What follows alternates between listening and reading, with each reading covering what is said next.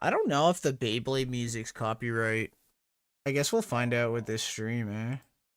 yeah, yeah. Oh my god, that's crazy loud. Wow, that's not what I want. It's Is this so that's loud. that's that's a brand new channel. My channel? Yeah, it's a brand new channel. Yeah. I don't want to start fresh, you know. I just realized now. Sound settings. Oh, I just got flashbanged. Volume mixer. Wow, getting to volume mixers like really, really tough now. Is it? Yeah. Are you still using? What are you using? OBS or like Streamlabs? Uh, OBS or Streamlabs right now. Yeah, I like Streamlabs a lot. I do too. Is For my cam choppy? Do you find it's like choppy at all? let me just put it on full screen. Find out. No, My it's hands fine. aren't like blurry or nothing, cause like my preview on Streamlabs is, it's like I'm down to like 15 frames. Is my mouth lining up with my voice? Let's find out. Let's find out with that. Oh wait, I'm looking at the. Am I not looking at the actual stream? I can link it. One sec, sorry. Live. No, There no, we no. I go. got it. It's Is this is your mouth. like, is it lagging? No, no, your mouth's lining up with the voice. Um, I don't find it's choppy necessarily. Okay, Like when you put perfect. it when you put it on a full screen like this and you were the Beyblade, I think it would be fine. Okay, perfect. Can you test the chat? Hit something in there, see if it pops up. Okay.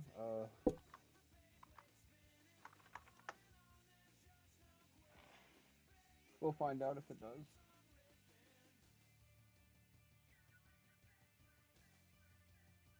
See Streamlabs, we're gonna kick in. Yep, yeah, it works. Perfect. Does it line up good? I'm about to find out. Yeah, it should. I thought it could be my overlays or something, but I think it's good. I've got my noise gate. I have my Marvel GEQ on too. Yep, my GEQ's on.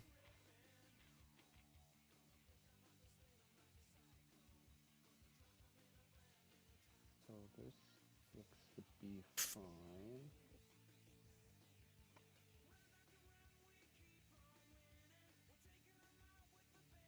Just gonna put this in the Beyblade chat.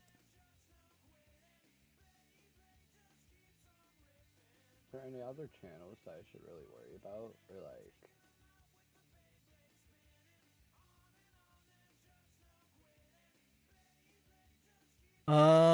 So you got a marketplace channel. uh-huh. Um, let me check. You check the WBO too. And they're like very successful.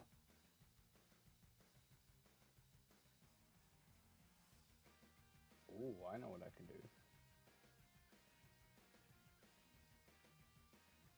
I know exactly what to do.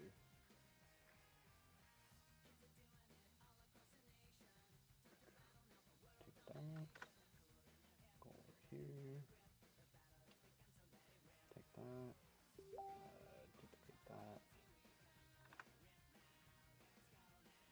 I think that's good.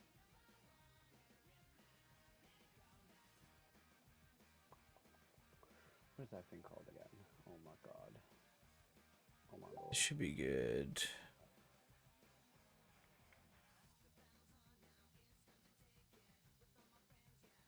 Yeah.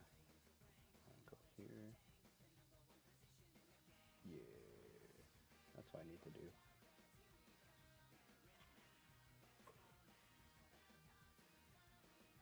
You get the private channel and stuff set up, eh? Yeah. So, the category that we're in, like all private stuff. Those are just on the bottom, labeled Maybe as like a mail day channel would be kind of cool. What's that? A mail day channel would be cool. Yo, what's going on, Takashi? We're getting the Discord all set up. We'll have an invite out for you soon. We're interviewing Mad Max today, so that's gonna be pretty cool. I got a whole bunch of questions lined up for him, and we're gonna do an unboxing here soon of Impact Drake and Cobalt Drake, and then next week we'll do Arrow Pegasus, and I don't know. We ordered some other stuff. I can't remember what it is. It is Nick. Nick's the mod. Nick's the goat. Nick's setting all of this stuff up free of charge. We could do a giveaways channel too. I have a bot for that. Wonderful. I just so happen to know my way around. Hey, you know your way around the Discord. Oh, a showcase your collection. Do you have that? Like a flex your collection, like a showcase would be kind of cool. Yeah, we can do that. Be real cool. Oh yeah, that's our time zone. Maybe a clips and highlights and a stream and video links.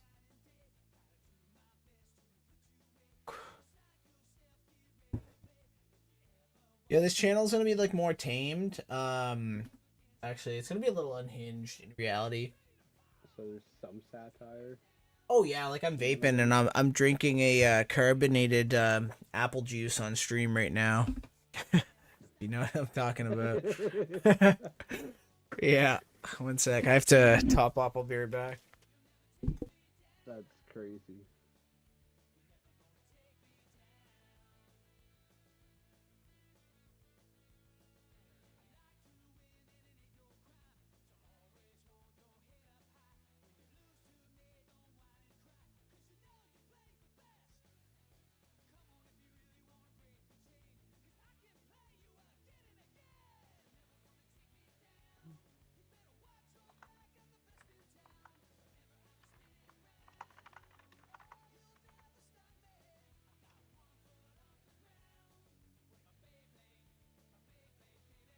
I just don't know YouTube's policy. I don't want them to not monetize, but I don't want them to age restrict the video. So it's just a carbonated apple juice that for some reason foams whenever I fill it up. Oh, that's very strange. I've never seen apple juice do that. Yeah, I know. Never seen apple juice do that. That's out of the ordinary, my guy. It's extraordinary. Yeah, incredible.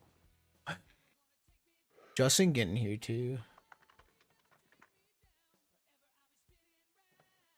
Yo, Kevin just sent me some OD fucking shit, bro. I can't say it on stream. Oh, Kevin's no. wild, man. Yeah, what do you think of the... I gotta show you my stingers. Justin. Bam, look at this. You... Kind of like deck theory, but Beyblade decks. We got a desktop one, too. That's not cropped at all now. That's annoying. Okay, well, let's... Oh, wait, no, that's just desktop. What's the interview one look like? Oh, cool, it's fixed. It's cool. That's a light bugging out in the background, too. That's not actually happening. It's just the camera just doing weird stuff.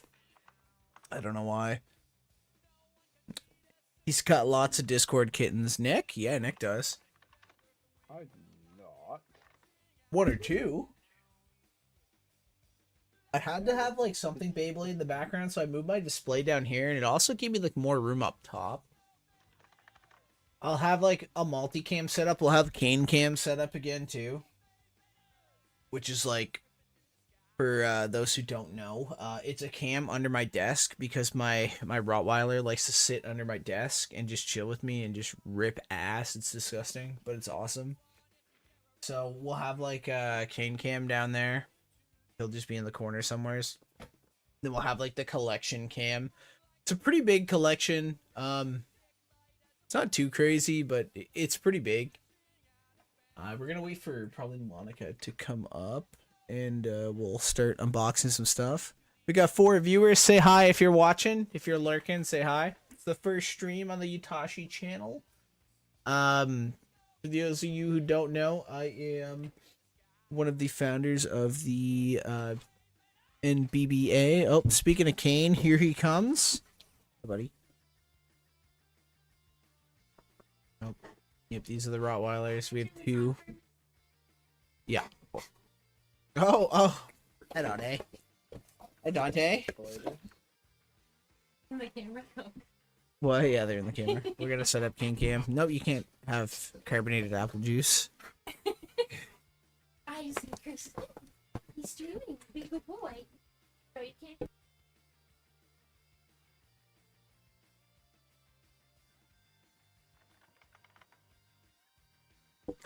But yeah, like I was saying, I am the one of the founders of the NBBA, which is the New Brunswick Beyblade Association. So I can't put the berries and eat it. Basically, we're not WBO.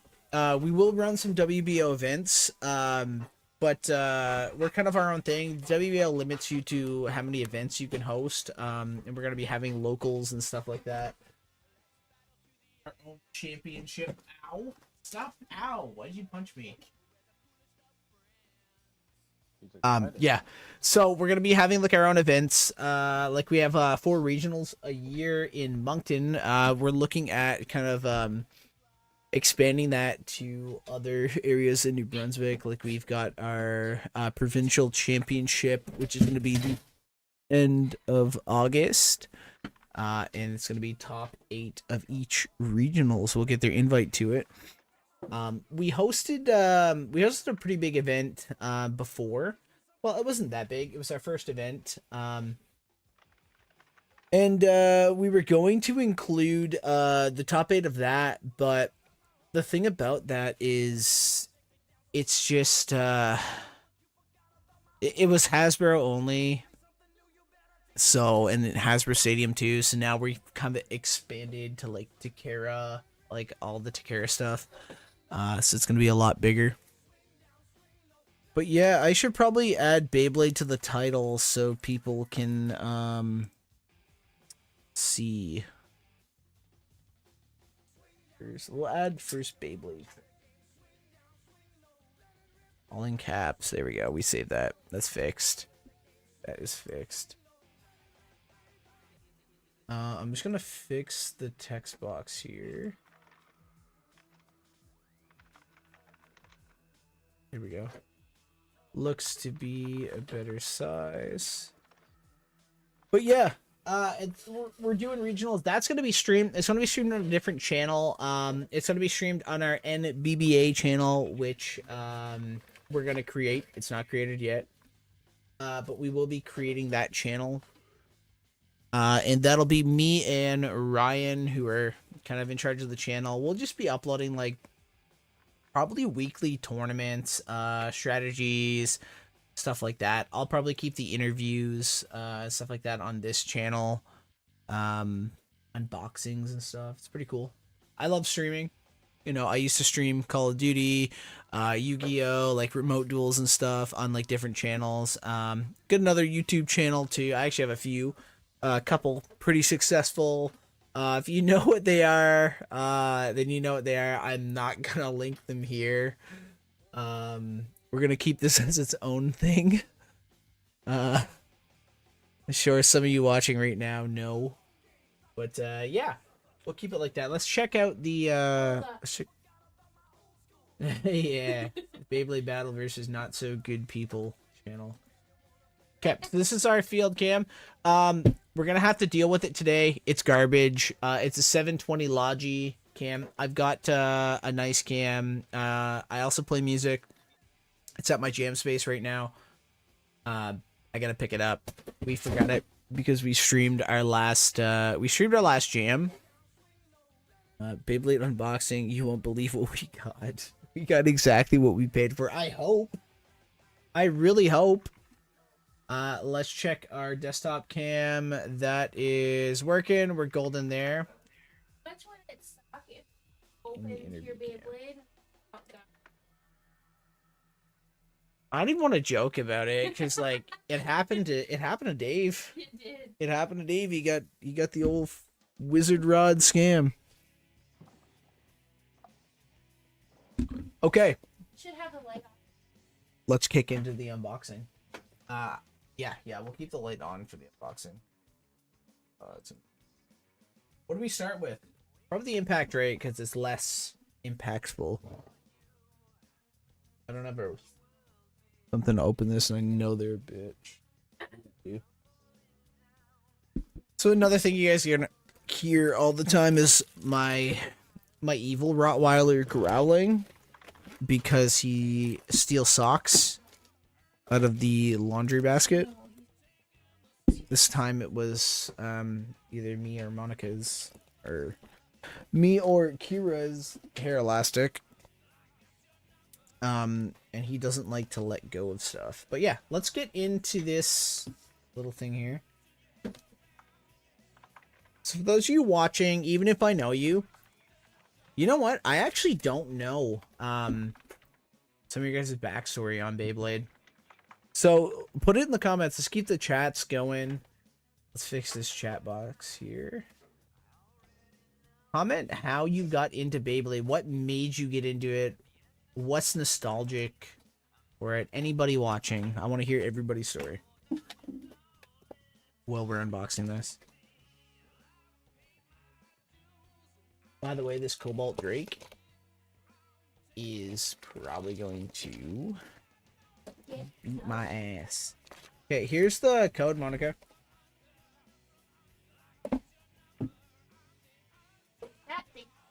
You're welcome. She's got the app, so we always lose.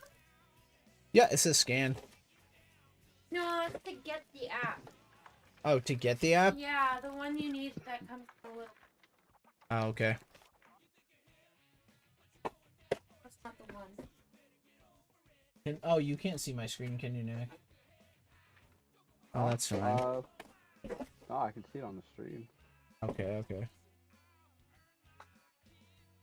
Imagine you open one and it's just Rapidity Metal Fight. That would suck so bad. Or it's just made out of Lego or something. It's Lego, Ninjago. It's a Lego Beyblade. Yeah, that's called Ninjago. Really? Is that a thing? It is the thing, and they even had like a TV series. What? I So thought you it was. built your Beyblade in Lego? Yeah, except there's like, do you remember Bay Warriors? Yes. This does not come with a code. Fun. The Cobalt Drake. I doubt the Dragoon comes with a code. Cobalt Drake doesn't? There's no piece of paper in the plastic?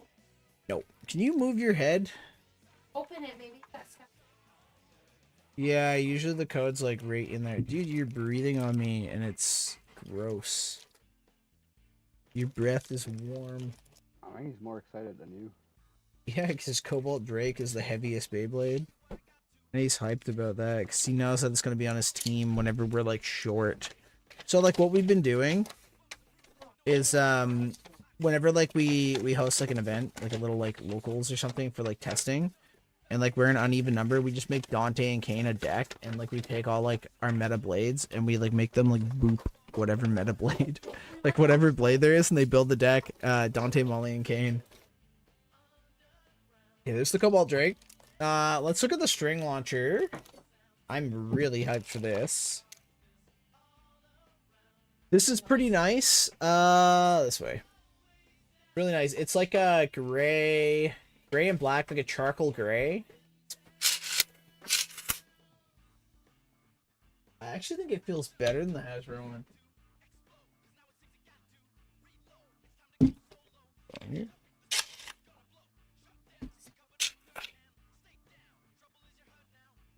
It's got a different feeling than the Hasbro launcher, that's for sure. I don't know if it's better or worse. Yep. Can you take this trash when I'm done, actually? It's really nice, actually. Okay, so the main reason we bought this, we weren't going to buy this originally. But Monica kind of wanted Impact Drake, and I kind of wanted it too. But the main reason that sold it, yeah, Kira. was the low rush bit that I'm going to be putting on my Arrow Pegasus. I know.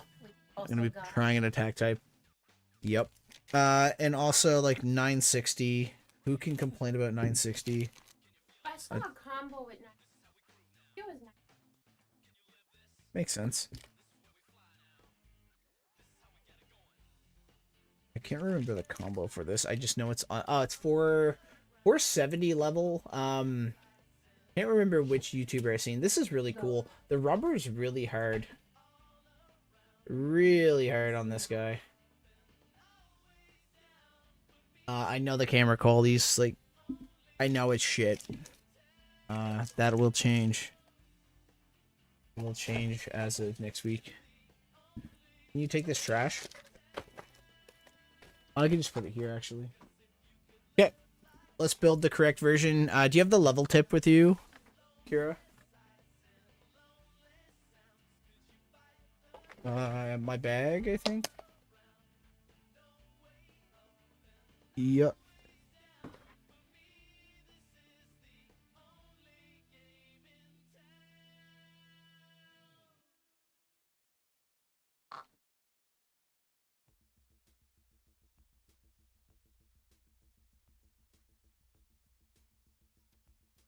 I don't have it here, but here, take this. For now, yeah, I will need that eventually, and I will need it before we go, or before I go to work. So Justin, Takashi, put your story. What got you into Beyblade, and what keeps you playing? Yep. So we got a nice extra 960 here. Really, it's the best ratchet. Nothing beats this ratchet. Chuck it in there. I don't have a 470 on me, so I'm just gonna do 460 for now. I'm gonna put this low rush in here until Pegasus comes in on Tuesday, which we'll be streaming Tuesday night probably. Maybe tomorrow night too. I might go down and pick up my other cams and set it up over here. That way we could do like actual test battles. Okay, we'll move this aside for now. It's just our extra pieces.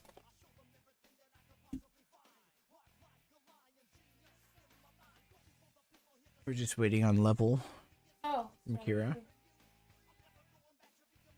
It's cool. I like it. It looks really cool. I'm a big Dragon fan. Burn Fireblaze, go Bert.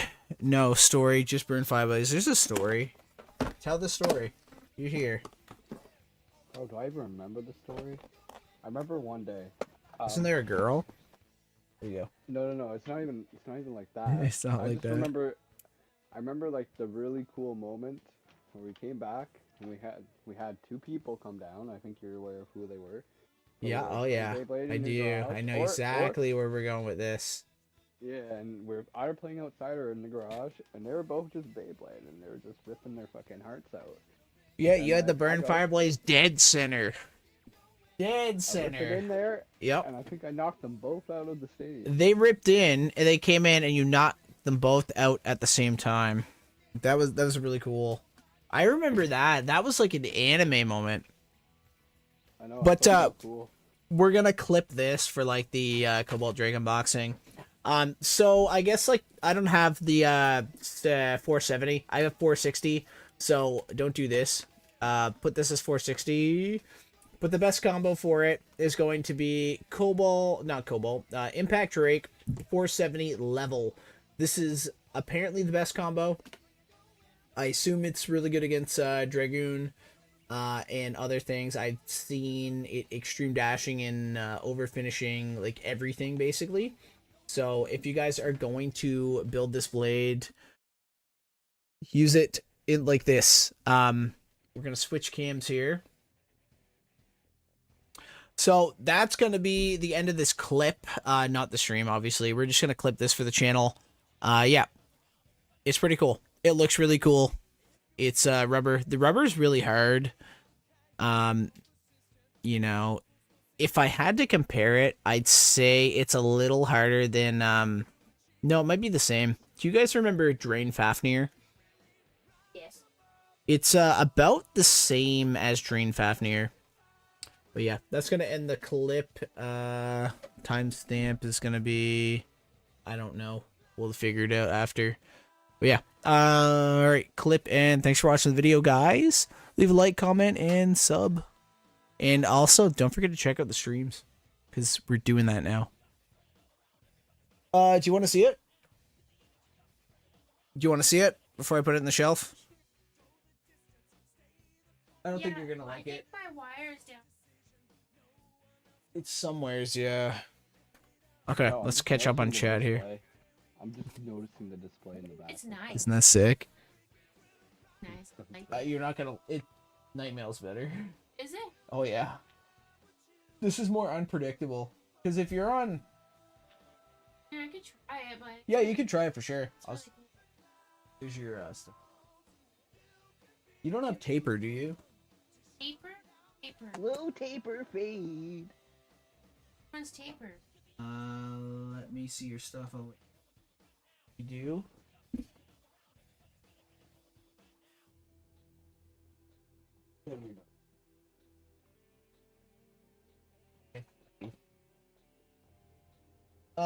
Okay. All right. Let's catch up on chat, then we'll get into the big boy. I just have paint and brush. Brush? That's fine. I definitely have tapers. I was a hermit who never left his house, so I watched both the OG series and Metal Fight and bought the bays. I still have my Drigger and Death Kerbex. Yeah, I remember your Kerbex. You probably brought your Drigger, but I can't remember it. Monica's got her OG plastic gen Drigger right here. I also have the other. She's got her burst one. We don't have the X one yet, but we will be getting that. My favorite. Cue to the Death Kerbex Memorial, the end of Beyblade live action. Yes, that was Beyblade DG. I might re-upload those all on this channel, since I have those. And now I'm a blader because of friends I make along the way, aka you. Aw. Thank you, Takashi. Maybe it's not about the Beyblade, but it's the friends we made along the way. Thank you, Nick. It was never the blader spirit, it was my strength. Alright, we're getting a little weird now. Yeah, okay. Alright, we'll do a video intro too. We didn't do that for the last one. Alright, you guys ready? Say hi, chat. Hi. Say hi, chat. Hi, chat. Or hi, YouTube. Sorry, Hi, I've never done this before. Hi, everybody. Alright, guys. So, we are unboxing the Crystal Cobalt Drake here. We just got this off eBay. The Impact Drake we got it off Mala Bay's Zanky site. Canadian seller. We are Canadian, so yeah, let's get into it here. Again, that's the wrong one. Here we go. That's the right scene. Again, I apologize for the cam quality. Next week it will be fixed. Right now we're dealing with what we got. So at first I didn't want to open this, but here we are. I actually want to try it, so I'll probably pick up another one for the collection. Like, we've already broke the seal, so we have to now. Here we go. Is there a Rapidity Beyblade in there? What? No, I'm kidding. It does come with a code. Oh, we're live. That's okay. Okay, wow. Yeah, this... It kind of smells bougie. It kind of has a bougie smell to it. Here, Monica. It's on the bed. Okay, let's crack in. There's not much to talk about here. We'll get to the layer last. Okay, so we're gonna start with the bit. The bit is a nice clear. We're actually gonna switch cams here. The bit is a nice clear flat bit. It's really, really nice. The next one we have is this Crystal 460. Really nice bit. I don't use 460 too much, but on Impact Drake, I may. Who knows? It's not terrible. It's not the best. There's definitely better ones, but whatever. And then we get into this. Let's make sure this doesn't say base super or something. Oh, we're good. Wow. I would be sad. I'd be pissed. I'd be so sad. Okay, it actually feels pretty heavy, actually. You have your scale, weigh it. Yeah, I will weigh it. That's a good idea.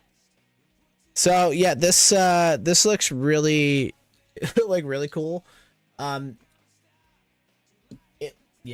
It just looks cool.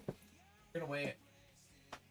I don't know what the weight is on the other Cobalt Drakes, the crystal ones. I'm pretty sure this one's lighter from what I've seen. Just by a little bit. I don't know why they would do that. What Yeah. channel? New one. I sent it to you. Okay. Wow, this camera is so bad you cannot see the quality.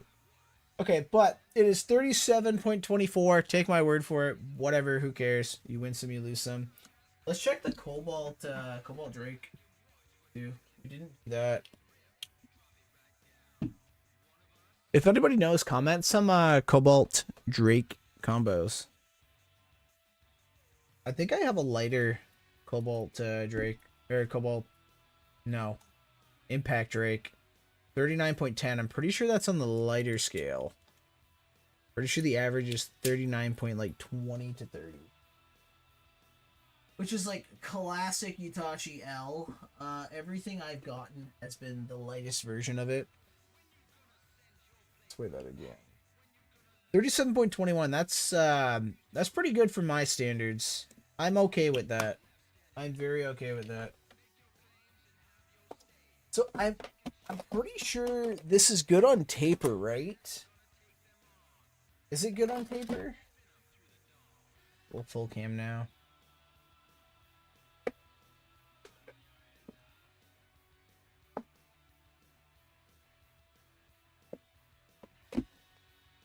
Yeah, I'm pretty sure this is just like straight up good on paper. I can't imagine it would have changed too much. Well, then again, there's a lot more bits now out than what there used to be. Hero Pegasus, that'll be coming. Guess we should put it together.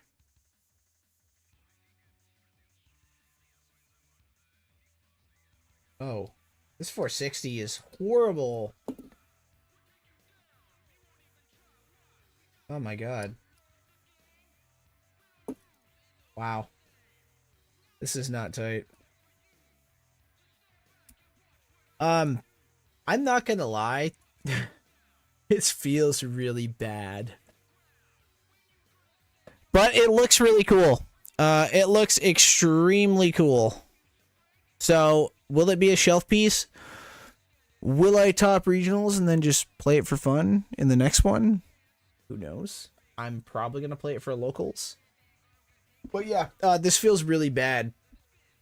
It feels like $60 was not well spent competitively. Collectively, it absolutely was. It was good as a Phoenix Wing counter because it was fat for the time. That's fair, that's fair. Pegasus. Hey man, she's coming in. Freak, while you're there, what is currently the best combo for this so I can build it and put it on my shelf and touch it for one tournament while we're here? Check if Max is ready yet. Oh, he'll join the Discord when he's ready.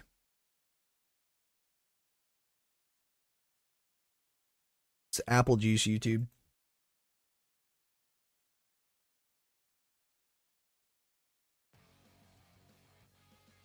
I assume Ryan's checking that right now. I feel like it was like 960 taper. I feel like 960 taper would be pretty good. Let's take a look at what we got here with this horrible camera we got going on. Okay, we're just gonna like stock put 960 on it because yeah, you would, right? It seems like every ratchet you put on it. Okay, nope, never mind. But 960 is no good too. I think just the Hasbro ratchets are a little tighter. You can join General, you'll drag him down. Okay, perfect, perfect. You can talk, Nick. I gotta hide. Oh, no, there's just noise in the background. Don't worry about me. Okay. Don't worry about me.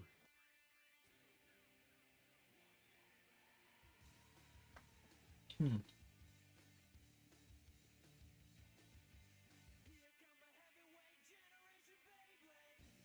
I think it's taper. Correct me if I'm wrong, guys.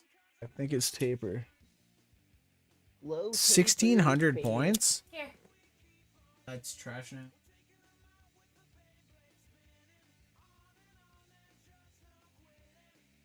Just gonna put 960 taper on them. That should be pretty good. I assume that'll be good. We're not gonna test it tonight, but we will test it this week. What? Cracked. You can crack too? I can crack too. Do it. Do it for the stream. Do it. Probably get a coop. Okay. We're just gonna put 460 back on him. Just because it looks cooler. It's all white. Okay, now it's tight all of a sudden. Wow, it's really tight. I don't even want to check the ratchet orientation because it's like pretty tight right now.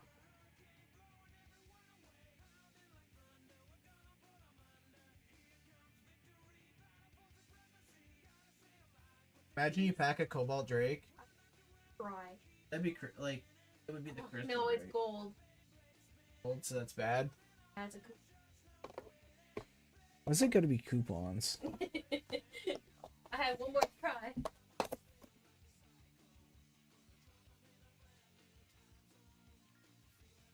I think you have to do Extreme Dash, right? Get extreme dash every. You do? Yeah.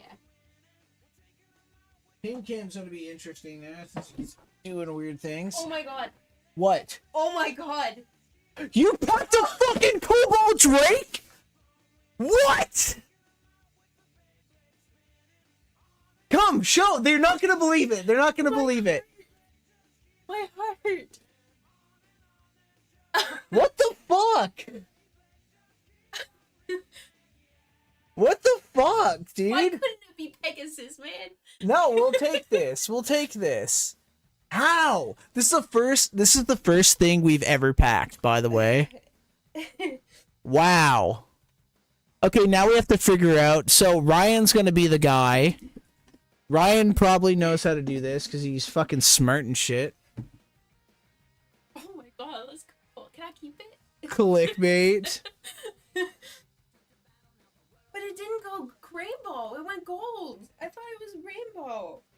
I don't know what to click. Do I just click next? Screenshotted it. I'm gonna send it to the group. I'm shaking. Wow, that's the luck for the fucking next 10 years. Wow, okay. Could have been a Pegasus. A Cobalt Drake is great. It's great. I know. It's fucking Imagine great I because get now Pegasus on the next one. now we don't have to spend $60 to $70 to have one sealed. Imagine I get Pegasus. What, do you have another one? Yes. You have one more? One- Imagine you get Pegasus too? I would cry. No way, you won't get it. Alright, let's go. You won't get it.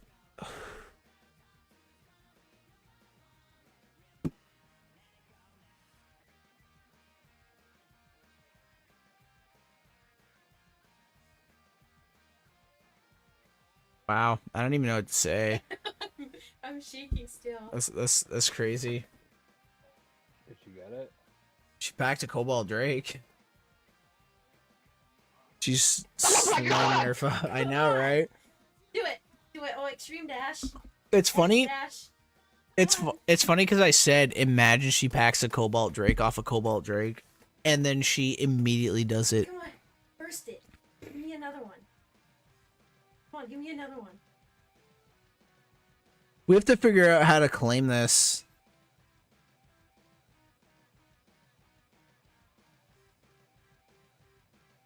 I assume we have to use a third-party website. Coupon. That's okay. Still, man. That's Yeah, crazy. that's, I mean, that's really cool. That's really, really cool. Clickbait's crazy, bro. Yeah, so we're just gonna chill, let Max come in. We'll do our interview with him.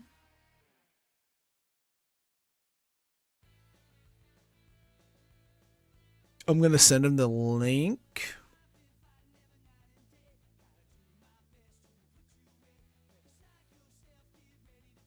I think he's already in the Discord. Is he? But like, just not like in general. Okay, perfect. Probably. Yeah, Nick, you want to spam the link in the chat too, so people know? Ooh. Is he in that? Yeah, if you like check like. You check logs. Just click on any of like the That's public crazy. like. Yeah, you're gonna have to figure out how we can. I'm just gonna tell him just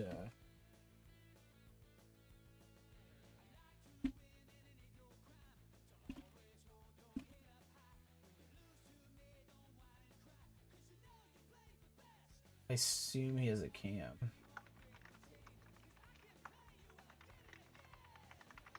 What I'm gonna do is I'm gonna share my main screen here. That way everybody can see it. That way he's gonna be able to see my cam, right, while I'm talking.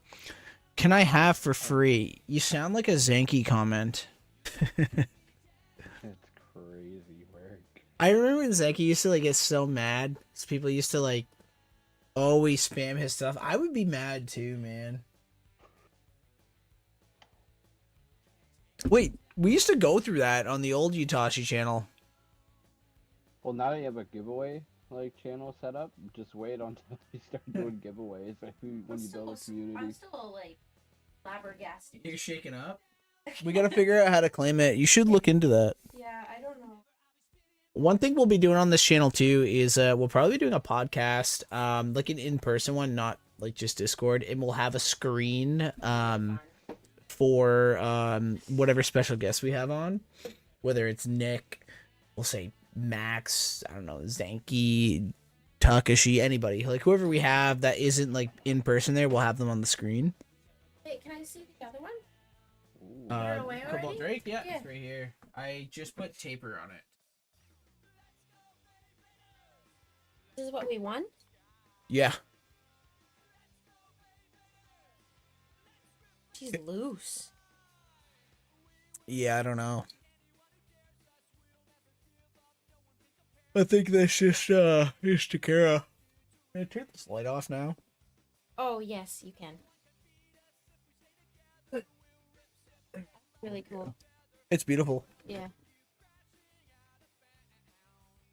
Be super in this household. Except for that Cobalt Drake up there. I believe we practiced. This is not real. Wild.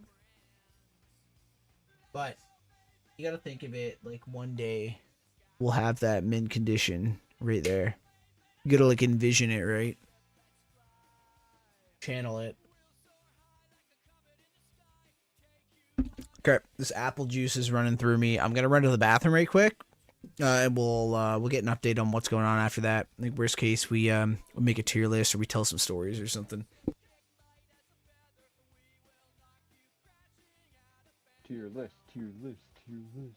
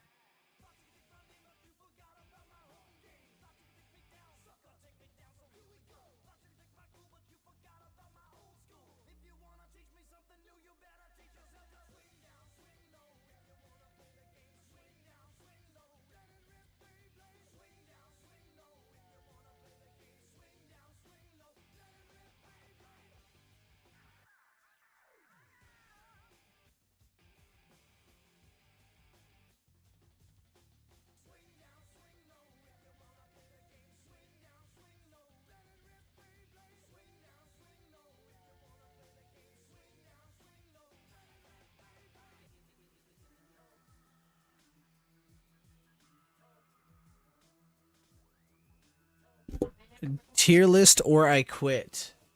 Yeah, bro. Yeah, bro. Mandalorian best Beyblade. Man, we would have to like go save every image to do that. I'm down if you guys want to. No, no, no. Gotta put the Wait, Mandalorian. search up. What's that? Is type of there like a tier list? Beyblade tier list? I feel like there's gotta be Wonder if one. Okay.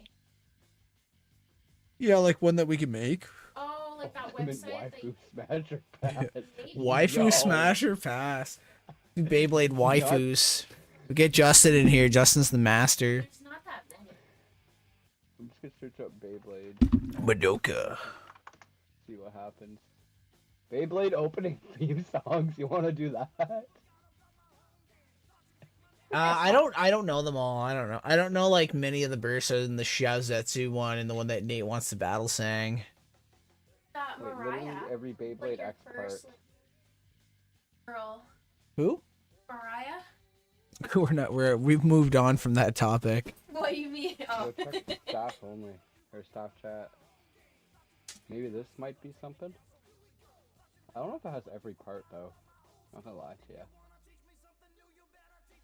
But I mean, it might be something if you look at staff chat. Staff chat? Yeah, staff The chat. staff? It's a staff only, and it just. Let's do that. Alright, check it out first. See if it looks right to you. Increase your size of your screen or whatever. Okay, let's take a look. Okay, wow. Yeah, it's just missing the Hasbro exclusive, but let's try it. Oh, it's all the parts too. I can't tell what some of these tips are. Let me just see if there's just the Beyblades. There's Yeah, I Beyblade can't tell what X1. some of these tips are. Whoa. Is there a way to Hold on. tell? Not particularly, but there's also this one, which goes kind of hard.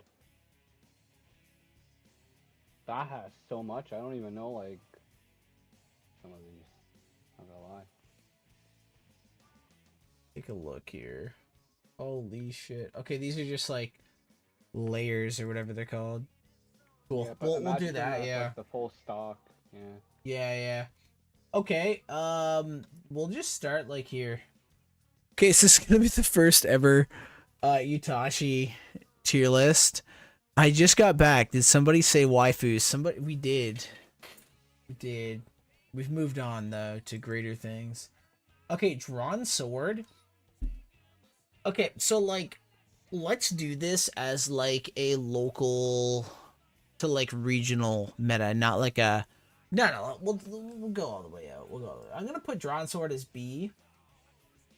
I'm actually gonna put Hell Sights as C. We're gonna put Night Lance as D because it's garbage. Same with that. Leon Claw. I'm sorry, Nazuma. I'm sorry, bro. Okay. Wizard Rod or Wizard Arrow. We'll also put those in C. I don't know why they gave us like, multiple colors. Dagger. I actually think Dagger would be in C. Same. Yeah, there's like all the colors.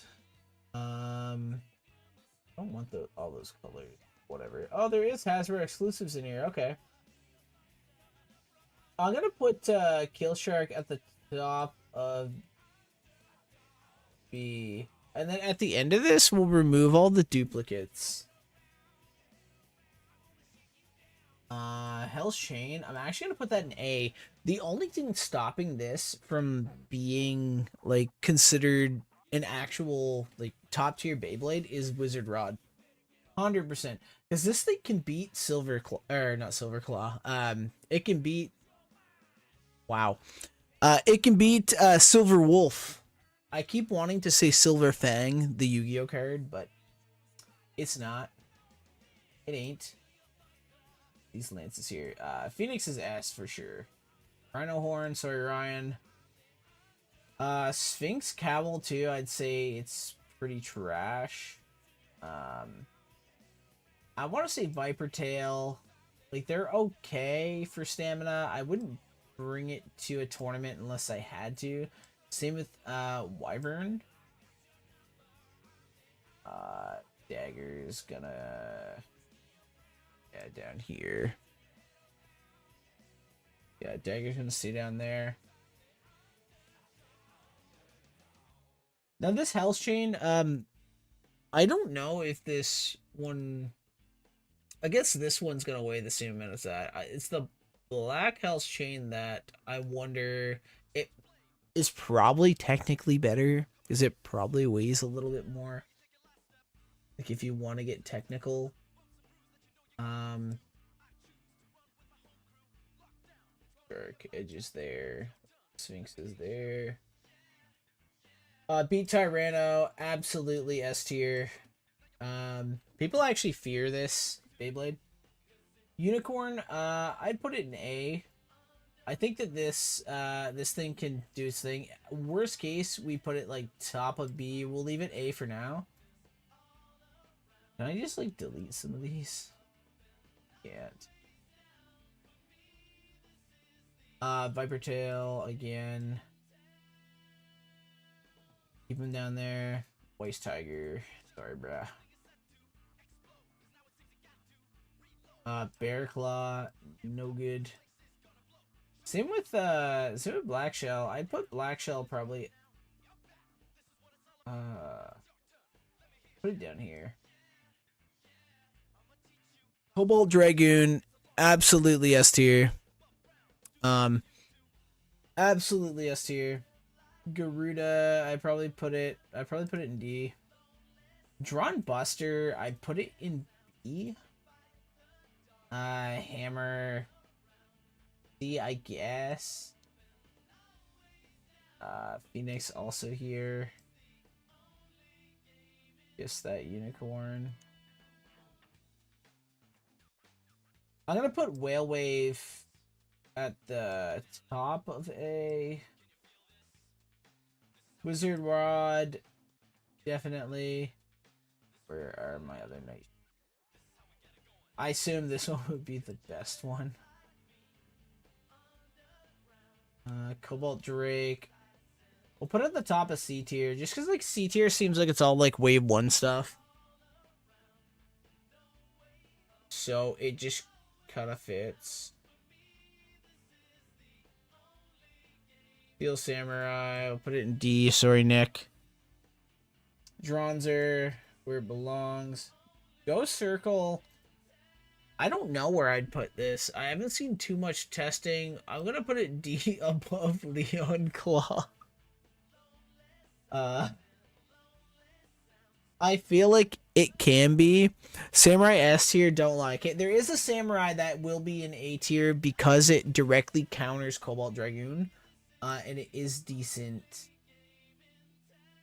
Also, you can talk, Nick. It's like chill.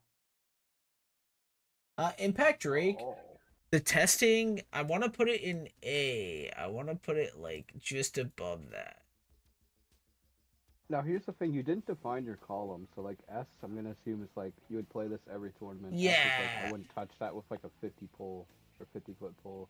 Yeah, for sure. I'm gonna put Leon there. I'm gonna put Rudder in D, but we're gonna put it like I don't know. I want to say there. Put Samurai in A. He's trash. We need a trash can tier. Silver Wolf, we're gonna put it in S. Everybody knows why. It's just probably the best defense Beyblade right now. Wyvern Gale, with the other Wyvern Gales. I don't think there's a weight difference. If it is, it's not enough. This is probably the best Leon Claw. Arrow Pegasus. Okay, so this is kind of what's the word I'm looking for, Nick? Where one person agrees, the other one doesn't. Controversial? Controversial is, in fact, the word I'm looking for. It's controversial because we know it's a good Beyblade. We know that Arrow Pegasus is a good Beyblade, but we don't have a whole lot of stats on this Beyblade for G3. The WBO, we do have a decent amount, but G3, obviously it's tough to put it on a tier list because a lot of people don't own it, because in Canada this Beyblade costs around $230 to $300 for it. And if you're a collector, you own it, and you probably don't want to use it, which means you have to buy two. So you probably think, do I even want to purchase this Beyblade? Because you have to think of, is it going to crack? Is it going to break? Which we've seen, you know. Monica, can you send me that photo of the broken Arrow Pegasus from that group? She's got her headphones on, so we're getting ghosted. But anyway, it breaks just like every other Beyblade. Pega is pay to win. It absolutely is, and that's why we bought it. It absolutely is. So we're gonna leave it in S tier, because if this was a Beyblade that you could just buy over the counter or from Takara Tommy, it would be included in everybody's deck. So we're gonna leave it in S tier. I know that's not exactly how that works. It doesn't really matter if I'm organizing like anything that's not A, S, and B. Probably not. Will we do it? We probably will. Again, another painted one. We have to assume the painted ones weigh a little bit more, making them a little bit better. Where's our dagger? Where's our dagger? Right here. Oh my god, there's so many of these junk clones. Trigger's going in F. Right next to Dronzer. He's probably better.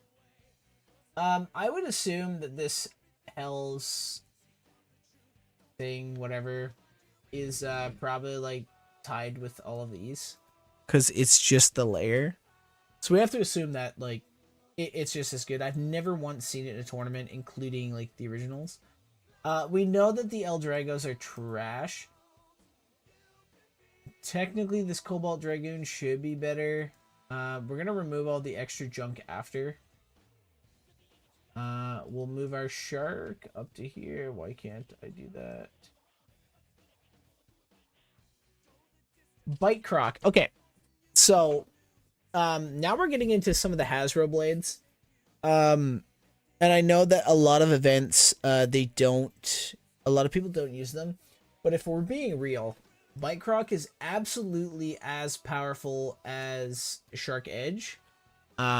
I think Kira took it to the last regionals we had, or the last like championship tournament, and she won the entire event. I think her deck was Phoenix Wing, Bite Croc, and I'm not sure what the last one was, but it was the Mandalorian.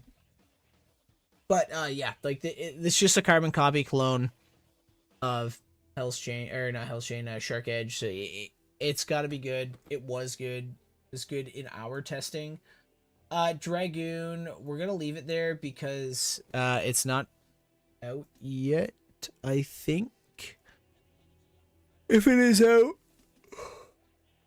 then I haven't seen anything on it. We're gonna leave these here too. We're gonna put Shinobi Samurai down there. This Phoenix we're gonna put in S tier. We're gonna start cleaning this shit up too. Pegasus, I don't think Pegasus Valkyrie's out. It's gonna be in the same category as Night Shield.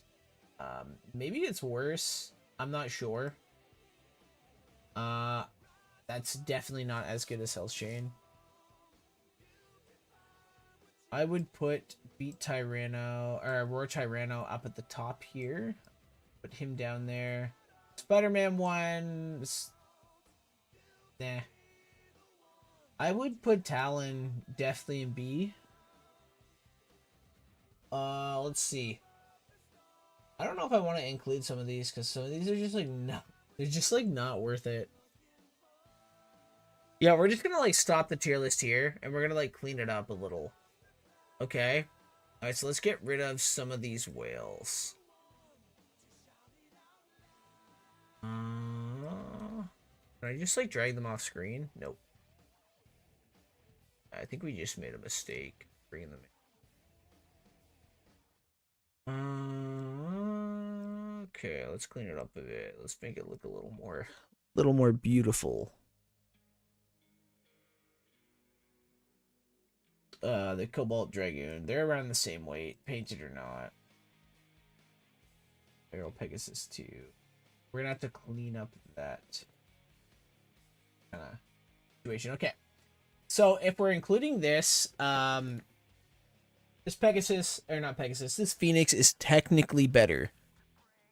It's got the new mold. We're gonna pretend that this one is mold 1 and 2, and this one is mold 3.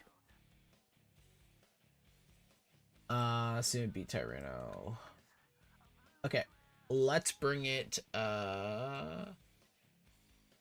Let's create the tier list. So Wizard Rod was in the Japanese tournament. I think it was G3. It was in every deck, basically every deck, at least every top deck. We're gonna put it still as the best Beyblade. I would argue Cobalt Dragoon might be there too. We're gonna say that these are at the top. Now obviously this would probably be here if everybody owned it. If everybody could pick it up, then yeah. Nick, are you able to Facebook DM me the Discord link? Oh yeah, I got you. Thank you. Yeah. Okay, yeah. I think this looks pretty healthy for S tier. Beat Tyranno may be better than Silver Wolf. I'm not sure, but I think Silver Wolf is better. Or at least more picked. We got 6 people watching here. Say hi. Tell me your backstory. What got you into Beyblade while you guys are here? Don't just lurk. Have a little chat. Hop on in. Remove that out. As for A tier, I think this looks pretty fair. I think this looks pretty good for A tier. I mean, Samurai might be in B because he's better as... it's more of a Cobalt Dragoon counter, right? With him, because you rock him on level, and it beats Cobalt Dragoon each time. You could argue that he could be an A.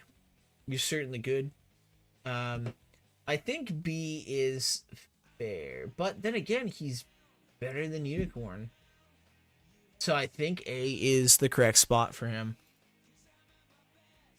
All right, thank you, Nick. I'm just gonna take a sec and put this Discord link in here. Thank you, Nick. Oh yeah.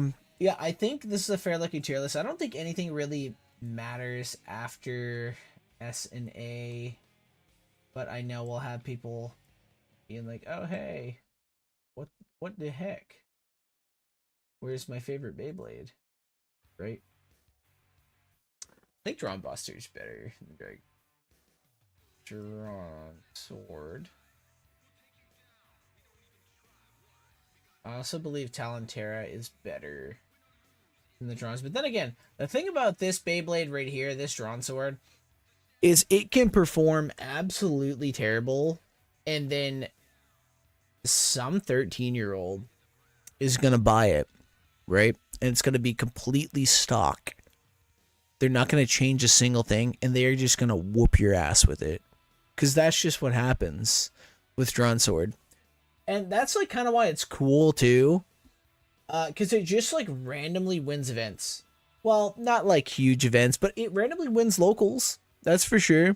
And it'll beat some of the best combos. For no reason. Just out of the blue. It'll just win. But yeah. I mean, clip it and ship it.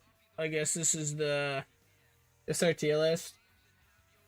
Is it perfect? No. Is it good? Probably. I don't really have anything else to say on the tier list. That's kind of it. Should we do another tier list for something else? Comment, like another Beyblade tier list we could do. Doesn't have to be like meta. I was gonna say we could do like a worst Beyblade tier list. A Metal Fight one would be kind of cool, but I wasn't super competitive in Metal Fight, so it'd be kind of like a nostalgia tier list, which isn't. It's just not real. What about like a Beyblade protagonist tier list? Yeah. Link it over. Link Dude, that just said playlist over. I found it. It's so short. Is it? Yeah, it's so short. Here, Where'd you put it? in the staff chat. Oh, perfect. Yeah, let's open that. Why is it open on the other screen? It's only like 9 or something. I didn't count. You know, 9's good. Okay. All right. So, are we doing this by nostalgia or wins? By your opinion. My opinion's gonna be wrong because, like, this is like for me, like Jenga's like the best for me, bro. I know Tyson's sick. Internet. I know Tyson's sick. It should probably be, but then again, Tyson lost a lot. Jenga really didn't lose much. Right? Like, Jenga lost to Ryuga, and he drew with Kiyoya, and I think he lost to you. Like to say, what about Vault? Did Vault ever lose? Did Vault? Didn't he at least tie? I don't remember. I can't remember either. I know, like, Jenga played Zero, which is this guy, in the last episode of Zero G. I thought at the minimum he at least tied. But I don't know. Maybe I'm wrong. Yeah, I'm pretty sure Vault won every single battle on screen. I'm pretty sure he's, like, the most, like, broken. Zero, you know what, man? I don't like Zero. I did not like Zero G. Okay, I liked Zero G, but I did not like Zero as a character. Also, Iga, I hated him. He ruined Beyblade for me. I think I actually stopped playing Burst because of Iga. Same with this guy. Like, what was his problem? What was this guy's problem? Why did he suck so bad? Why was he so weak? And then there's the twins. I'm pretty sure I've never seen it, but I'm pretty sure they were kind of cool. Like, there's just no B. Maybe Zero can be B for nostalgic purposes. But I think it's this. And don't get me wrong. I don't like Vault very much as a protagonist. I think Nick does. I think Nick did like Vault. It's just the Valkyrie, man. A Victory Valkyrie. He was okay. He was okay. It was just a Valkyrie, man. Like, I don't know. It just spoke volumes to me. It was pointy, and, you know, it was ready to go. Let's check,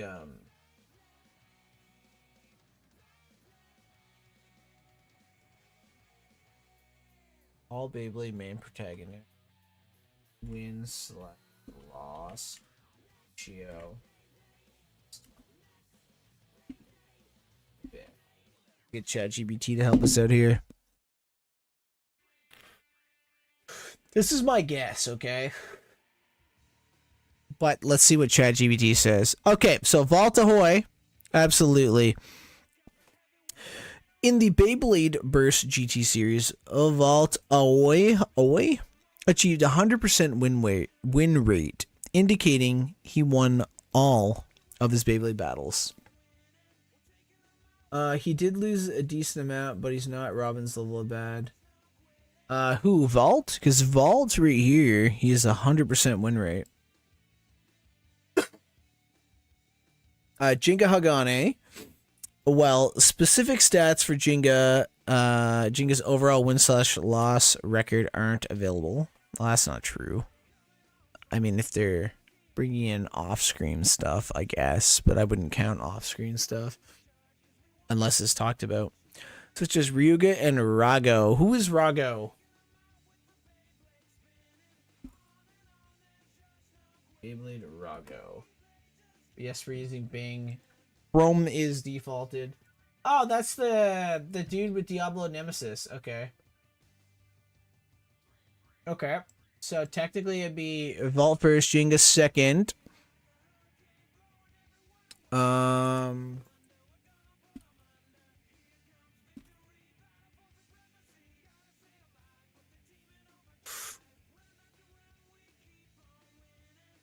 Yeah, where is Robin Kazami on this? We don't have Robin Kazami. Common X and stuff. Okay. So ChatGPT's changing it.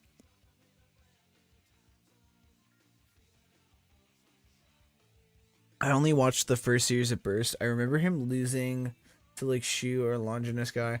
It might have been a draw. I wasn't a big fan. Okay, it's doing like nostalgia. Gosh, loss. Because it's putting Tyson in first. While that's generating, we're just gonna crack an apple juice. Crack an apple juice. Right.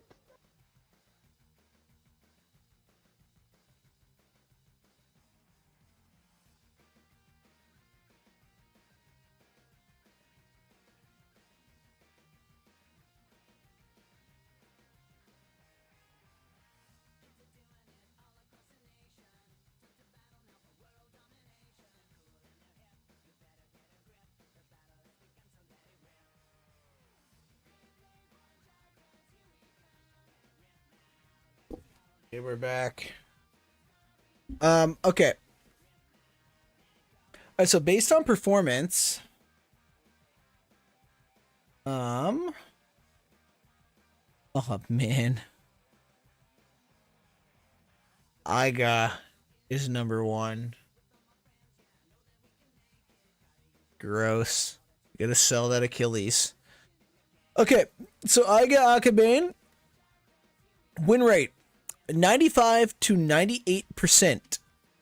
Iga was nearly undefeated in Burst Turbo, winning most of his battles and defeating Vault away to become world champion,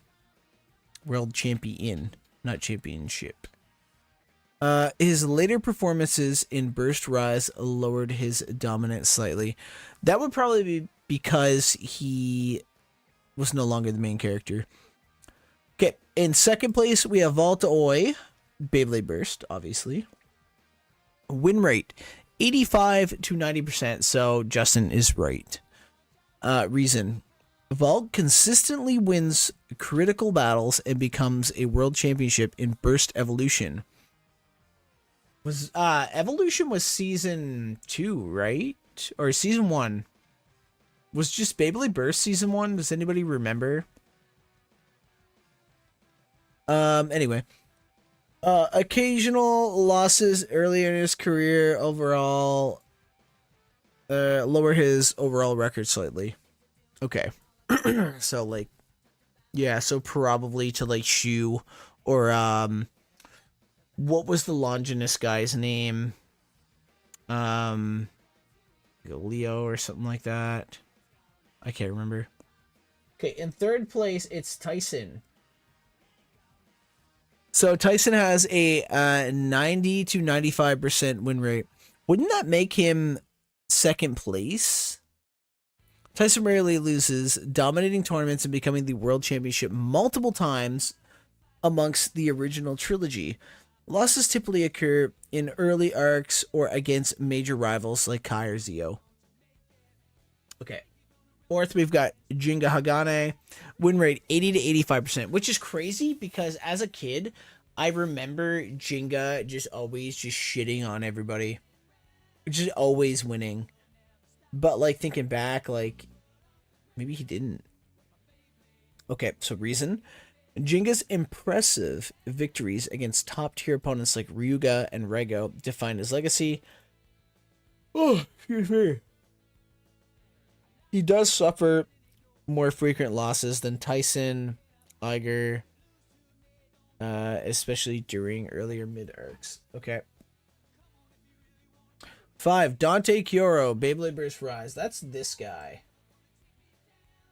Dante's win record is lower due to his experimental approach in the learning curve in Beyblade Burst Rise.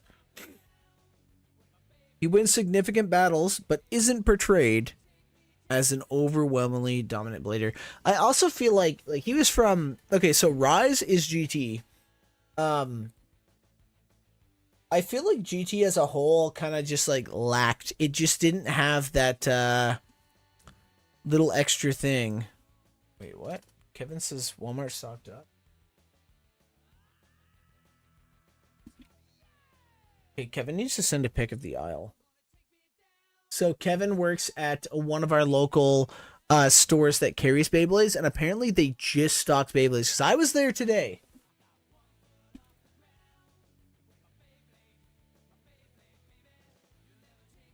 Yo, if they beat Tyranno, we are pausing the stream and going to pick it up.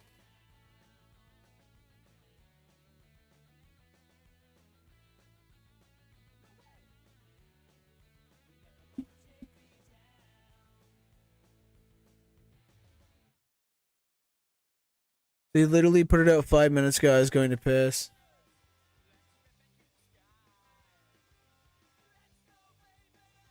Savage Bear. Ah, looks like they just got Wave 2.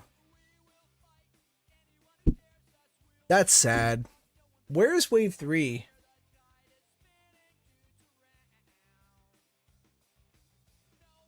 Any Wand Wizard.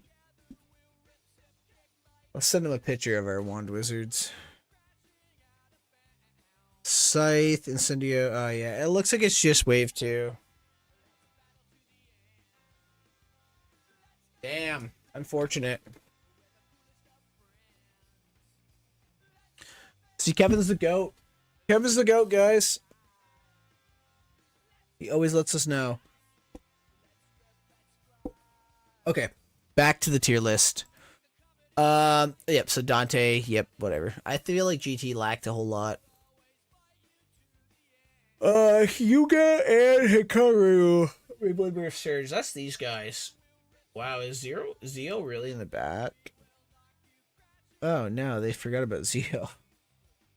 About is it Zero or Zio? From Shogun Steel. Where does he fit? Hey, stop typing. Tell me.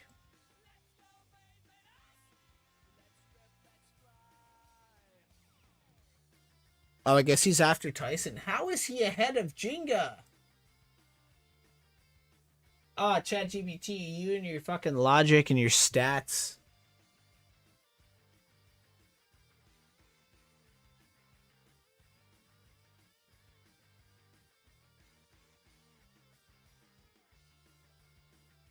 Okay, so we'll probably be making a trip to Kevin Mart in the morning. Yo, what's going on, Max? Okay, yeah, so statistically, these are the top main characters from the animes. I mean, I hate it. I absolutely hate it. I hate seeing Eigen first because I think I hate him the most, other than... I don't know if you guys remember Daichi from, I think it's V-Force or G-Rev. I hated Daichi. I was not a fan of him, man. I mean, his, like, backstory kind of, like, was sad. He was, like, basically, like, homeless. What's going on, Bladers Network? It seems so. Okay. Kevin's picking up a roar. Send a pick of the aisle before you close.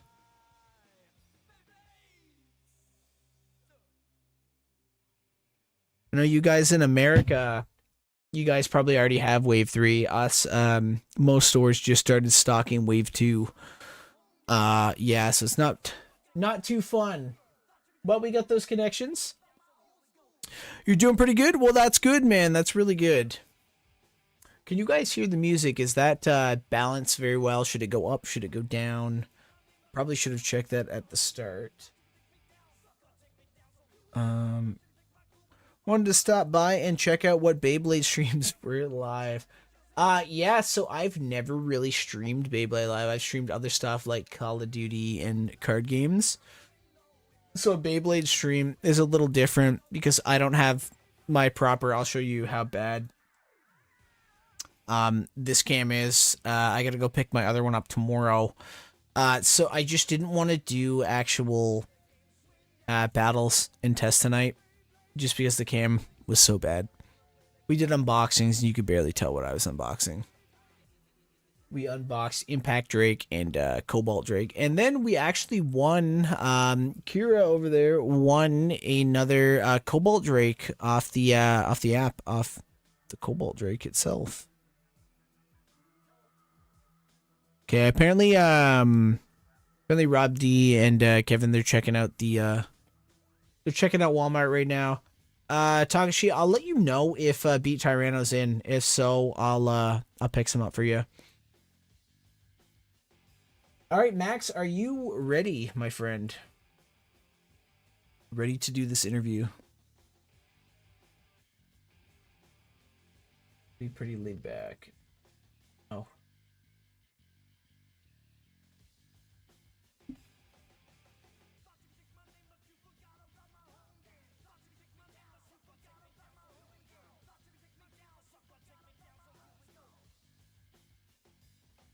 Okay, I think I just told him to join the general voice chat, and we'll drag him down. Alrighty.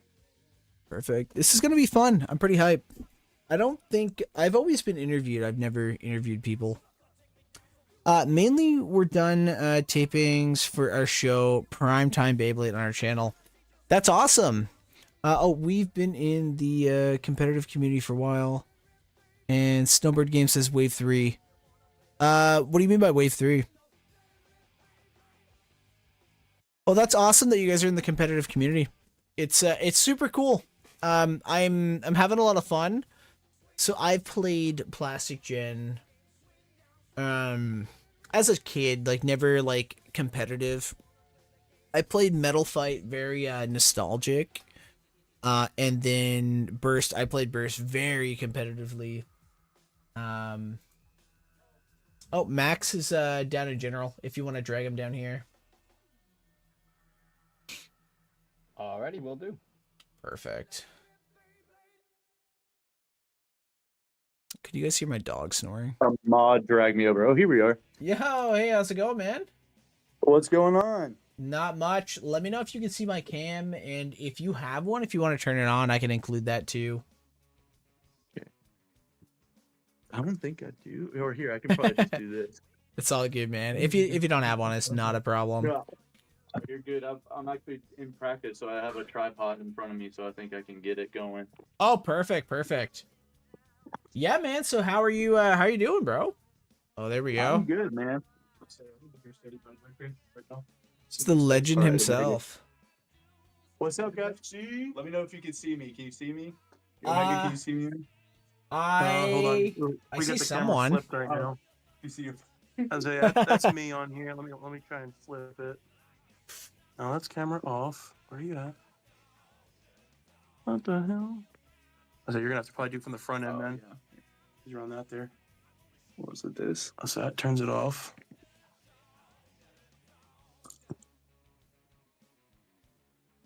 Oh, wait, hold on. You guys are done your Yep. tapings. What tapings did you guys do?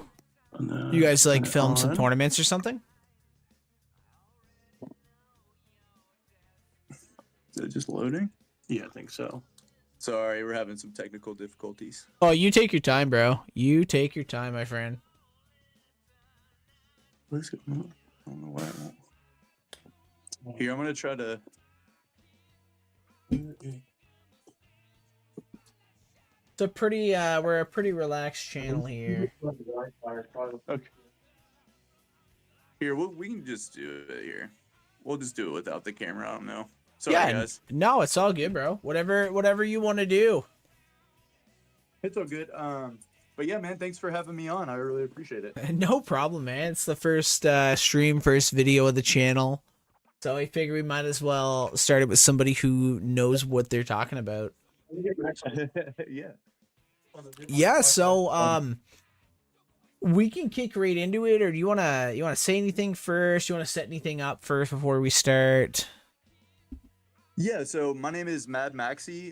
That's what I go by on the WBO. It's also just my blader name. My real name is Max, but I go by Mad Maxi. I'm a North Carolina Beyblader, a part of a team called Crimson Empire, and an offshoot of that is a smaller team, a small 3-man team called Monarch, and we are we're probably about 30 tournaments in for the year for North Carolina. We have a couple cities that we bounce tournaments off of, Raleigh and Salisbury, and we just kind of bounce off of those. So probably have like 3 tournaments a month, 2 or 3 tournaments a month, and they are rocking. North Carolina is starting to pick up on Beyblade X pretty hard. Wow. How many people would you say like enter your guys' like events every month? So at the beginning, we probably had like 10 to 15 would probably be the max, and that was probably around like March of 2024 in April. That's Those are still probably really the good. numbers. Yeah, On average now we're getting like 30 to 40. I would say around Wow. like 30 to 40 people. The biggest one we had in North Carolina was like 53. Wow. Wow. Is that like WBO? Yes. That was Okay, through the cool. WBO. Do- Shout outs to Fafnir, hashtag Fafnir. He's our lead organizer in North Carolina. Shout the out to man. Fafnir, man. Do you guys do like any unsanctioned like local events, like weekly tournaments, or do you guys just like testing at your place kind of thing? We actually just I'm at my friend Omega's house right now, and we just kind of just randomly go probably like once or twice a week, maybe every 2 weeks. I'll come over here and just practice before tournaments and stuff. He plays a lot differently than I do, so it's nice to have somebody to play with that doesn't exactly play how I do, so I can lean into different techniques and stuff. That's definitely the cool thing about Beyblade X is like self-testing, like what you could do in Burst and Metal Fight. It's not really the same. It's more like even like those like the 3D printed things from Noozle. It's a little more tough because there's like different launching styles in X than you would have in Burst, right? Right. Yeah. So I never my whole thing was I never really got into the other generations of Beyblade, but when I was a kid, I was into plastics a little bit. Okay. And this is Beyblade X is what I wanted Beyblade to be when I was a kid. That's You awesome, know? man. Yeah, that was one of my questions was, is this your first like big one? Yeah, this is like this is the one that's draining all the money off of out of my pocket. Yeah, man, it'll do that. Beyblade X will do that, man. Between all these prize bays and just all these extra parts you gotta have, it'll absolutely do that. Yep. So let's get into the interview. We're gonna do some general like background questions. Alright. So you said you started with Plastic Gen. So we'll do there. We'll start there. How'd you discover Plastic Gen back then? I think Beyblade the TV show was on WB Kids or something like that when I think I was like 12 maybe, and I think the show aired on WB Kids, and then I was already a huge Pokemon fan, but I honestly like wanted something like out of an anime, like Pokemon, you had the card game and stuff, but Beyblade was like its own self. Like Beyblade was actually, it followed, like you had a Beyblade, you had a launcher, you would let it rip, there It was felt like you were in the doing- anime. Yeah, 100%, Exactly, you were in your own 100%. I think So that that's what turned me on to it, really. 100%. I think that that got a lot of people into it because you couldn't see the Bit Beast, but you could almost imagine them as a kid, right? Oh yeah, that was the biggest part for me too. It was like your own personal Bit Beast, and like you rode with that thing, man. It was your homie. And, like, Absolutely. it was awesome. That was my favorite part about it, was just having your own personal Beyblade that you could believe in and stuff. And even now, it's like it's still the same thing. Yeah, man, you're on that Phoenix grind, bro. Yeah, You're rocking Yes, that sir. Phoenix till it dies. Yeah, that is my go-to for sure. So let's go a little more into X. And how'd you discover X, and what made you decide to kind of want to start like playing it competitive? So I had just recently taken a break from work and I wanted to get into some exciting hobbies and stuff. And I remember when I was a kid, I was like, yeah, I know there's different generations of Beyblade now. And I actually picked up Burst for like a week maybe and bought like a couple Burst Beyblades. And then I immediately found X and I was like, okay, yeah, I made the wrong decision. I'm going to go to X real quick. And I never looked back after that. That's I went and awesome. gave all my Burst stuff away and just have been on the grind ever since then. That's really cool, man. You probably made somebody's day too, giving them all your burst stuff. Oh yeah, shout outs to Galaxy Reaper. He is amazing. He's a kid that plays with us, and I just gave him all my stuff because I know he was gonna use them, so might as well. Better that than sitting on the shelf, right? Collecting dust, right? Yeah, I get a couple of those. So yeah, what do you remember your first like Beyblade you ever owned for both generations? We'll say plastic and X, and if so, like what was it and why? Yeah, of course. I definitely remember my first Beyblades for sure. My plastic generation when I was a kid, I had Galsy. It was such a trash attack Beyblade, but it was so cool because I had the free spinning uh, blade on it. The What was it plastic called? blade and Galsy or Galsley, I think his name was. It was like a Bearcat design. He was part of I forget the dude's name in the anime, but he was part of the was it the White Tigers, I think, with like Ray and all them. Oh And yeah. I'm trying to dude, he pull had it up, like but a I can't spell Bearcat it. kind of looking Beyblade. Yeah, That was my yeah. first one.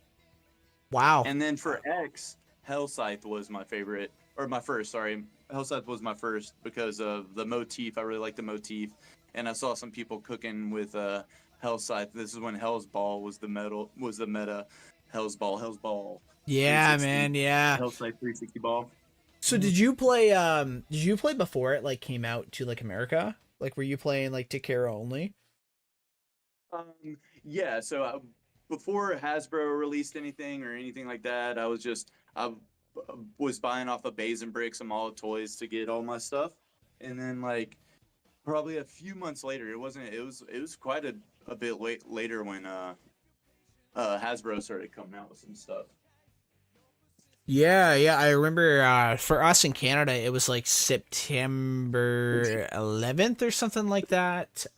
We were like in all the stores trying to figure it out. And I think only one store stocked it the day it came out and they didn't stock much. Yeah, and like now I'm seeing a lot more, but yeah, at the beginning it was kind of like, yeah, man, they've only released like Drawn Sword. They released the big four, and then that was Yep. pretty much it, and that's all I could find forever. But now it was and like you said, it was just non-existent. I think at the start, and now they're starting to pick it back up a little bit, but. Yeah, and I think that's I don't know if that's a Hasbro problem or if it's a store problem where us in Canada we found this was one of the unfortunately it was one of the worst launches of Beyblade we've ever seen. It was pretty weak where it just takes forever for stores to stock product. Like us, Wave 2 came, I think, a month and a half after the US, and Wave 3, we've only received it at our GameStops. Like, we still don't have it at our Walmarts, right? Right. Which Yeah, is, man, that yeah, is it's insane. rough, it's rough. So yeah, we're still trying to find Wave 3, man, and like Hasbro, I love them to death because they're actually making use of the product here in America. But man, we need to catch up. Hasbro needs to catch up. I love you very much, but catch up, please. For sure. Hasbro's doing an amazing job making the Beyblades. I find even the ratchets, they're a little tighter too. Oh, Like, yeah. they may be doing a better yeah. job. But man, like these releases, like we have collectors that are willing to drop just hundreds and hundreds just to get these products like the Mhm. day they launch. Yeah. And we can't find them, man. We're harassing Walmart employees. We got the barcodes we're scanning, trying to Yeah, get them like, ready.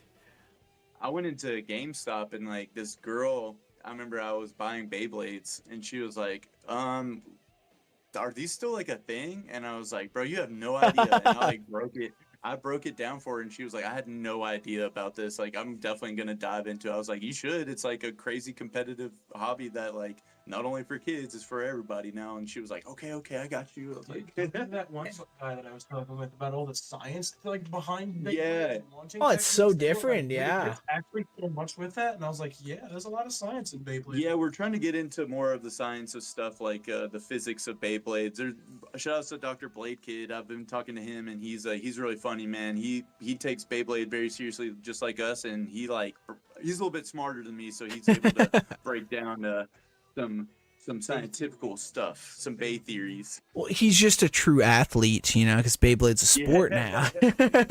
That's what it is. Yeah, man, he rips it apart. I love it. Well, let's jump into the next question, which I think you've already answered, but we'll ask it again. So how long have you been competing in Beyblade X, and how has like your approach evolved with kind of like the shifting meta of Beyblade X? So I first came in probably about 10 months ago, I would say, right around March or April. I was like heavy into it. March, maybe actually, yeah, it's probably been about a year actually now, since we're creeping into February. So it's probably been about a year, and I've been super competitive just for that time. Right when I got X, I looked up tournaments and messaged people around me to find where tournaments are. So I've been a competitive for about a year, and the shifting in the meta is actually a good topic I want to talk about, because a lot of people fear shifts in meta and stuff. But as of right now, they always tend to either kind of shift over to stamina. I know we've gotten some heavy attack blades recently and stuff, and remolds of Phoenix Wing and stuff, but people usually tend to, Wizrod, Dragoon, and Wolf seem to be like the biggest thing right now. And my thing is stamina is not as good as people think it is in Beyblade X.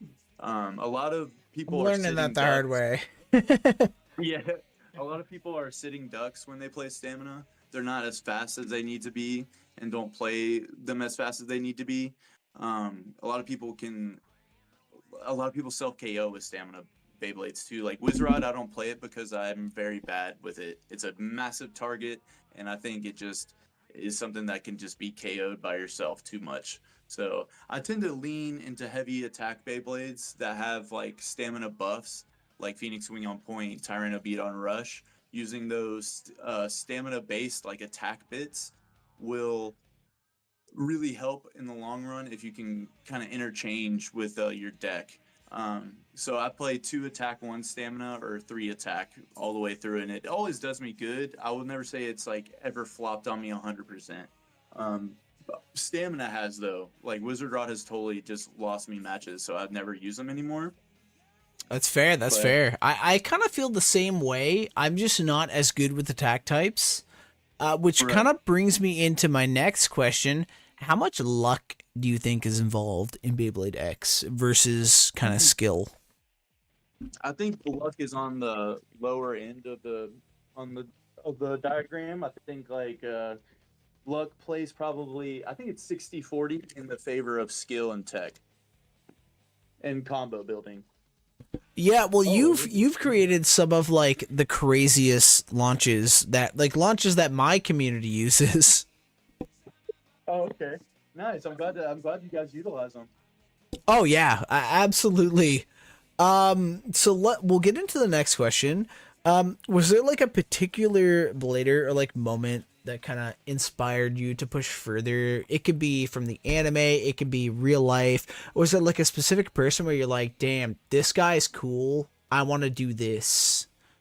Anything like that? I haven't really watched the anime, but knowing that you could win prizes and some money through competitions, I was just about it. That was like my shit. I was like, that's where I'm going with it. A true competitor right there. Yeah, I need me some good prizes. The prize pool's got to be good for me to get in there and do good. But I mean, I would play anyway. It's just whatever. But a little incentive never killed nobody. Oh, definitely. Which kind of brings us into the next question. Well, not really, but it kind of brings us in. How was competitive Beyblade like within the community changed? Do you find they're more orientated to prizing, cash? Do you find it's changed from like what it started? Kind of like break it down for us. Yeah. So we've always played like where Bays and Bricks has like sponsored everything that we've done, and how it's worked for us is bigger tournaments, the bigger the prize pool, which has been amazing. So like we would have smaller tournaments, you might get like first place might get like a Beyblade, and then second place might get some credit or something, and third place might get some credit. But now it's coming to the point where you have so many people that you might get Beyblade and like $50 worth of credit, and getting like really good money too. Like some of the places that we play at just give out straight cash. And so there's like tons of incentives to just like go out there and compete, because you can just get free stuff, which is crazy. Getting free Beyblades is always a W. Yeah, and even like a cash incentive that that definitely makes people want to be more competitive because they want to win. Nobody wants to lose, right? We're humans. Yeah, exactly. So is Yeah, man. Bays and Bricks like local to you guys? I order off No, them a lot. I'm pretty sure they're based out of. I'm pretty sure that they're based out of California. Okay, um, okay. But yeah, I'm in Carolina, so they are in the U.S., but they are. I'm pretty sure they're like in Southern California, maybe. Okay. Is that so I've never been to the States. I've only traveled through Canada. Is that pretty far? Yeah, so that's like I'm on the very East Coast, and that's like on the West Coast. Okay. So it's like it's a few thousand miles away for sure. Oh wow, yeah, that's definitely like I've got a couple buddies in North Carolina that like I used to play like Call of Duty with, right? But like I've never been there. I know it's a really nice state, and you know what? We may become the 51st state. You never know. Yeah, with the way things are going. Yeah, you never know. But yeah, man, it was very surprising that my state had like a really good scene for it, because I know states are still catching up and stuff, but I know some states have like just massive scenes, like California and Texas have a massive scene. Texas is And then North crazy. Yeah, God, let me tell you, man, I went down there thinking I was gonna do really good, and I got into finals, and I did, out of like 120 people, I got top 16, but man, I got smoked in finals. Absolutely obliterated. It's just like a different breed over there. Well, you flew there Yeah, too, man. right? Yeah, they play different meta and like different formats, so they were getting it in for sure.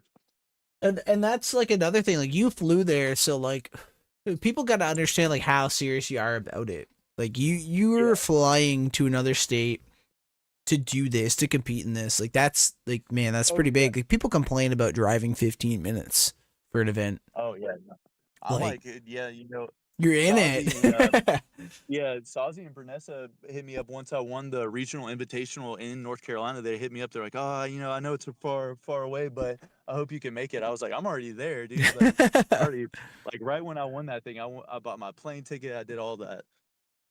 Dude, that's that's huge, man. It takes a lot, and probably the most competitive of bladers, and just in any game, to like travel at a distance to like go and compete, right? It's not something that the every guy like does. It's not something the every man can just be able to do, right? But you doing it too, man, like that's it's pretty huge, man. It's pretty huge.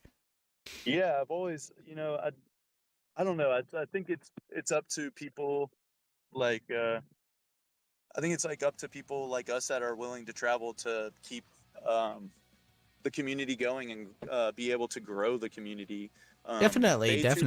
I think Baytubers are like a prime resource for new people and people that are going to be competitive. So it's nice to be able to influence people to Beyblade, and maybe people that didn't want to Beyblade before, now that they see their friends are doing it and stuff. You know how it is. It's bandwagon effect, so. Oh, for sure. And you got a lot of like when we were growing up, like Beyblade wasn't cool, right? Like you were kind of lame, Right. like playing Beyblade, Yeah, right? you're a nerd. Exactly, Bro, right? yeah, and now got a like shit called it's yeah, and now it's like completely changed. Like Pokemon's cool. I guess we could thank like Jake Paul, Logan Paul for that, right? With the Right, Charizard, yeah. right? And all these like Yeah, the little influencers. all these like little niche hobbies, like they're cool again. It's almost like too cool, right? It's like you're a hipster now for playing them. But it's cool, man. It's cool to see games like these that fuel our nostalgia, kind of see like a resurgence almost. Right.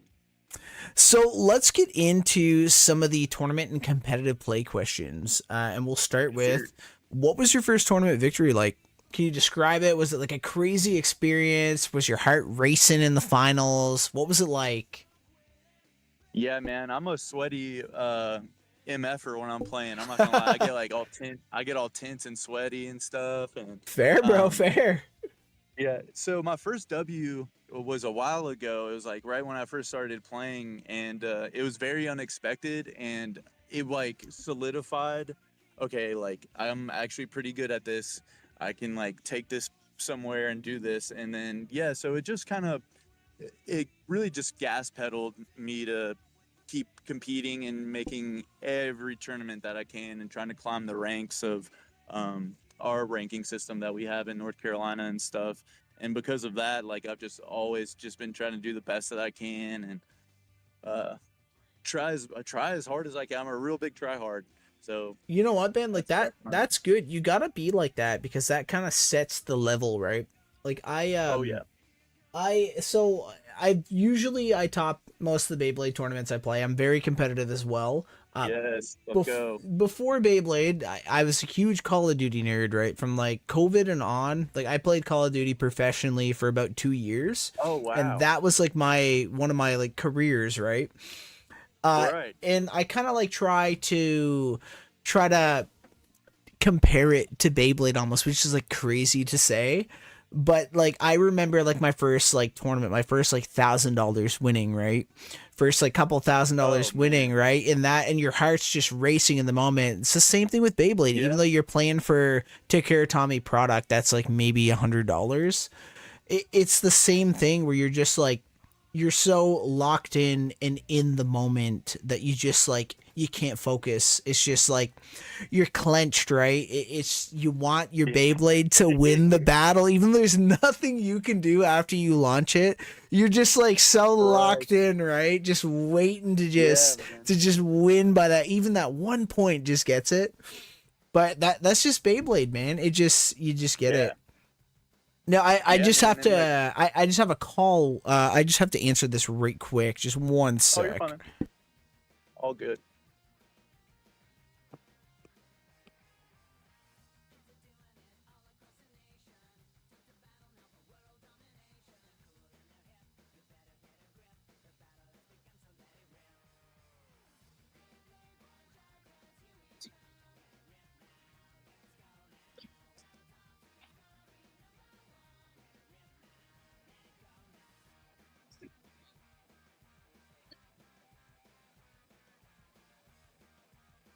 Sorry about that. We have a buddy who works at one of the game stores here that sells Beyblades.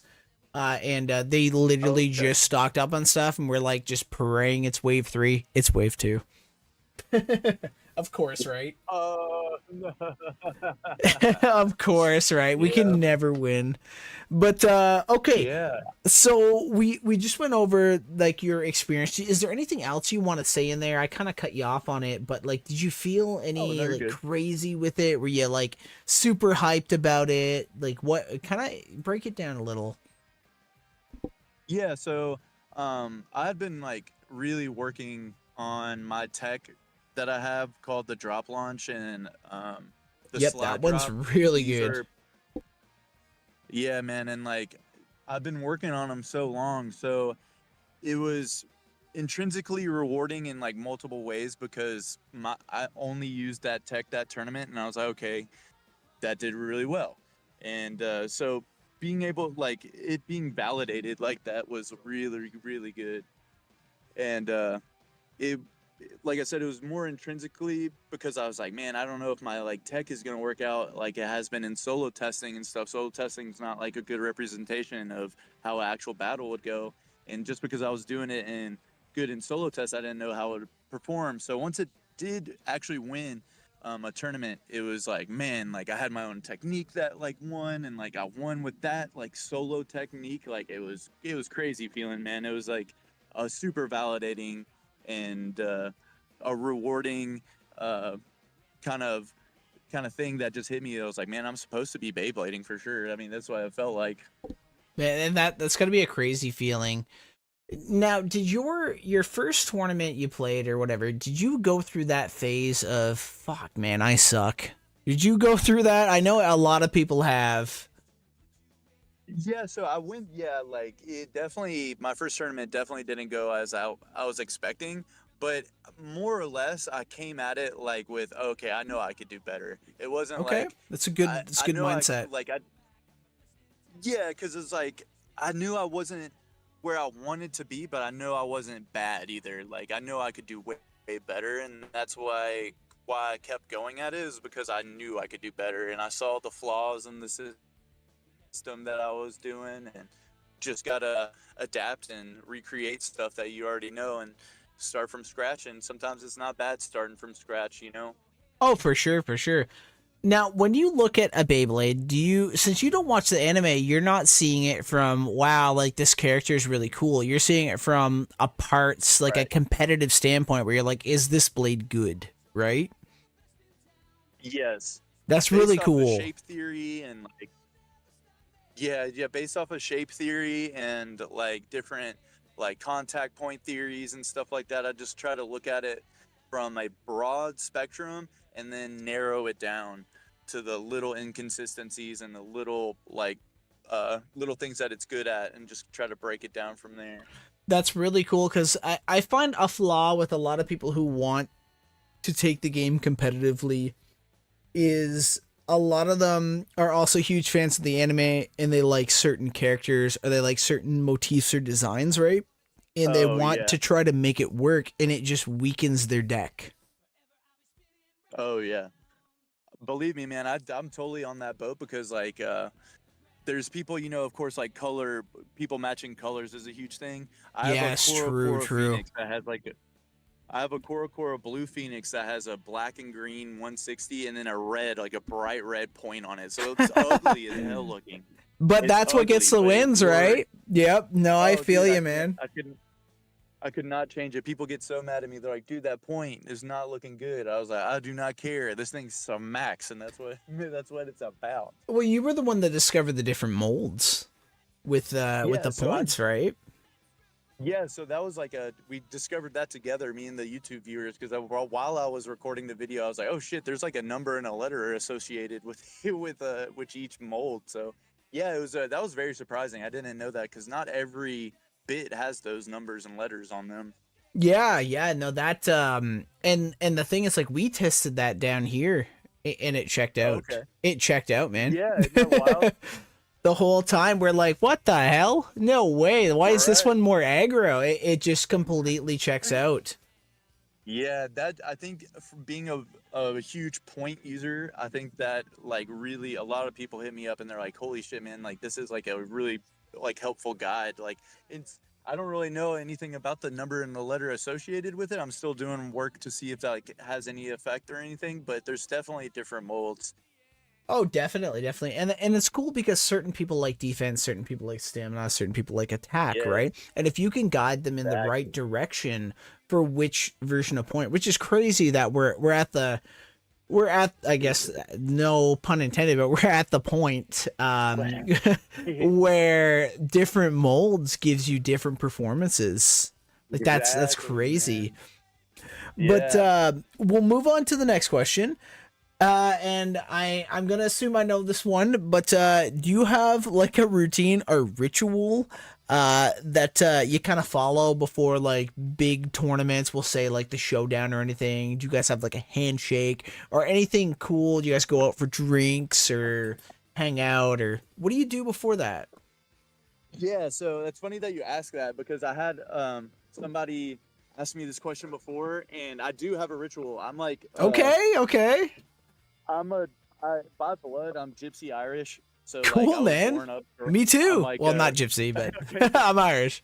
but yeah, so I grew up like my grandmother doing rituals and stuff, and like so one of my things is, and it's a really stupid, but it works out, dude. Is I pick up my cat and I kiss my cat 3 times on the forehead until she usually makes like a meow at the end of the third one, and It's then I just put her because she's down. mad.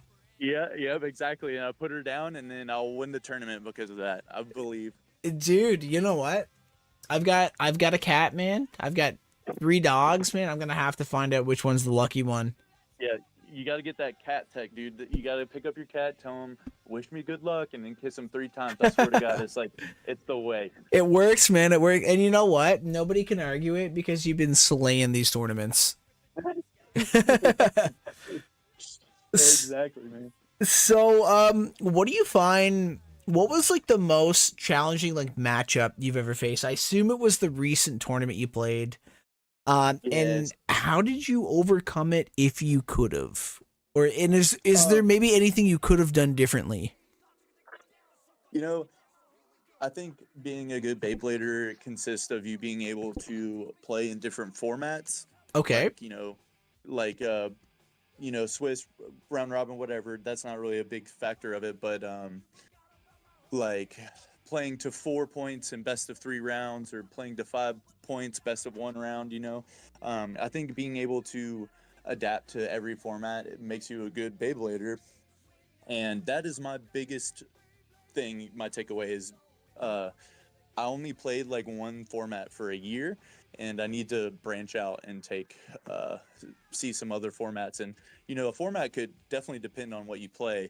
First to 5 points, you got to be able to find some Beyblades that hit hard and hit fast and stuff like that. So I would say that it was a different format that I played in Texas the last tournament, and I did really good. I got into finals with it, but I think some of those bladers were so adept to that certain format that they weren't gonna lose, and I respect that a lot. So Yeah, definitely. And even like just making it to finals is a huge accomplishment. So that's yeah, like, you have to get your invite to get to that. yeah, man, that was like, that was my first goal, was to do that, and then of course everything else was like winning after that. But just getting to that first goal was completely fine with me, and that was like the best thing. But like I said, I think like you said, the things that I would work towards was just probably playing different formats so I could get used to it, and just be able to, like, say if I went to Japan and they were like, "Oh, we play like first to 10 here," or something, I'd be like, "All right, cool, I could do that." Cool, man. Yeah, no, that's really cool that you can adapt like that. It definitely shows your strengths as a blader, and which it's also not to glaze or anything, but it's super crazy that like you haven't really played burst much. You probably didn't play metal fight, right? No, I did not at all. Yeah, which is like crazy because like a lot of bladers these days, like most of them started from like metal fight. Right. We got the plastic gen guys, but like a lot of like the community started from metal fight, metal fusion specifically. Right. And here you are coming in right at X, and you're just dominating. So it just shows that like if you try hard enough, if you play the right stuff, and you work on being good, you can do it. Right. And that's the whole thing, man, is like you just really, I think people um like really like, and I've seen it before where people get defeated at a tournament, and then like you see their head hanging low, and like they go home all mad and stuff. And my one piece of advice to those people would pick up your head a little bit and get to training. That's the only thing, man, is like I see a lot of people that will lose and they just get so sad and beat up, man. You just got to take that L, and don't even mark it down on a piece of paper, dude. Just get back to practicing, and that's it.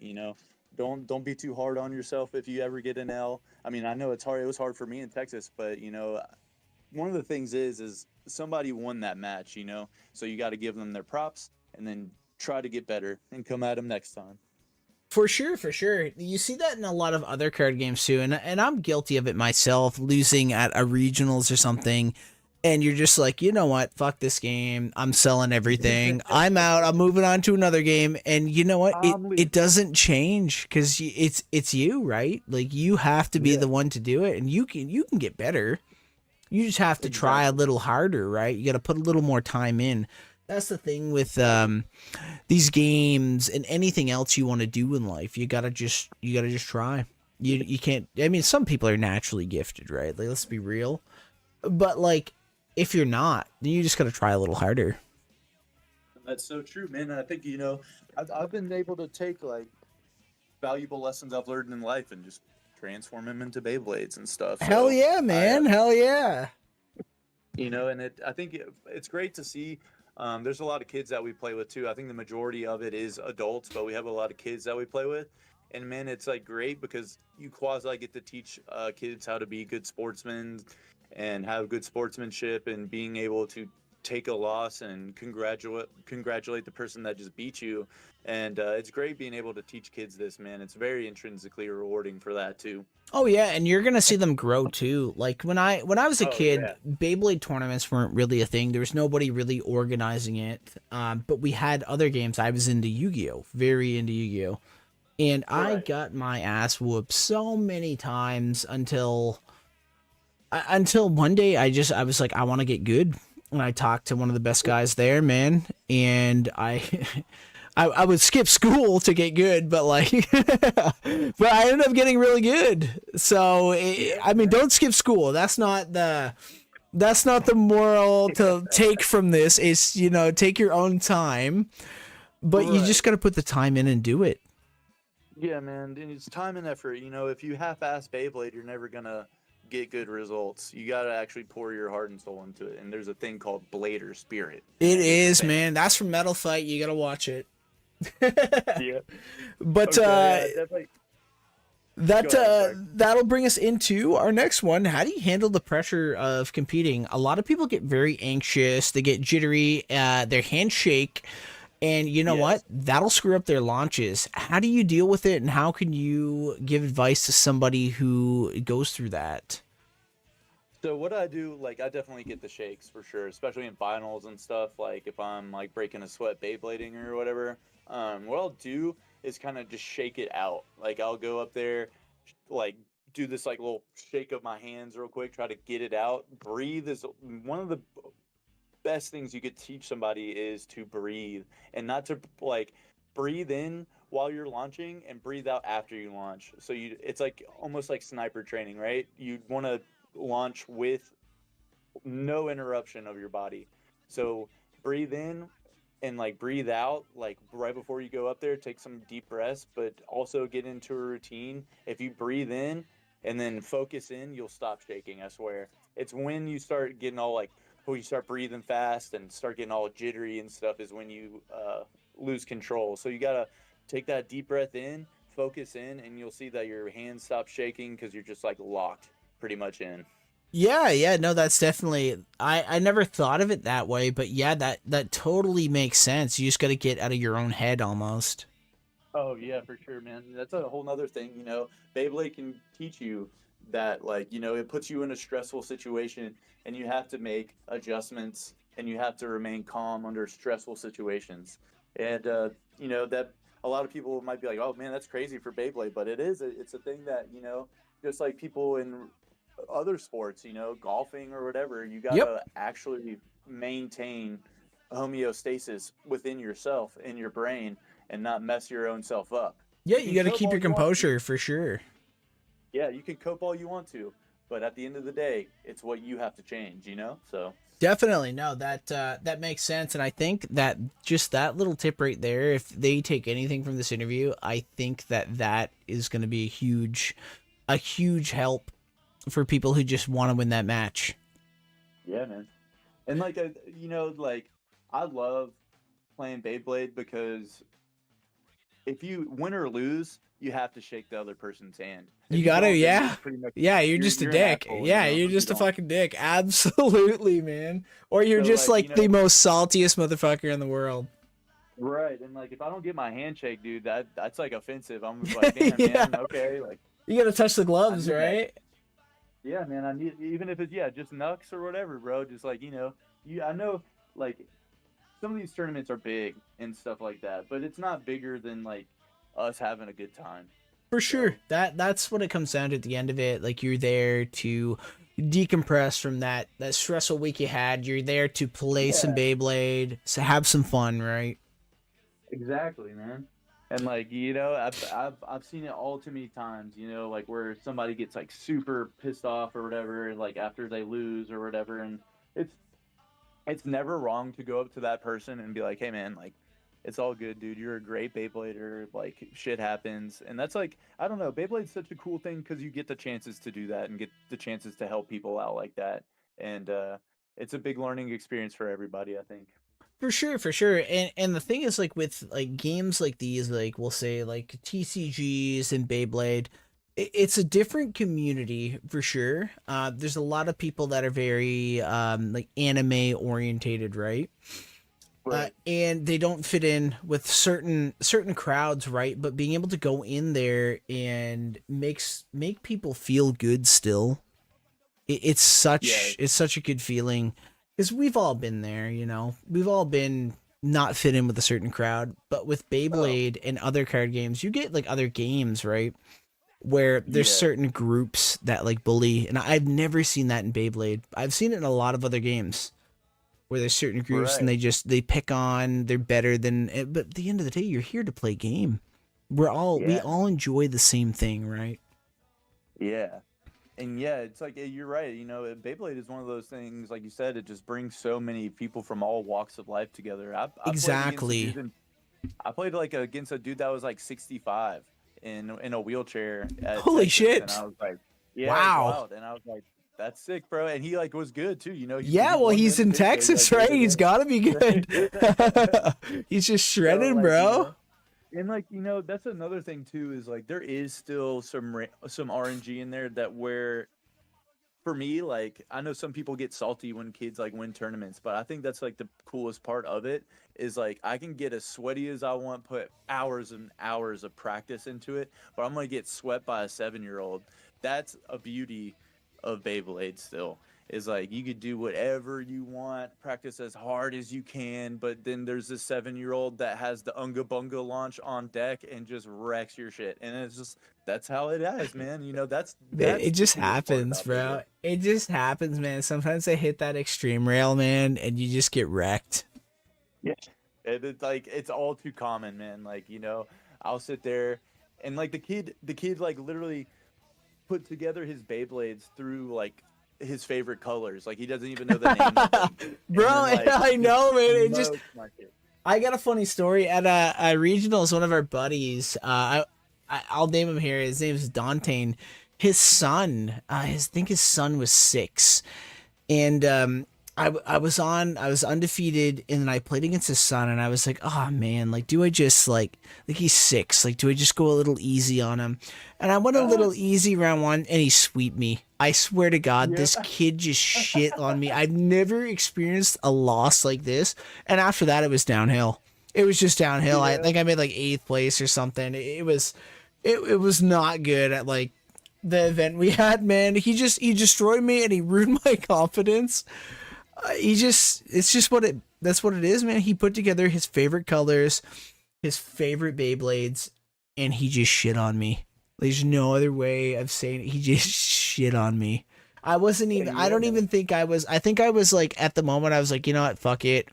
We're just gonna win. We're gonna take the event, and it didn't happen. Monica, my girlfriend, she ended up taking the whole event with the Mandalorian of all things. She put together her favorite, like 2 things. I was like, you gotta at least play these, and she's like, okay, but I want to play the Mandalorian. And then that little bit of skill for sure. She's good. You know, we've been together for 10 years, so that's 10 years of me being like, nah, you gotta do this, right? You gotta launch like this.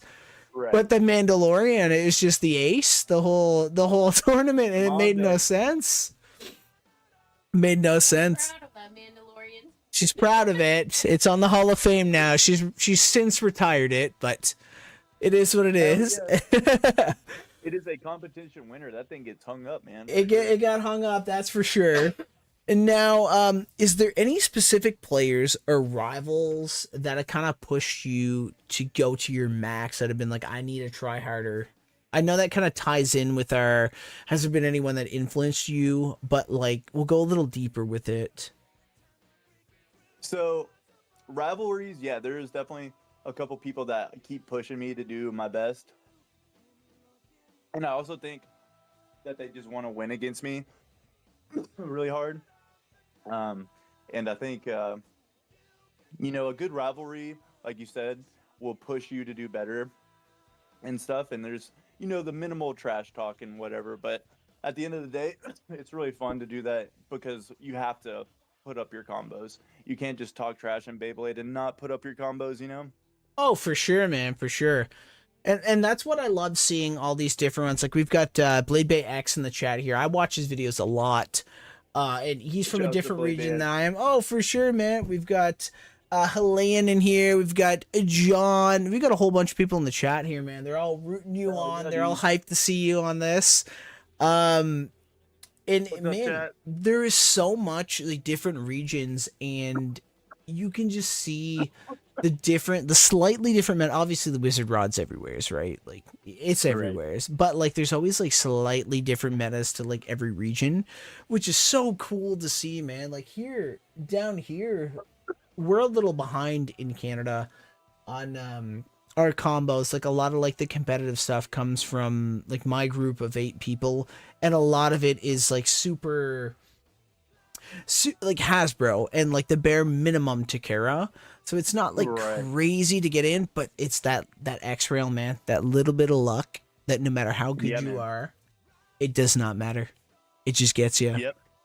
Yeah, and it can play out like that in like the most serious match of your whole entire life. So, you know, you just gotta bite the bullet, dude. I swear, man. Like, and you, like, my deck for any match is built upon reoccurring meta that I see now. So, the way to beat me is to play non-meta stuff. I know, Like, I know, right? I get beat by like Hell's Hammer. Yeah, and, man, like, just like random shit. Sphinx Cow and shit. And I'm like, what the fuck was that? So do you build your decks for your local meta, or do you look and analyze everything that's been going on from Japan, Australia, just everywhere's in the WBO kind of as a whole, or do you kind of do like a mix of both? Yeah, I would say I ask questions like Blade Bay X is in the chat. I'd be frying his brain because Maxie's not stalling at his, all, boys. like He's in pretty quick. Thailand and in Asia and stuff, they play, I think, just different, a little bit different meta and stuff. And like Blade has so many launch techs up his sleeve. So Oh, it's good to, yeah, like, yeah. I've watched his he- videos too. I mean, he's a good his videos are reference. so awesome. So he's a good reference for different meta combos, and he plays a little bit different stuff too. So I'll like reference him and Alchemist, who's also in the chat. Shout Yep. out to Alchemist. Yep, Alchemist is And pretty Bounce good. Back and stuff. I got the Tyranno Beat 970 Rush, as you know, is the Biga Yeah, combo. yeah. We were talking And about that so last week. Yeah, and I got that from them. So, you know, I try my hardest to listen to other people. I definitely do need to do my own testing with it 100%, but I definitely try my best to listen to other people. Now, you know, of course there's those hot takes out there. Like, I'm sorry for all those Spike enjoyers out there and shit who are like, Spike is goated and whatnot. It's whatever, dude. You know what I'm saying? Put it up on the board. But Yep, anyways, yep. Well, that's But, it's you know, good that that's you like- can set the ego aside, because like you've proven that like you can win. But it's good that you're able to set the ego aside and you're able to take advice from other players, other Yeah. YouTubers, bladers, and be like, okay, I'm gonna try it and I'll let you know how it is. That's really yeah, good. man. I mean, it's wild. Like, you know, it's crazy, like the things that you'll be able to accomplish in Beyblade, but it's also crazy like how you'll get beat and stuff. And it's like the lessons that you have to learn and stuff like that. And like you can't get too salty like over, like I have a friend that beat me in a tournament. I think it was like Hell's Hammer and some other, just like Leon Crest was one of them, and just like absolutely smoked me.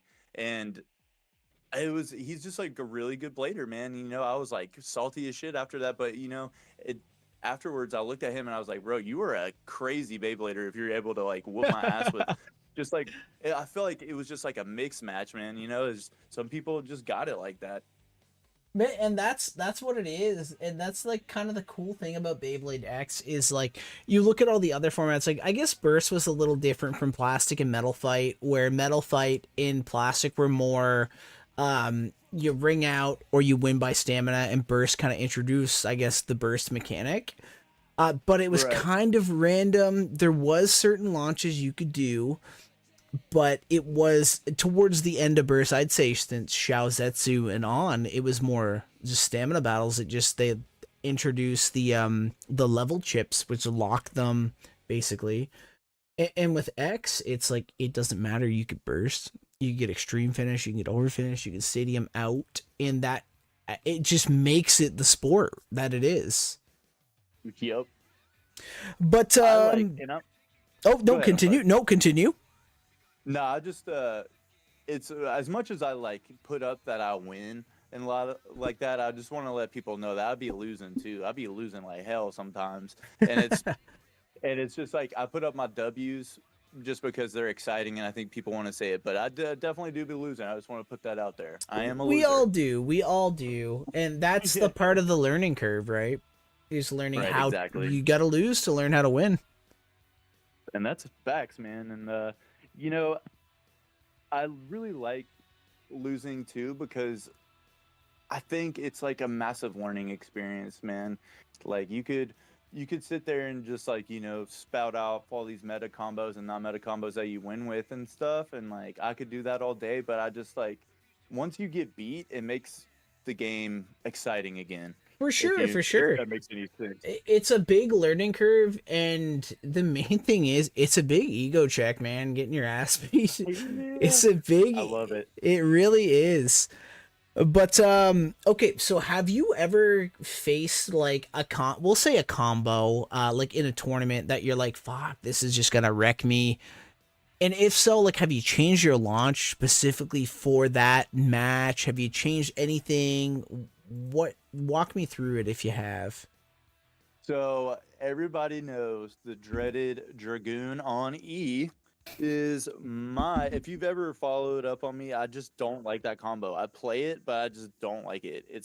I don't like leaning on anything in Beyblade. I think you should have technique for everything and be able to do a bunch of stuff. Just off bat. Like if somebody hands you a Beyblade, be like, damn, I got some shit for that right there. But Dragoon E, I kind of just like let it fly, and I get beat by it a lot. But you know what though? Right now, the best way to counter it for me is either I get the mirror match and I can outspin them, or I'm flat launching that bitch.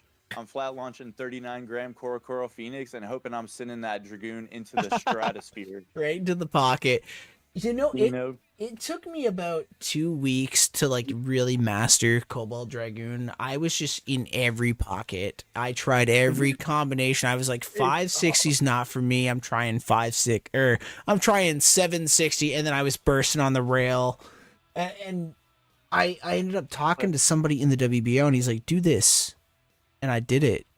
And I won, I think, 3 events in a row, just like launching in the corner, just like a random like corner. And it just did it. It just solved all the issues with it. So, I mean, I'm going to be taking that. I'm also dressing up as Tyson for our Beyblade, our big Beyblade event. So like, I had to make Dragoon work, right? I have no choice but to play Dragoon. Right. But that wow. Beyblade, it's everywhere, but it kind of does take a little skill to play it, man, because it kills itself. Yes, that is so true, and that's what I came to you're right. It definitely takes a steady launch, and I'm still working on some tech with it, but yeah, you're right. It definitely has some skill to keep it in the stadium, and that's just something I'm still working on for sure. For sure. It's kind of like, it's weird to say, but it's kind of like Wizard Rod, because I feel like I'm not going to say that. I feel like Wizard Rod is really easy to play and win with and get a free point, but it's also like you can just overdo it and just lose so much with Wizard Rod, which is why I hate it. I just hate it. It's not the free point everybody promised. No, and it's really not. Everybody's really countering it too. Such a false promise right there. Absolutely. I want my refund. I don't know about you, but are you working up a Wizard Rod graveyard? Because I sure am. Man, I've got the Hall of Fame shelf over there. I'm just waiting for it to crack. Yeah. But so this is we're gonna do one more question, then we're gonna take a little break. Cool. But so we'll start with, or we'll end with this one until we'll take like a couple minutes break. But what's your proudest achievement in Beyblade X? Now, with you only playing 10 to 12 months, I'm gonna assume it's gonna be getting your invite, right? Yeah, I would say probably winning the invitational And you won the for whole thing, Texas. right? I didn't win I won the invitational, but I Yeah. didn't win the Texas like thing. I got into finals, so I'm top 16. I don't really know where I placed within the top 16 I think I in seen a Texas. comment where you were like 6 or something like that. Or something Yeah, along those lines, yeah.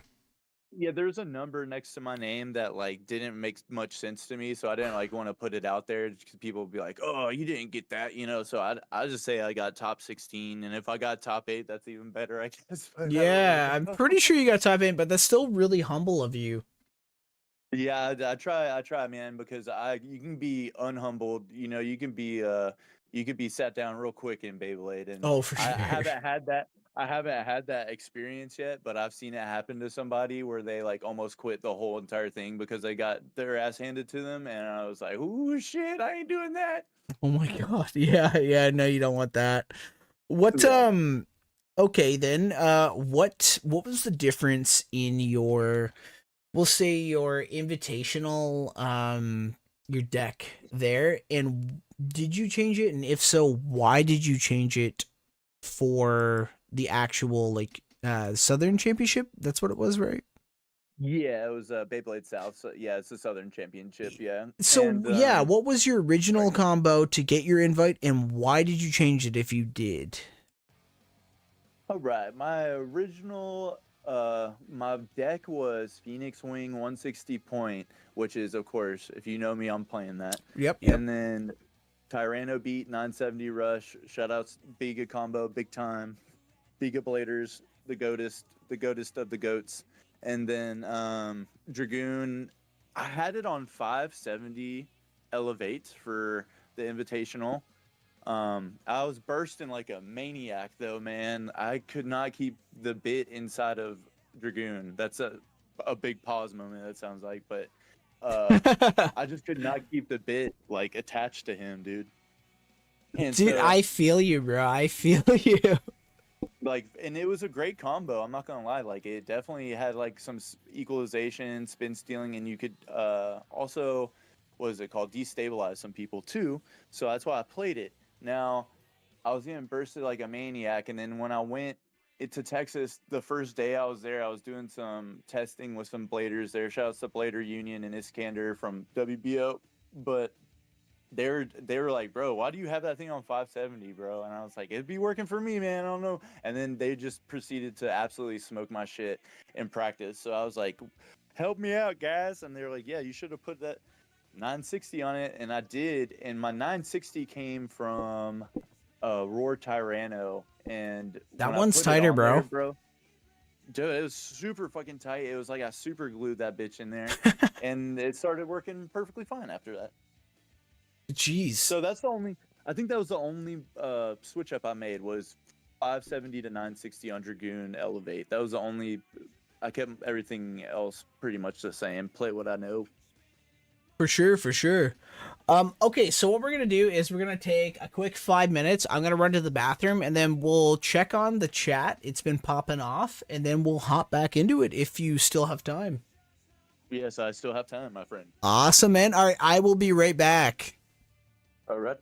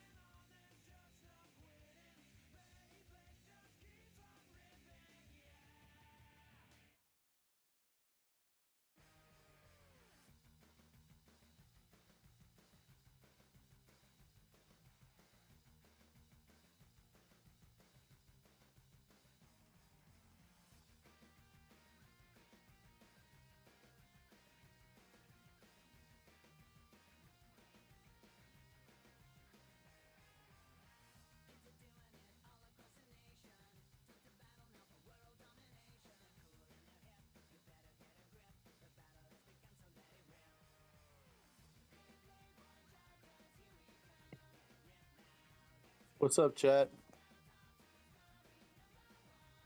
How y'all doing?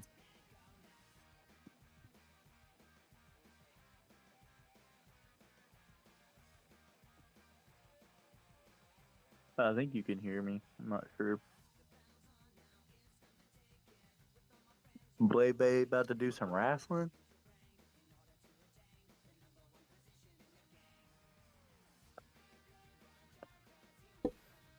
Okay, I'm back. Okay, so let's anybody in the chat, guys, ask your questions you guys want to know. It can be for me, it can be for Max, it can be for anybody in the chat. We're just gonna go over some of the chat now. Make sure we can do a nice little balance of that. So we're gonna go over, check some of this. We're talking about Spike Nightmare, lies Maxi never lost a point. So humble. Cobalt Dragon Elevate, that's my combo, says John. Wizard Rod doing -3. Man, I've been -3 with Wizard Rod. I've wrung myself out. I went to our Walmart and I bought a brand new Wizard Arrow just for that ball. Yep. It just happens. Fix the rankings. Maxi is number one. Number one in our hearts. He's off to do his own drop launch. Banging twos. So glad Maxi shared the link, or I would have hated missing our boy. Right. Yeah, boys listening while we're getting for wrestling. I'm stuck home with COVID. Sorry to hear that, Craig. COVID sucks, man. COVID sucks. Maxi doing Gucci? Yes, sir. Yes, sir. Blade. Craig, I hope you get better, dude. Yeah, man. I hope you feel better, man. That's a teammate of mine. Oh, is he? Craig. Yeah, Craig. He's a beast. He actually won. He's on a good streak right now. He won a last tournament. I was in Texas, but he won for our team. Shout outs to Craig. He ran all Drake deck, and I think that's fucking dope. Holy shit, we're gonna have to get him on. Yeah, we're gonna have to get Craig Adams on here. Yeah, he's a goat. Blade Bay says about to get taken down and pinned for an hour.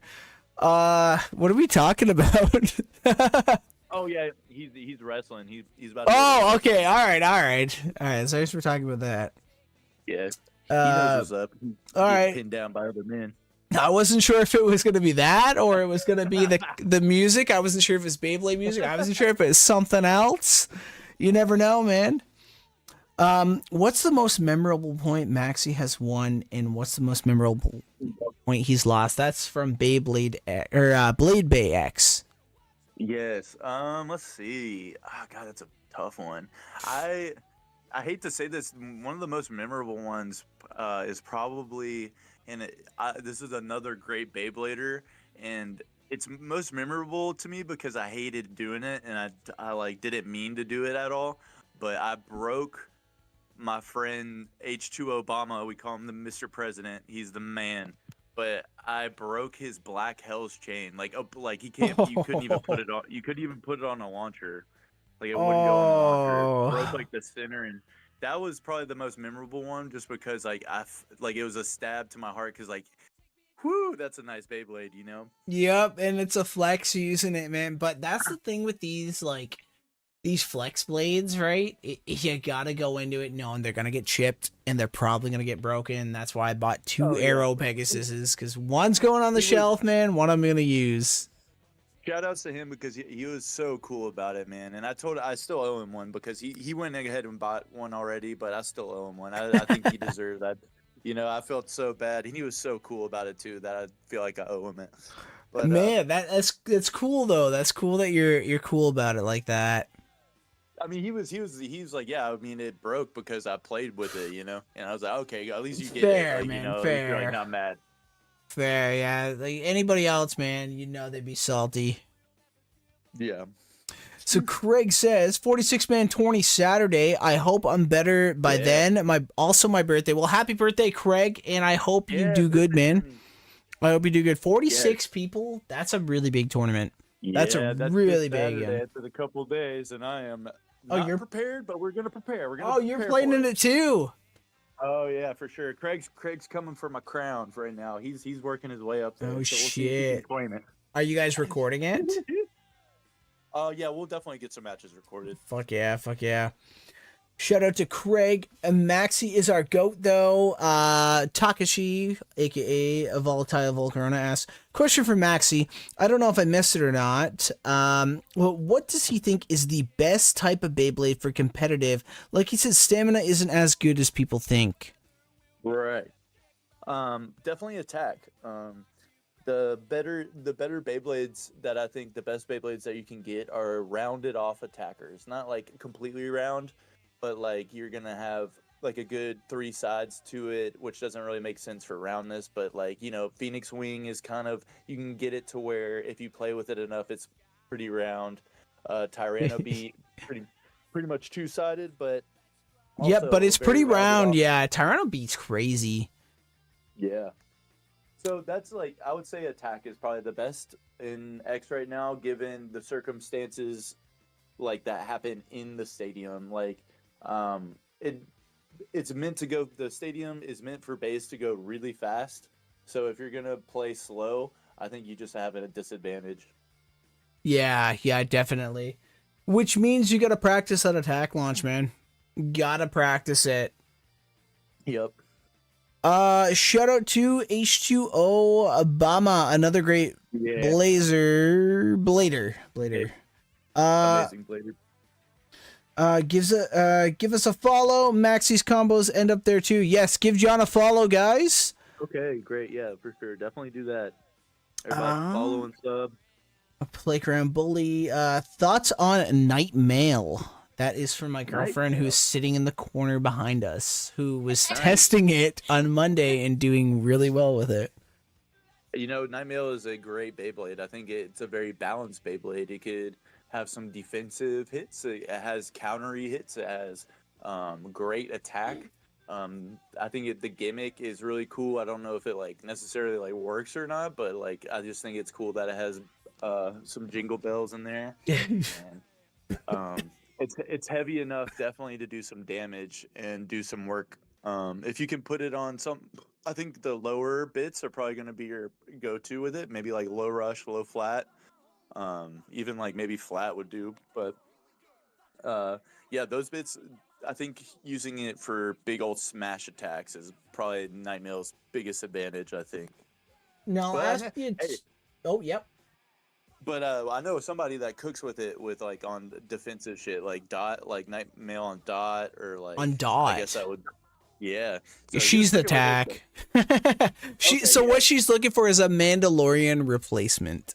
That's what's going on here.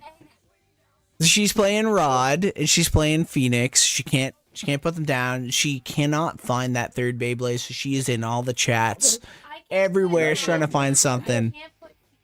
She's on the right track. She's playing good Beyblades. So yeah, Nightmail's not bad at all. Omega, yeah, in the chat. I was just me and my friend Omega. That's who I was talking about. Who cooks with? He's like a defensive maniac. Like I don't believe in defense really for Beyblade, but he's really good with defensive stuff. He's also able to counter my launches and stuff. So he's a great person to play with and like get some practice off with.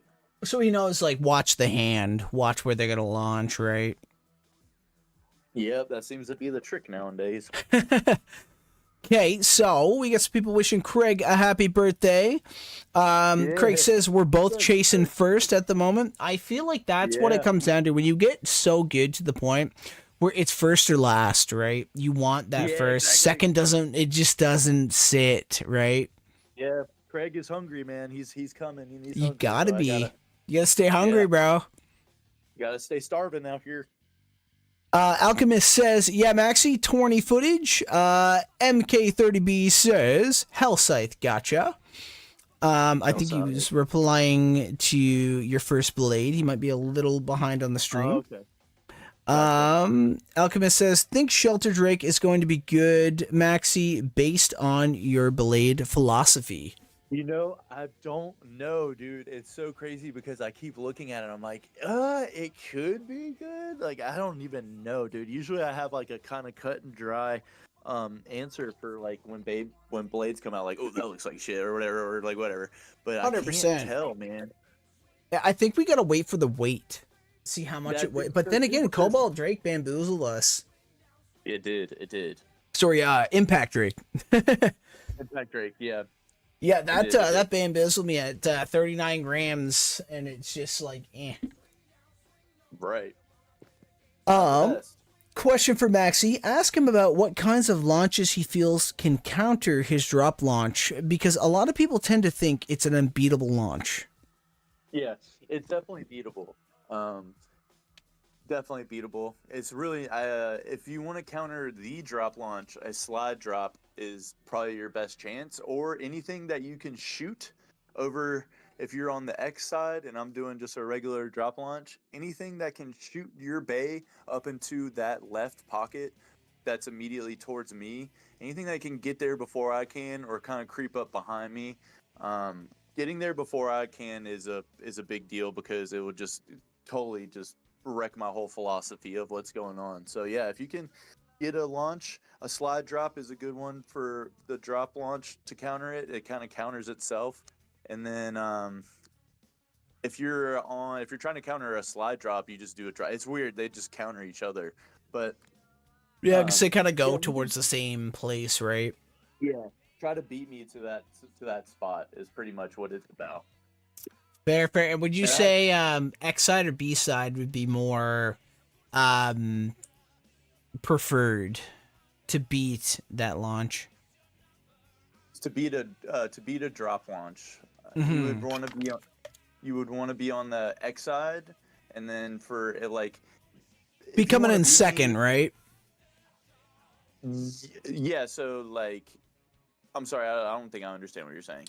So like, let's say you're on B side and I'm on X side. I would want Okay. to let you get there first and come up and tap you, right, from behind.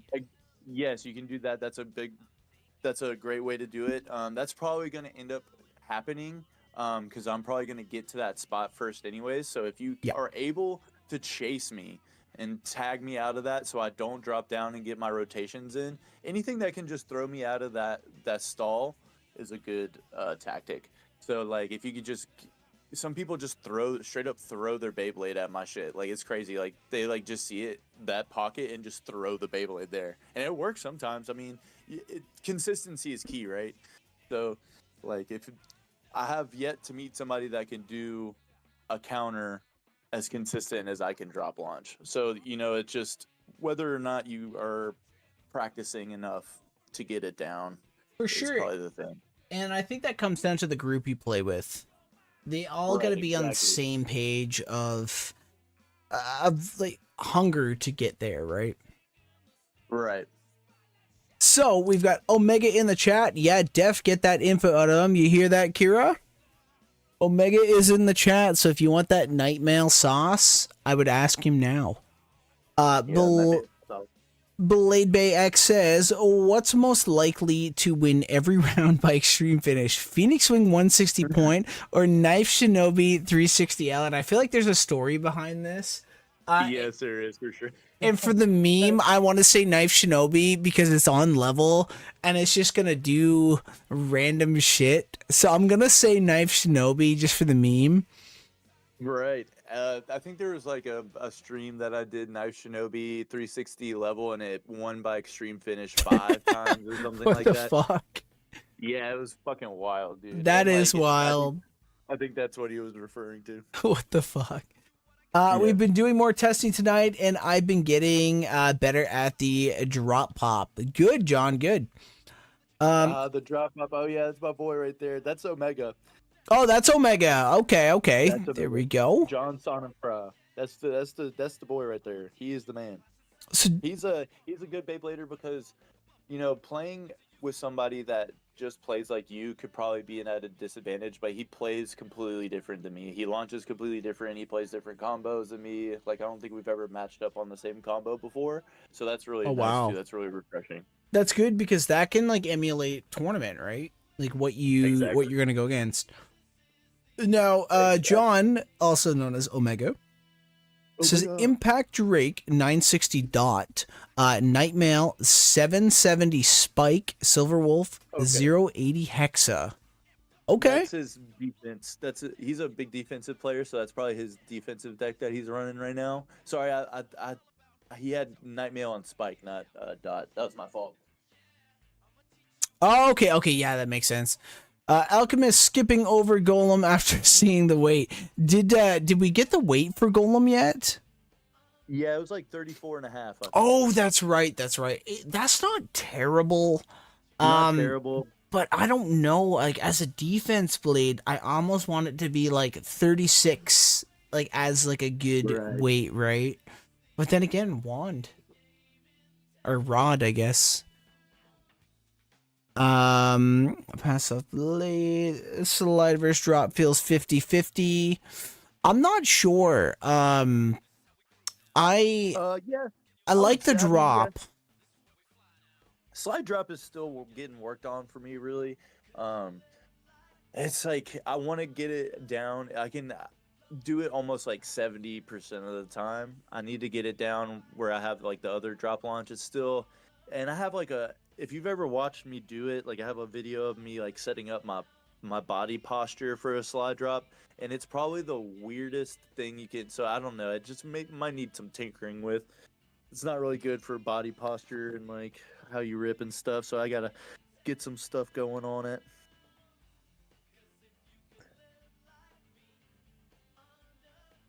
Oh, what happened?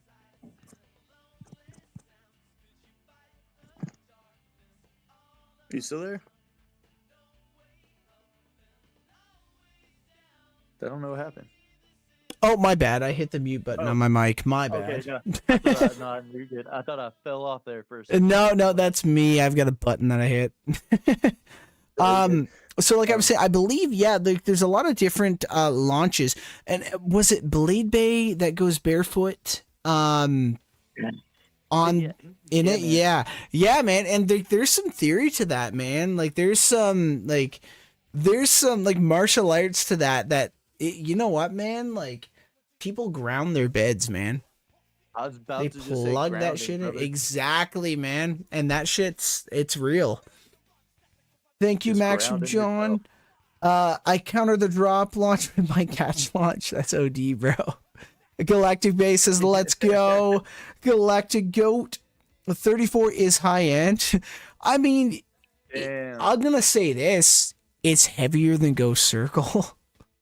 Yeah. Do we know, like, is it big, like, is it, like, big? Is it small, like, Ghost Circle? Like, is it, I don't even know. I'm not sure. We could probably figure that out by checking the, I want to say Bit Beast, but, like, the core.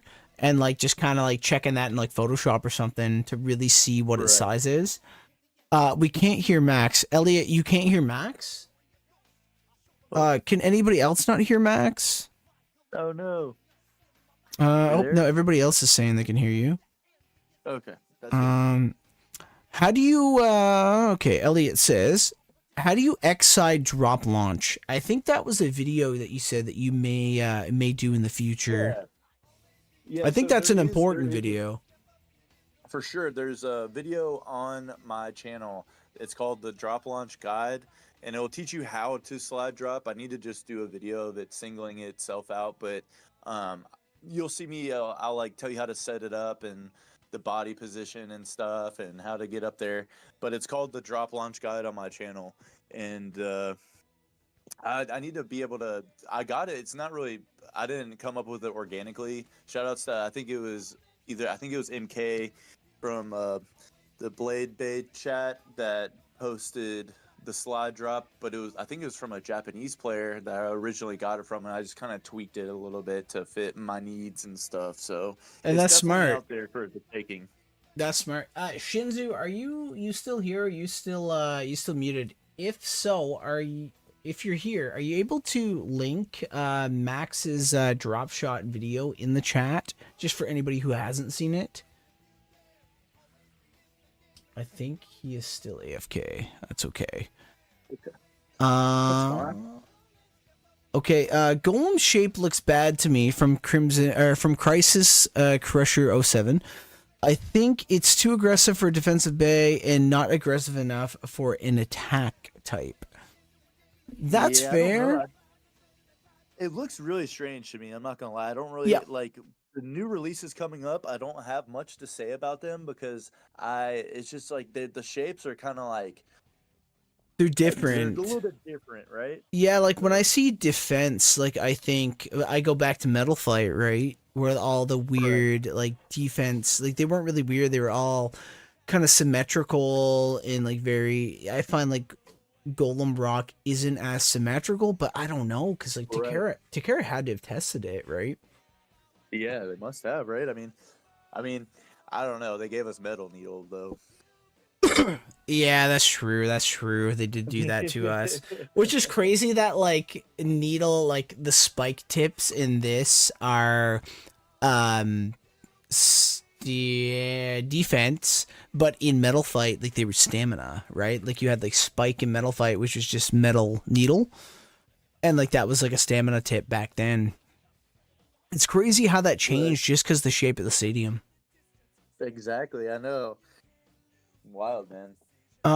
Okay, Maybe. everybody's saying they can hear you. You muted him earlier, but good now. Okay. Um, I think it might have just been like an internet bug or something. I will say, as far as Spike and Dot goes, is definitely better, but does more the worn it is. So I guess the term would be like awakened. But my Nightmail is typically on Dot. I'd only run it on Spike if I do run Drake on Dot for my defensive deck. That's fair. That's fair. Okay. Yeah, and that was by John. But let's jump back into the interview here. We've read a lot of the chat. We'll keep it up going too. If people ask questions, we'll tie them in with part of the interview. Alrighty. So I guess we'll kick into like kind of strategies and techniques, but how do you approach testing a new combo for something you're going to use in a tournament, like I guess competitive play? I try to like wear that sucker out as much as possible. I kind of go at it like from a from a bit perspective. I test Sure, Galactic. I can each give you kind mute, of no bit, the problem, best bro. bits Or that not I mute, think from each mod. category. So like I'll test point it like if something's gonna be attack or defense, um, so to say, because I know like a bunch of the attack or a bunch of the defense Beyblades that we get end up being attack anyways, um, or being used for attack, and they're kind of interchangeable. I just kind of throw some bits that are kind of like the interchange because like we said, there's those different molds of point that can act more defensively or offensively.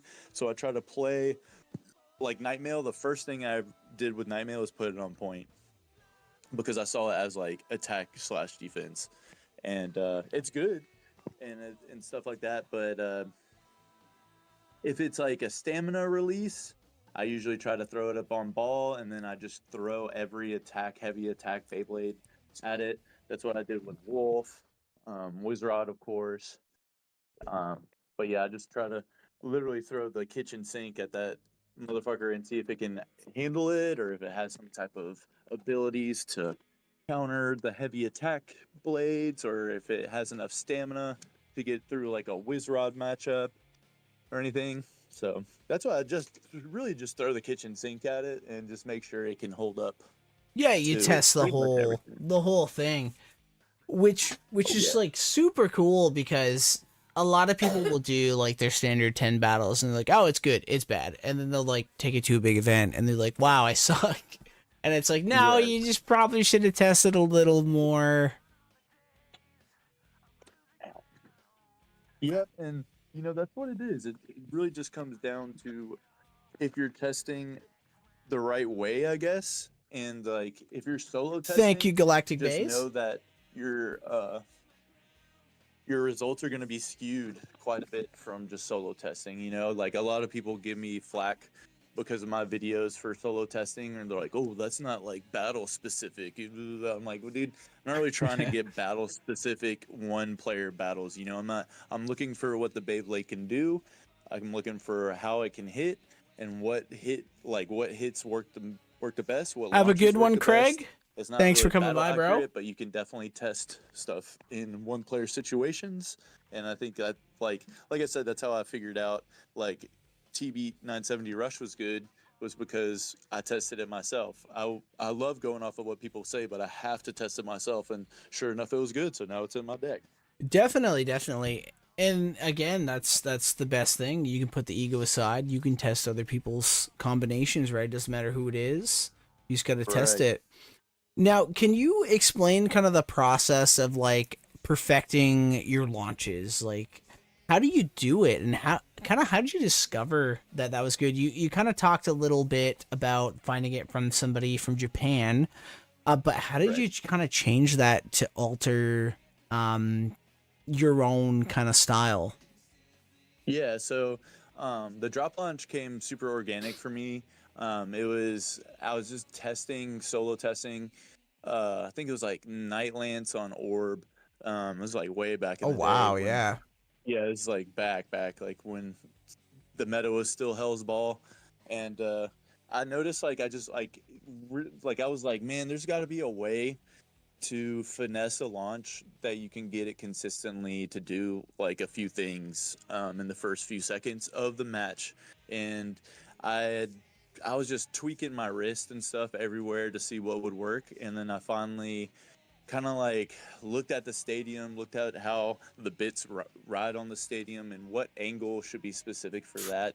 And to get a Beyblade to stall in the X Stadium does not require any like extreme degree of tilting or angles. It's all about finesse and where you put your hands on the launcher and how you move your hand throughout launching.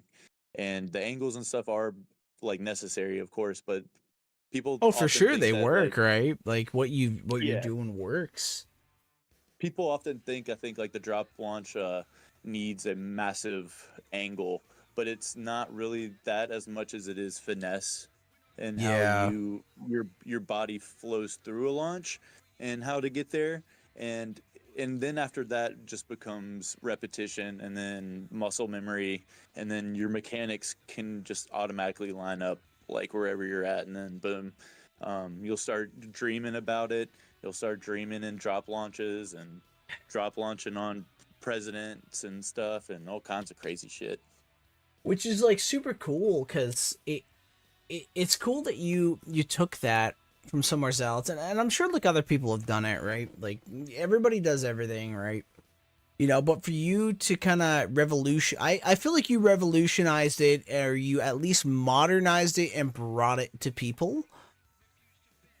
Man, to be able to do that is like it's really crazy. It's really I crazy. Like, how do you think to be like, man, I should just stall and like let them gas themselves out or extreme themselves out? Like, how do you Yeah, what's the thought process behind like figuring that out? like really it just comes down to just labbing as hard as you can. And then if you think about it, right, the stadium has all the pockets on one side. If you just basically think about it like that, just stop right there and think about it like that, there's 1,000 ways that you could have an advantage in a place, right? Because a lot of Beyblade stadiums have pockets on all four corners or on two corners that are adjacent from each other. Yeah. So um, you're gonna have like weird random stuff that's like RNG Nation. Yeah. But since the pockets are in the where you score are on one half of the stadium, you can influence a lot of more stuff to happen. And so since they're up on the stadium, on the other half where the pockets aren't, there's two places where it's rounded off, and those two places are flat and not so much curved at the other places. I was like, okay, that's where you're like meant to stall, because the roundness of it almost makes like a full half circle, almost like it looks like Yeah, at yeah. the top of the stadium. That full half circle keeps that Beyblade right there.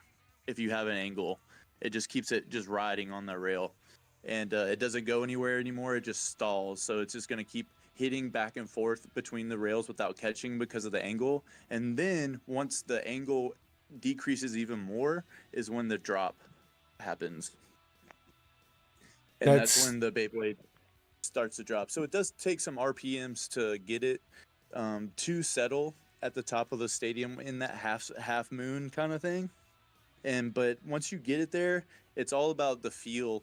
And like if you want it to get it to stall for a very long time, you just let the Beyblade work itself out, and just come. It'll just rely on that point, or like if it's on a flat, it will just come flat again, and that's when it drops down. that's I mean, yeah, like you can't you can't make it up. Like it's just there's a lot more that goes into it, right? Oh yeah, for sure. Now, Yeah, how do you decide whether to like prioritize attack, defense, or stamina? Like I know like the majority will pick attack because of the rail, and Wand right. currently, I'd say Wand is still. I'd say I wouldn't say it's a fan favorite, but a lot of people choose it. But do you think that there's going to be a point where maybe defense or stamina comes in and then Wand kind of takes over again? Like, I don't think that they're going to create another Wizard Wand, at least in the next year. Do you think, No. yeah, do you think that maybe when you're kind of deciding your deck, like, do you think like maybe I should play this, maybe I should play this, and like kind of like how do you process that? Um, the so far as Rod, man, like one thing I will say about Rod is it is becoming one of the more dangerous Beyblades as time progresses because now people have gotten Rod on rush, point, Yeah. level. Level is a big one, and that can do damage against Dragoon. So it's like Rod keeps getting a buff, and that's fine.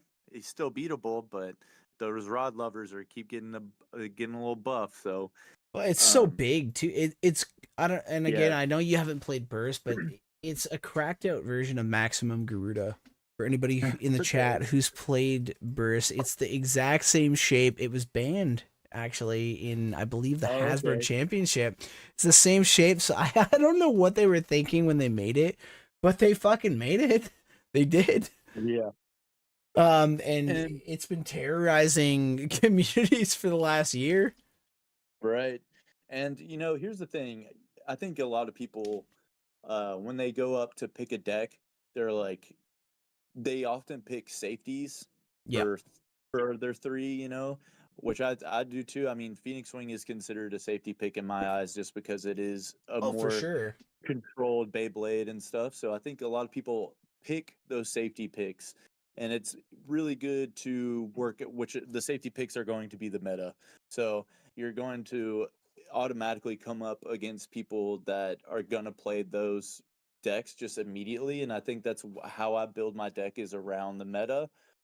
So that being said, like I was saying earlier, I tend to get my ass beat by like really random ass combos and that are not meta at all. So I'm still working out, of course, of how to deal with that too, because like, man, like it's really weird some of the decks that I go up against. I'm gonna give a shout out to this dude named Not Your Blader, and he put Nightmail on Elevate. Yeah, it was Nightmail on Elevate, and was just absolutely destroying people in his first tournament. And I beat him, but like not by a lot at all. So um, Those are the it's like nail stuff like biters that. when you're like 3-3. Right, exactly, yeah. And he's a great Beyblader, and it was his first tournament, and I'm like really happy for him because that's not a combo that you see everywhere, and it was actually doing work. So it's like it's really cool to see people actually using their skill into their advantages, into bits and stuff. Because once you play into what you prefer and like what your body prefers and how your mind sets up and like everything, and stop playing to the meta as much and start playing to how you personally um play stuff and play, like say there's a certain way that you like to play like soccer, you're like full force into soccer and you want to attack and stuff, and if your mind is for that, if you start playing into that, then you'll start to win more with those combinations, I believe. And it doesn't really have to do with the meta at all. So you can, like I said, there's that one dude, Ariana, just like he is really good and technically good with Leon Crest and Hell's Hammer, and he just kicked my ass because he's technically good with those. Like, he has the technique for it, he has the skills for it, and he knows how to play those Beyblades. Those are probably the hardest people to beat in Beyblade, because they know the mechanics of their blade. They're not just playing stuff for safety and just unga bunga launching or whatever. That might be a part of it, but there's a lot more stuff that go into people that don't play the meta and start winning tournaments. Yeah, I think those definitely. people are good. Definitely. It brings skill back into a game that I mean, Beyblade needs it, right? Because a lot of people think that when they're getting into it, that it's just, oh well, there can't be any strategy, theory, or skill like card games. Like, you just pull your string and whatever happens. But man, there's a lot of strategy, man. There's a lot that goes into Beyblade before you even step into the registration for your tournament. Like, just Oh my god, sitting there, theory testing everything, man. There's so much to it, down to I guess the mold, right? The mold you yeah, get. yeah. Like, there's so much to it. Yeah, man. You know, I rock with my Mold 3 Phoenix all the way down. to the grave, dude. 100%. I love I'm my Mold 3. it's Kira and my anniversary coming up in April, and we're each getting each other. congratulations, guys. Thank you. We're each getting each other something this year. Nothing crazy. We're picking Beyblades this year, okay? Oh, And she know wants the Mold 3 Phoenix. So that's what we're let's getting. go. But she doesn't want to use it. Yes, She just want to baby. chip the paint. Yeah, I know. It's such a heartbreaking moment when your stadium looks bloody almost when you're like breaking in a Phoenix. It's crazy. Yep, it really does. So we're gonna get her too. Don't tell her. But so we got a couple people talking in the chat. Oh, I didn't know she could hear. We got a couple of people talking in the chat here. So people are saying no wizard for CX line according to leak. So here's the thing though. If they do release Wizard as a CX, think of it how they did Phoenix and Phoenix Rudder, right? Where Rudder's kind of trash. I cannot see a CX Wizard Wand or Wizard Rod, Wizard in general, being anywhere near as good as Rod. Right. A question for Max and Yutashi. What's been your favorite Beyblade X combo so far? What's a combo blade you would want, and what's a combo blade you would want to be good? I'll let you go first. I think everybody knows me by now. That Phoenix Wing 160p is like, I would literally choose that combo. If we had to do 1 versus 1, like against some of the best people, I probably would just choose that Beyblade. Fair. It's And my favorite combo. It looks good. what's a combo that you wish was good? Was the other question. Rhino horn or any no. Well, I I'm sorry. knew it, bro. Or I'm sorry, bear scratch, man. Bear Yeah? scratch is so cool. Okay, yeah, Bear scratch it is looks cool. It looks really cool. We They got fucked one up that here. Beyblade. Yeah, we got one right. I guess we have the Savage Bear here. This is what he's talking about. But yeah, it's a cool Beyblade, man. What I think Yeah, they Bear, definitely like they they butchered messed it. that Beyblade up. They could have copied almost anything except Rhino Horn, man. Like, we could have had Unicorn or something from Wave 2. I don't know why they did Rhino Horn. Yeah, I think Savage Bear deserved its own blade. Like they really did it dirty. Like For a double sure. attack, like a free spin attack blade, would have been so sick. Well, if you go by the theory of kind of what they're doing right now, if you look at Metal Fight, or you look at Plastic Gen, right? Plastic Gen was all based off the sacred beast, like the Chinese mythology. You look at Metal Fight was based off of astrology. You look at Right. Burst was based off of, like, I believe it was Greek and Roman gods.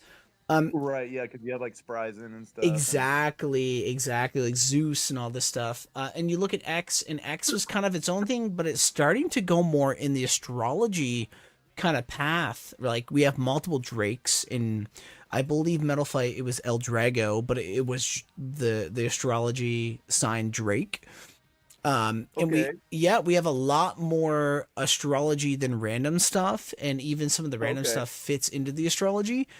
Bear would technically be the Ursu, which I guess Metal Fight was Right. Orso. Which is kind of cool because it allows us to maybe predict some of the blades we're gonna get. But all the main character blades seem to be, I think, except Hellscythe, are pretty much astrology. If I'm right, correct me if I'm wrong, but it seems like we're going towards the star kind of path with it too, which is kind I of would neat. like that. That would be awesome. It'd be Yeah, cool, I would man. like that. It's really cool.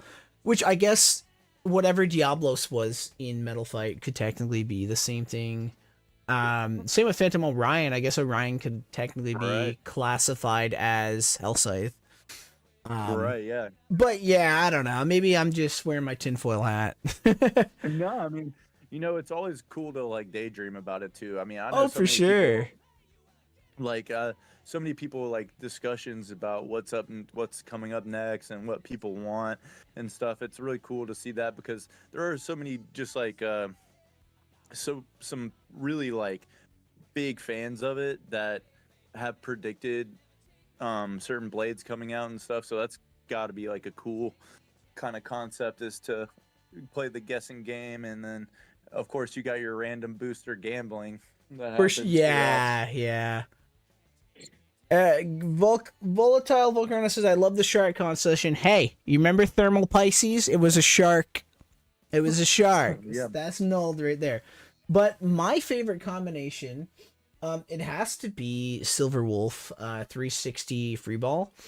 Okay. I've never dropped the point with it. I'm saying that now, and I'm gonna just get shit on regionals for it. But I've never dropped a point with it. I feel like it's the blade that I'm guaranteed a point with it. I can beat Wizard Rod. I can beat Dragoon with it. It's Wow, okay. it's my. I feel like it's my blade. Like I can just do really well and perform with it. But as for one that I wish was good, it's got to be Ghost Circle, man. It looks so fucking cool. It's such a- even yeah, it's such a good magenta. one, man. It's unique. It looks so cool, but it's just like it's nothing. Right. It's just nothing. Man, you're right. That's such a good one that they butchered that one for sure. I don't know why. And the Tyrannosaurus constellation. All right, well, you win there. I've got nothing there. I don't think there's a single dinosaur constellation. LOL. I like the astrology Metal Fight. Everything is Fortnite multiverse, boys. No more theme designs, just money. You know what? They're business Yeah. at the end of the day, right? On God.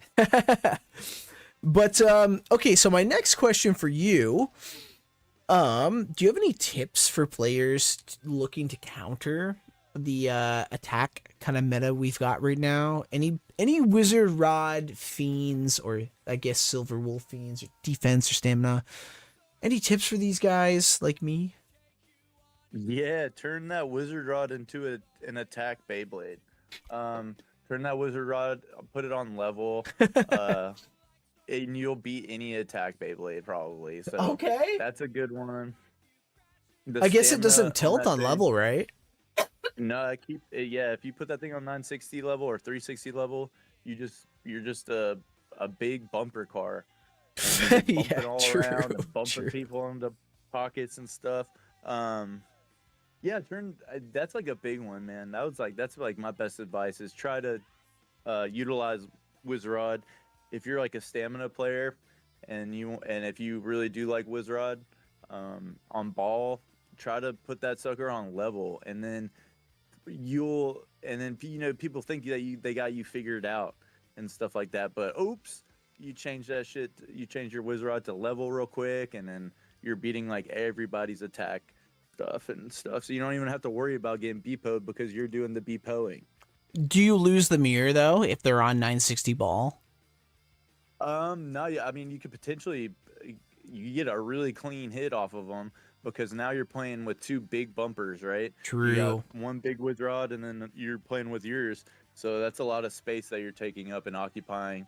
So if you could potentially launch the shit out of your Wizrod on level, you could take out that Wizrod on ball.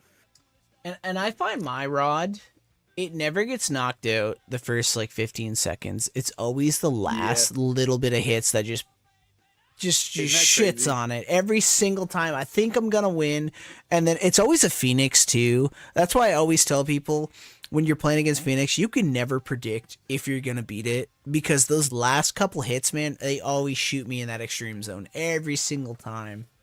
Yes. And it's like, man, that's probably the reason why I don't like Wizard so much is because of the late game, like sacrifices that it was making. I was like, what are you doing, dude? Like, why did you just do that? And it was always like, it was a great hit from somebody, of course, or something. But there's those times where you don't even get hit that hard and you wander into the pocket. Yep, And yep. that shit, the most infuriating is that. Oh, So, for sure. and- Well, you're playing the and- Beyblade. That's technically tier 0, right? So you're Yeah. in your head. You're like, I'm guaranteed the point if I'm not mirror Right. matching, and it never It's works, funny. man. Never works. It's funny. One of my friends like had to put it in perspective to me. He was like, "Man, how come you don't play Wizrod?" This was a while ago. He's like, "How come you don't play Wizrod anymore?" And I was like, "Bro, I'm fucking trash with that Beyblade." He's like, "Bro, Me too, that's bro. the easiest." He's like, "That's the easiest Beyblade there is, though." And he's like, "You're a goat with like some of the hardest ones, though." And I was like, "Bro, I don't think Wizrod's the easiest, man." Like, for some reason, that shit is hard as hell for me to keep in the stadium and just get a control over. It's just either I'm launching too hard, which I don't think I am because I know people that launch way harder than me that, have good control over Wizrod. I think it's just not my Beyblade, you know? You know what I think it is with Rod is a lot of people who have bad luck with it will say, I think you just have to monkey it and you just have to like not think about your launch and just go with it. And that's like when Rod wins. That's when I lose to Rod is when my opponent doesn't know any launch and they just launch it. Isn't that true though? That's so true. It's just like the monkey Beyblade, true. and it works. Not that like, monkeys use it because like look at the Southern Championship, right? 960 ball took Right. it. And the top Oh my four was God, what? yeah. They were on Hexa, all three of the other ones? Gross. It was Yeah. crazy. Ugh. It was crazy, man. Yeah, they're meta out there, man. I was like, oh my gosh, I'm going up against some, but there's some other players that like we're sick of like people playing stamina there. Like some Texas players ran all attack Beyblades and just wreck shit, man. You know what we haven't even talked about, and what was played and is still going to be being played probably later on into the meta is Aero Pegasus. Oh man, I've got 2 on the way, my friend. 2 on. Mine comes in Tuesday, and we're doing an unboxing and hopefully an interview with somebody else on Tuesday. And I am so fucking hyped. I'm so fucking hyped. I've played it. I've battled it a lot, and I've been able to beat the majority of them with Okay. Phoenix Wing. What are their But- combos? Probably like something low rush. Low rush. That's mainly what I think that's the only stuff I battled it on was low rush. Yeah, and I rush. haven't think seen any rush defense or being the stamina main. ones. Man, it is it's a scary sight to see, but I don't think it's as pay to win as people think. Like they think Wizrod's just like easy access to a point and saving a point. They think AP is pay to win, and I think you still got to add your spice into it to make it the Beyblade it needs to be. For sure. I look at it and it's pretty big. It's a pretty big Beyblade. It's like almost like a thicker rod, but like yeah, it's just like a thicker wizard rod that can just push shit around. Yeah, and it's great because Phoenix Wing just got it got buffed again. Phoenix Wing just got Yep. buffed, so Yep. it's like the AVA matchup is good for people that don't have it, so it can still lose pretty hard in the AVA. So For sure. And I'm a collector first than I am I'd have to hang it up. Yeah, I'll at the end of the stream I'll move my cam and I'll show you guys my collection. It's fucking massive. But I'm a collector first and I'm a competitive Right. player second, but I want to be the best, obviously. That's just Yeah, man. the competitive nature, right? But I also love staring at my collection and just be like, "Wow, okay, this is it." Yeah. I don't Like know. these ones just You right know- here are just my ones that I play with, like my meta, like combos, like all up here is all sealed. Like my entire, I want to say I've got Oh, like nice. 7 feet of just sealed product up above me. Right. But what And were you saying? that's like me, man. Like I think if I ever had a chance to get an Aero Pegasus, you know, I strongly believe that Beyblades are meant to be played with. But Yep. that thing, man, I think I'd probably have to hang it up. I don't It's know. just like you got to think of it too. Like when I get older, is this going to be worth Yeah. something? Is this a stock? That's what you got to look at Yeah, those like man. get bays, right? Are these stocks or are these meant? Are these toys? And that's the Right. sketchy thing, because it's like I don't think I was running the odds versus everything Hasbro's ever released versus Takara for their like almost like lottery system Beyblades. And man, for us to get Drake and Arrow Pegasus, if there's no contract agreement, which I believe there is, I've got some pretty high up Hasbro connections, and there's questions that they won't answer. But Okay. it's like 60% that we'll get Cobalt Drake and 50 that we're gonna get Arrow Pegasus. Oh. And that's like not good. It's really not good, man. Whoa.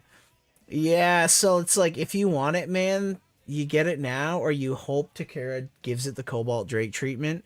But I'm pretty sure the Crystal Drake is lighter, right? Yeah, it's like it's decently lighter too. I don't think it's Yeah, like I'm pretty sure like it's 2 grams or something. yeah, and I don't think all of that's paint. That has to be mold, right?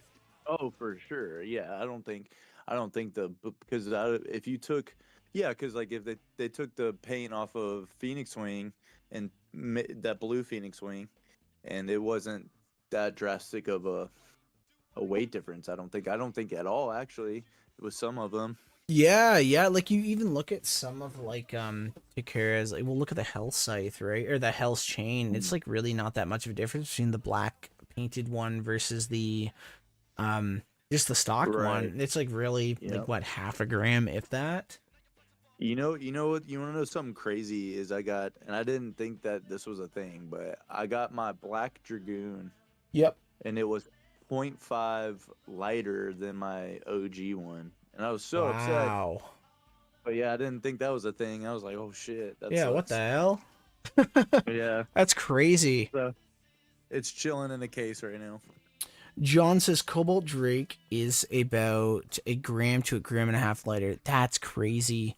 Yeah, it's wild. We just packed one at the start of the stream on the gacha. We opened one and it came with a code, and we scanned the code, and the first pack we got on the app was another Crystal Cobalt Drake. So that was pretty cool. And then Galactic Base says Aero Pegasus would be a dope house release. It would.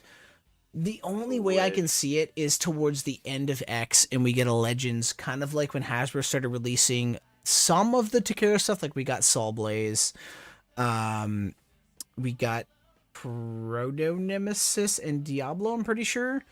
And like some of the correct versions, that's the only way I can see us ever getting these get bays, is through like a Legends kind of series, and it's gonna be towards the end of the game's, the end of X's lifespan. But I could be wrong. I could totally be wrong. Yeah, I don't see them releasing a Hasbro anytime soon, but it would be so sick if they did. I hope I'm wrong. But you gotta think of it too as there could be a contractual agreement, and they could also, and they're not supposed to, but they could have the secondary market in mind when they're doing this too, right? Takara technically oversees everything Hasbro does as of this, because Hasbro's they butchered Burst, and they're screwing up a lot of the other Takara entities, and this was Burst was kind of, or X was kind of their last chance, right? Again, not to shit talk Hasbro, they're doing an amazing job. The only thing that I can complain about is the launch. The launch, it needs to be a little tighter. That's it. And tournaments would be great. Sanctioned tournaments would be great. Man. You know, we don't want them just at Toys R Us and GameStop. We want to be able to have official Hasbro events somewhere, somebody coordinating it. Which I don't know if we're gonna get that. Hasbro's always kind of catered to more like children, which is sad because there's more adults that are or at least teens and above that are playing the game competitive than kids. Oh yeah, But for sure. parents are buying them for the kids, right? So Yeah, it makes sense. exactly. Business standpoint, I get it. I completely get it, and I can't fault them. We have the WBO until then, and other, other stuff, and that's fine. That is what Yeah. it is. Yeah, it would definitely be a bigger issue if the WBO wasn't a thing, I think, or Yeah. like people are putting on their own thing Yeah. now because there's the BBAX now. So, Exactly. Hasbro, if they really wanted to, they could have already started like putting on really good tournaments and stuff, but I just don't think that they know how to do that really. Like, I think it's a lot. I know Takara told me has their own um team that that just works on tournaments, right? And pricing for tournaments. right. Where Hasbro, my connections in the last year have changed 3 times. 3 times I've had 3 different connections. One person's in charge, and then that person leaves, or the person is laid off, and I have to end up restarting a relationship with another connection in Oh, Hasbro. wow. Yeah, and it's tough. Like right now, my connection, her name's Taylor, and I haven't heard back from them in a month, and we've been reaching out for questions. We've been trying to get for our tournaments with our NBBA, which is our kind of league here in New Brunswick. We've been trying to work with Hasbro to get the stadium kind of cases that the stadiums go in, and it's just like pulling teeth right now. It's so Man, difficult to get that. that's weird. I know, right? It's, you think that they would be all over it, and there's people here that want to do it, but it just seems like there may be a mess behind the scenes that we don't know about. I don't want to speak on it and not really know everything, but all I know is it's definitely, there's some stuff going on, and there's changes in leadership right now that we'll probably see in the summer. Because like even now, like the way things are going with Beyblade X, it's only gonna keep getting popular. I don't see Yep. it dying down anytime soon. For So, sure. I mean, you're gonna be part of a big majority here in a minute that are going to be pushing for Hasbro to do tournaments, and it just really, if they did follow in the WBO's Yeah. footsteps, it wouldn't be the worst thing. How they rank everything. I know the WBO ranking system right now is completely ass backwards, and it's just because it's season 0. It's like testing season 0. So Exactly. and if they just like piggybacked off of WBO or got paid WBO Like sponsored enough them. money, Absolutely. Like there's and no just there's no reason they can't sponsor the WBO. It's already established. Everybody who Yeah. plays competitive is playing the WBO, or at least knows about the WBO. It would just be in Hasbro's best interests, not only to get tournaments, but to sell product. yeah. Like it's a good And it's, business standpoint. oh my god, yeah, and like people. I hate to say this, I think tournaments should be free, but like if you're providing, like a shelter space or a place, you're playing Beyblades and stuff. Of course, you're gonna have an overhead, and people only pay like $5 to $10 for Yeah. every tournament, which I think is very reasonable. Oh yeah, like we And pay that every week for our tournaments. right, and if it was just left up to us as people, and then just had connections to Hasbro to provide product and like sponsorships, and merch and stuff like that, that's Yep. easy enough for them to do. Oh, for sure. It just seems like right now we have a temporary team who's kind of lost, maybe, or they don't know. I'd say lost. Yeah, they don't know the correct direction to take. And I think, I pray the summer everything's gonna start smoothing out a little more, because there's gonna be more people playing Beyblade in the summer, right? Oh yeah. So I'm kind of leaning towards that. I assume that stuff should be sorted out. Our launches should be fixed by June. Obviously nothing's set in stone. I haven't heard anything back in a month from Hasbro at all. And we've been in regular contact since Beyblade X has launched. Excuse me. But yeah, it's just we're just at that stage where we just don't know, but we know that it's gonna be okay because Right. yeah, it's just weird. But let's get back into some questions. All right. We're gonna skip some of those because you've already answered. How do you feel about new parts and mechanics getting introduced? Do you get excited when new parts come out? Do you judge them by the image, or do you really just kind of judge them by testing? Um, Man, it's kind of rough, like with the gimmicks and stuff, because like as far as like the mechanics and stuff go, like I'm trying to think of like something that really let me down, and right off the top of my head, when it comes to like gimmicks and stuff, and I can think about that I was really excited for was Transpoint. Um, Oh yeah, it's kind of weird. Like there's just gimmicks that work right now, and there's gimmicks that just totally don't. Right? So there's yeah. like Samurai Saber. That gimmick, I don't even know what it does, to be honest with you. Like, it Yep. does it even do anything? I don't understand it. I think it's Um, more for the anime fans, stuff like that. exactly, right? Which And is like then a nice balance too, because not every Beyblade that comes out has to be good. exactly, They're gonna make money off it because there's a lot of collectors out there. They're gonna sell it, and you know what? People that also aren't collectors are gonna buy it to test it because maybe it's a hidden gem, right? right. And then there's gimmicks that actually work, like Viper Tail.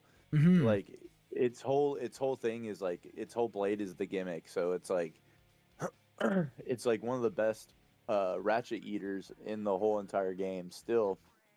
And Oh, I But didn't know it's that. just kind of like up and down really with new mechanics. It's like, man, is it gonna work or is it not? And then like Transpoint, that was a flop. I mean, people still use it. I know people that still use it, and but man, it's a massively defensive point that like will burst your Beyblade on the rail if you're not careful. So, um, there's just stuff like gimmicks can be almost like a bad thing if not played right. It could play almost against you. Like we're talking about like new stuff being introduced, like the rubber for uh, Impact Drake. I think is a flop, and I think it is better off without the rubber. And Yeah, yeah, yeah. there's some are flops and some are like it's weird. I don't really know what to say about it honestly. It's kind of like a like gimmicks are like So, well, for right now, they're like a kind of like a weird subject for me because I think like they're kind of weird. Like I just don't know if they're gonna work or if they're not gonna work. That's fair. That's fair. I guess you can't really judge it until you've kind of done your own testing, and even then, man, sometimes you do testing and it's flawless, and you get to an event and it's like, well, that didn't work. Yeah, because it's like Impact Drake. It was like that gimmick, man. It was like people are gonna be like, man, it's gonna like bust up Beyblades and stuff, and then Yeah. it was like, the stamina is just like not there. It's a good Beyblade, it's not bad by any means, but it's not. Yeah, I love how people hype up Beyblades so hard before they come out, like, and then like it's like now I'm like always neutral and I have to test it Yep. myself. I never am like, man, this thing's gonna kill stuff because I've had so many It's the uh clickbait, torturous right? torturous flops. Yeah, and the thing about Cobalt or Impact Drake is I really thought at the bare minimum that was gonna be the Cobalt Drake killer because you chuck it on level and the rubber, and man, it's just not. It's just not. It doesn't suck any of the left spin up. It just Nah. it just like kind of does its own thing. I feel like it's a very random blade.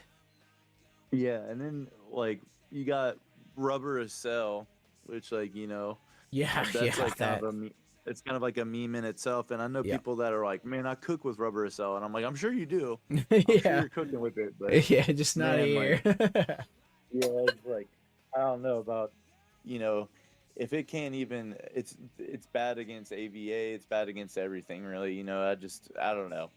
But people seem to do good with it, I guess, but I just can't see it. So like the gimmicks are hit or miss really Yeah, yeah, that's as of fair, right man. now. That's fair. And it's kind of scary going into it because what the X has been out for in Japan technically 2 years now. Has it been 2 years? Right? I don't Has it know. been? I don't know. Well, I mean, it feels like it's been forever, to be honest with you, but It's funny for me. Like I did, I do music live, right? So I had to take a big break, and it feels like for me, it's everything's flying by. So I'm missing like a solid like 6-7 months of like competitive play. Like right. my last before I got back in, I want to say in May. No, even no, I'd say even like June. Like my last combo before that was like a Phoenix 960 Orb. Like that was the meta. Yeah, And like Orb, yeah, man, like Orb was like OP, man. And then I get back in and like Yeah. Rod's been out for a year. I'm like, what the fuck is this thing? yeah. But yeah, like I Unicorn- even I used to, oh continue. I used to play. Speaking of Orb, I was like one of my favorite combos that I just don't show enough love to now is Unicorn 960 Orb, and they used to just win tournaments for me like all the time. Man, Such a good Beyblade. that's the thing about Unicorn, man. Like sometimes like it just cooks. Yeah, and like those blades that like have it's pretty much just two blades like Unicorn, Tyranno Beat, and now I'm looking at Impact Drake that's coming out, and that's what I'm thinking. I'm like, Oh, it has, like, those Shelter two Drake. blades. Oh, I'm sorry, yeah, Yeah, Shelter yeah, Drake, sorry, yeah. that's coming out, and it has those two blades that like meet in those weird spots. Like you could put a 260 ratchet. That's what everybody says. You put 260 on it, and, blah, blah, and I'm like, oh, okay. So I'm looking at, it, I'm like, I'm hoping Yeah, that we man, get something good out of it. I'd love to be able to use 260. Like, give me You know? something. Like, let me blow the dust off it because it's an ass fucking ratchet, man. It sucks, man. But I'm just if it works, I don't know if you're a big fan of ratchet. I don't know if you're a big fan of ratchet swapping, but whenever I get a 2, because they've come out with some pretty cool colors of 260, and I just always take the centerpiece and just shove it on something else. I haven't done it because I'm worried. Like, I'm never gonna play in Japan or a Takara Tommy, but like a Takara Tommy event. But like, I was always like, well, I don't think Takara allows it, so I'm like not gonna do it. I know that kind of hinders me. I mean, yeah, I mean it's not. It's a hard to bad thing prove, think right? about. Well, I mean, it's not a bad thing to think about because when I first started doing it, I was kind of hesitant about doing it at first Yeah. because of that reason. Because I was like, well, if they don't allow it, I probably shouldn't do it.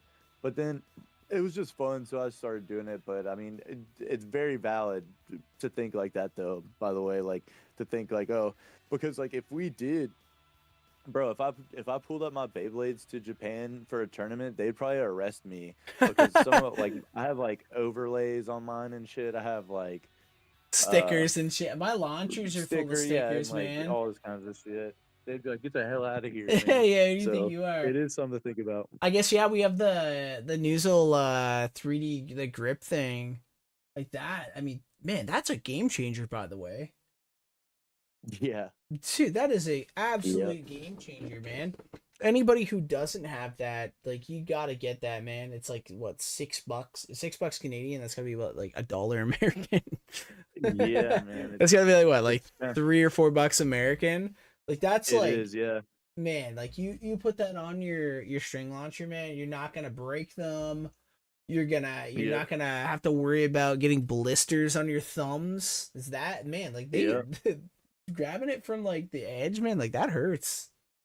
Yeah, and then like like you said, it's better for the launcher. It's better for everything. Like it's better for the string.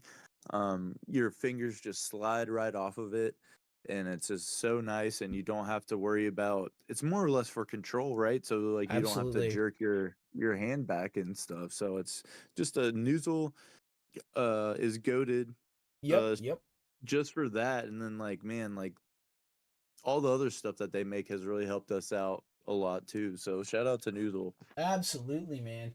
And another thing that I wanted to talk about that I almost forgot, you use a string launcher, and I love the string. I've used the string since 2010. I've never used a ripcord.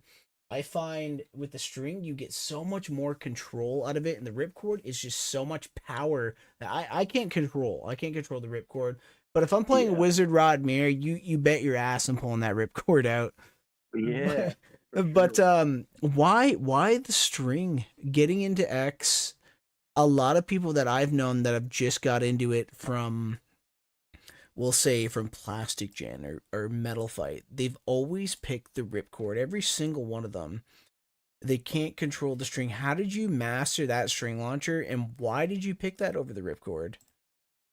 Um, for me, it was like looking at it, the mechanics of the launcher itself. For X, there's more going on, of course, in the launcher, so For you can get sure. more RPM. It's Looking at longer, it, right?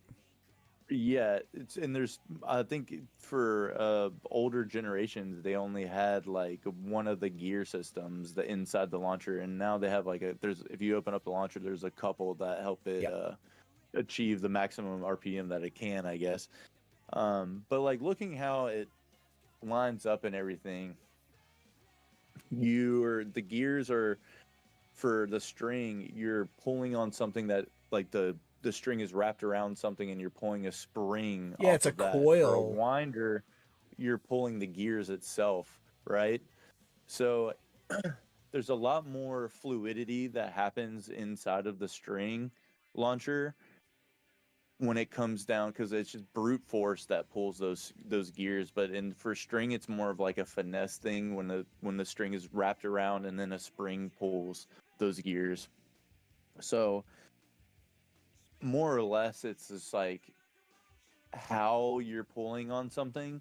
Because for a winder launcher, you have to just yank on that motherfucker if you want RPMs. Yeah, But for yeah. a string launcher, and if you put the slip grip on the string launcher, you can do that. You can rip hard as shit, but you're not gonna like really throw off anything because you're just pulling and not taking anything out of the launcher. If that Oh, makes any for sense, you're sure, not for taking sure. you're like not yanking something out of the launcher. You're just pulling something that's a mechanic inside of the launcher itself, and it winds itself back up. Yeah, So yeah, it's and you like don't get that free spin that I feel like kind of like it kind of like hinders it. I find on the ripcord. right. And now again, like with the string, why did you pick that? Like I know like you kind of explained it, but like you just got into X, right? Were you ripcord right as soon as you got it and you were like, okay. Yeah. And then you grabbed Classics. the string and you were like, what is this? Yeah, it felt. I think it was a feeling kind of thing. Um, you need a lot more. There's a lot more. So when you're for a winder launcher, you're pulling hard. So that means you Hmm. also have to keep your left hand like a lot more steady. So it's hard doing one mechanic and then doing the other mechanic. For Yeah. string, it felt just more everything felt more fluid. And I was a wander person at first because you could just yank it and like do some crazy stuff. But string just felt like you could achieve those same RPMs because for there's people that want to launch it as hard as they can. I don't think is probably the most or it's not the ideal thing to do. Yeah, they're just I trying to get like to raw power. exactly. And shout outs to Alchemist because he labbed this out for me because I don't have uh what's it called battle pass. He Oh, yes, labbed yep, out yep, with the RPM. yeah, so he labbed out the drop launches for me and like he can do them very well. He can do them just as good as me pretty much and Oh, he wow. labbed them out and so it's around like 8K to 10K, but I know people that can pull around like 20K and I just think it's overkill because you'll Yeah, start to you destroy exactly. You start to go out, you ruin your bits. yeah, you start to destroy stuff, you start to destroy your own tech too. Your tech doesn't work anymore if you Yep. put too much power in it. 100% exactly. And that's the thing that I find a lot of bladers don't get. And then they say it's luck. They say, well, Beyblade Right. X is really luck because the rail and no, you're going too hard. You're going Yeah, all man. out. You're not focusing on how you should be pulling. There's skill to it, man. Oh yeah, for sure. And like being able to repeat that too is like I said, it's Yes. just it's all like in your head and stuff and it's all skill and it's getting those consistent and playing as consistent as you can to where you get one-touch launch KOs and you just knock people out of the park is what we're trying to achieve. Well, you're working on And- that now, the one-touch Oh, yeah. knockouts, right? Yeah, it was going great today too. I got a bunch of clips of it happening today during training, and Good. it just comes off of me doing the same thing over and over and over and over and over and over and over and over. 100%, man. Practice makes perfect. It's great, man. The string launcher is because of that too. Like I can do a great drop launch with a winder launcher, but the consistency for string, just because how smooth and fluid it just is so nice. It feels like that motherfucker's like greased up, dude. 100%. Always hitting, and it's always nice. And that's what I want to bring up. I've got a Metal Fight string here, right? Now this, I pulled this, and this does not feel anywhere near as good as the X string launcher. I'd argue and say that the X string launcher is the best feeling string launcher I've ever played with, and I've only used strings. I cite from like Plastic Gen, right? Because there wasn't really any strings for that. But from Metal Fight to Burst, the only launcher that I would say is better than the X launcher was like the Hasbro exclusive Metal Fight Hurricane Rev Up launcher, whatever the hell that thing was. Okay, And you would just like pull it and then hit a button, and that felt really good. That felt really good. But man, I'm telling you, like I've heard of that launcher. These launchers, and specifically the Hasbro. Man, the Hasbro Phoenix string launcher, I find personally has been the best string launcher I've ever used. Yes, that is my favorite string launcher. I think it has the longest string. I think by, this like, one's a little average. longer, eh? The Impact Drake. Yeah, the Impact Drake one I think is just a little longer, but then again, my strings might be dead. I don't want to crack any more Phoenixes to find out. Yeah, I had a brand new Sword Phoenix and a brand new Impact Drake, and my Sword Phoenix was still longer.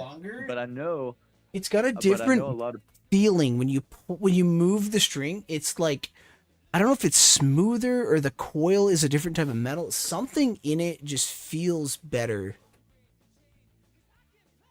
Yeah, it's definitely it has like a little tautness and just a great overall feel. I think better than most of the launchers that I've ever had. Oh, for sure. Galactibase says the Dynamite is it Dynamite Battle DB launcher is the ultimate launcher in my opinion. They have power gears. I've never used that one. I've used the Sparking one, but I haven't used the DB one.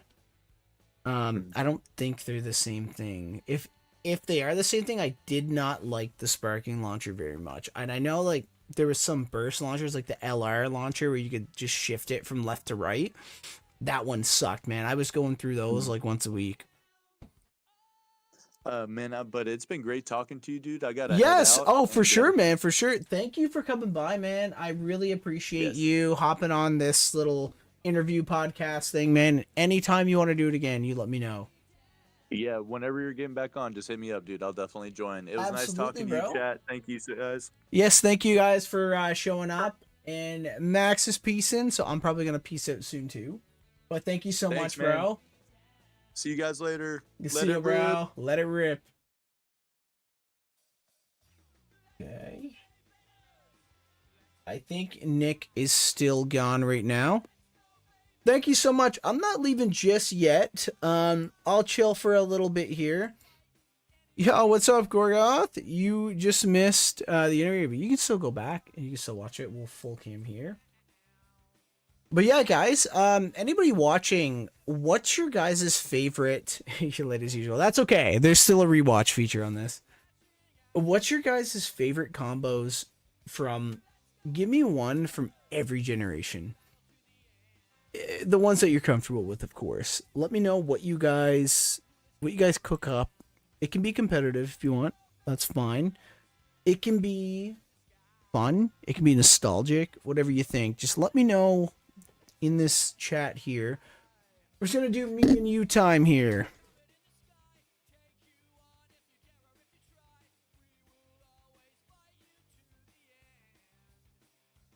Zio says, "Yo, how you doing, bro? You do great interviews. Are you talking to me or are you talking to someone else?"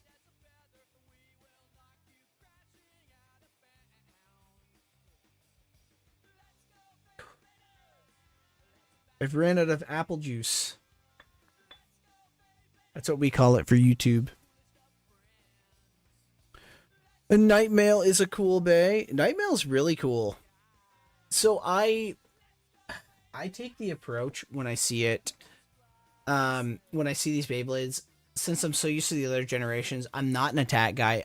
I'm not good with attack. I'm shit. I'm fucking shit with attack, okay? So I try to keep it as kind of tamed as possible. Stamina, balance.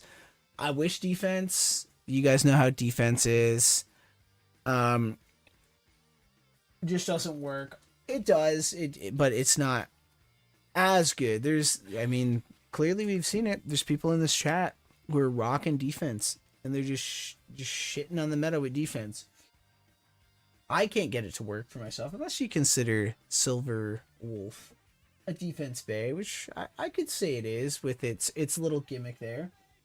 But my deck, currently right now, and the one that I've been seeing the most success with, has been these guys right here. We'll go deck cam again. Excuse the horrible deck cam here. We're changing it tomorrow.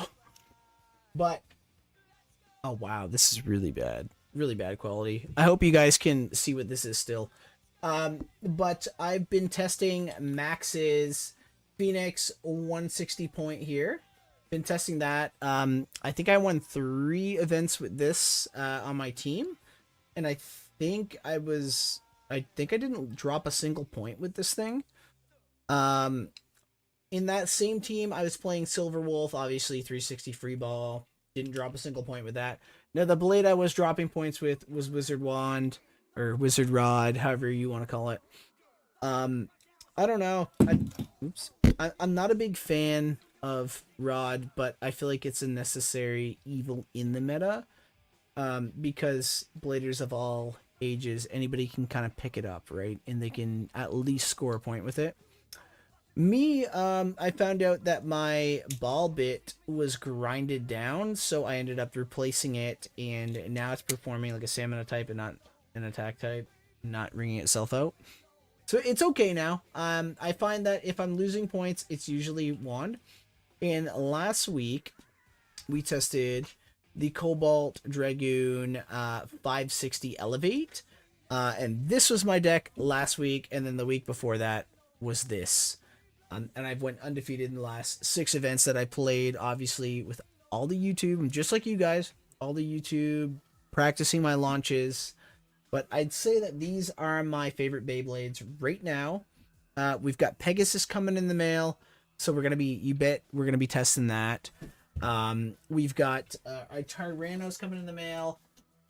We've got this one, but I just don't have the heart to chip the paint. So we've got 2 more Hasbro ones coming in. We're gonna test that one. But yeah, these are kind of like where I'm leaning towards. Obviously, it's gonna be Beat Tyranno and Cobalt Drake not Cobalt Drake. Beat Tyranno and Arrow Pegasus at the end of this. I'll probably test Cobalt Drake for the memes, just to try it. My cam's not focusing. Here we go. But yeah, I don't know exactly what I'm gonna play for the event. If I can't figure it out, it won't focus. If I can't figure it out, it'll probably end up just being these 3 right here, just because I know, and my camera won't focus. Oh well, we'll just leave it. Okay, so let's check out some of those combos. Bakushin Leon Metal Flat. Okay, that one's pretty cool. That one's really cool. Love the idea of mobile defense. So mobile defense, put that in X. Would you consider Silver Wolf 760 Hexa mobile defense kinda? Or would you consider that just like mainly defense? Can't say for Metal Fight. I would always use stock. I would customize with burst. I didn't know the part names. Also, never got really that much into it. Anyway, so I'll do X. That's fair. With Metal Fight, I was pretty stock. Like, I still have one of my original. Oh my god. Earth Eagles. Obviously, I have a metal tip on it. I don't know why I have that. Yeah, Monica's got her Rock Leone. But I kept a lot of just kind of stock at Metal Fight. I was pretty young too. I'm only 27. Yeah, Flame Libra. Beyblade 360 Quake is my shit and giggles combo. Man, you know what? Sometimes, bro, that combo just fucks. Sometimes the Quake, like, look at that random, like, Philippines G3 where the drawn buster on Quake just, like, dominated the tournament. Zio says, my favorite combo in X is Wizard Arrow 960 High Needle. That's pretty cool. Do you find that combo tilts a little bit too much, or have you kind of, like, mastered that? Don't got any combos for other gens. I'm only into Beyblade X. You know what? And that's pretty cool. That's pretty cool to be only into one. I'd say for my burst, it's got to be Perfect Phoenix on I think it was zero. What's that green attachment that would go on the metal piece? Oh my god, I can't remember it. It was Perfectly Circle. And then the tip I would use was the one that would move from the Achilles. I can't remember the names. And then I was always using Kanox. And then I guess Spriggan Requiem was like another one. But it was Perfect Phoenix, Kanox, and Spriggan Requiem. And Kanox, man, if you didn't go against Judgment Joker, like, you were winning. And I think I won. What did I win, Monica? Was it Battle Bladers with the Kanox combo? The Battle Bladers with the Platinum Trophy, the Gold Trophies? It was Battle Bladers, right? The one that I won with the Kanox, Perfect Phoenix, and Requiem? So. They had we had the trophies and stuff for that event? It's Battle Bladers. You won Battle Royale. Yeah. Yeah, it was Battle Bladers. Yeah, I played that, and I was a huge fan of those combos, but I've always liked Phoenixes and weird gimmicky stuff. Which is why, like, I don't know, like, I was never a super attack. Point on Phoenix is so good too. It really is. It's a really good combo. Same with keeping my red Tyranno nice and clean. I just can't use it, man. I don't know why. I have two other Takara Tyranno beats though. Let's see. I think we got a message.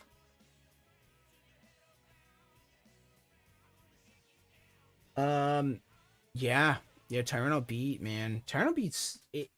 I have never tested with it, but we had a tournament last week. We had a friend come down. A friend, he's not super meta, but he likes to experiment, and he built the deck. Wasn't the best deck. Still did okay. And then I took a look at this collection. I'm like, bro, like, you've got everything meta in here, and your Tyranno beats already scratched. Let me like just cook some sauce for you, man. Let me cook you something here. And he ended up making third in the other event after that, just with like Tyranno beat. I think it was like Tyranno beat 160.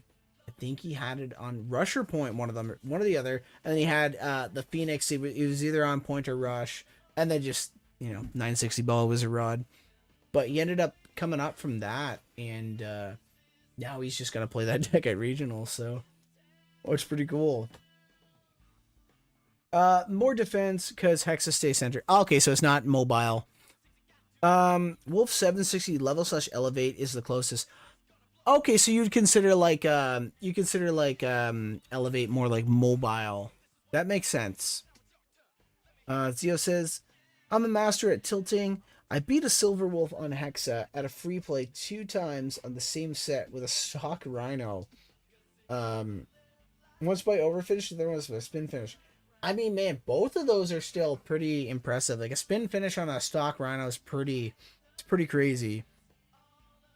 Galactic Bay says, Deep Chaos is like my favorite burst bay. Deep Chaos, I don't think I know that one. What era is that?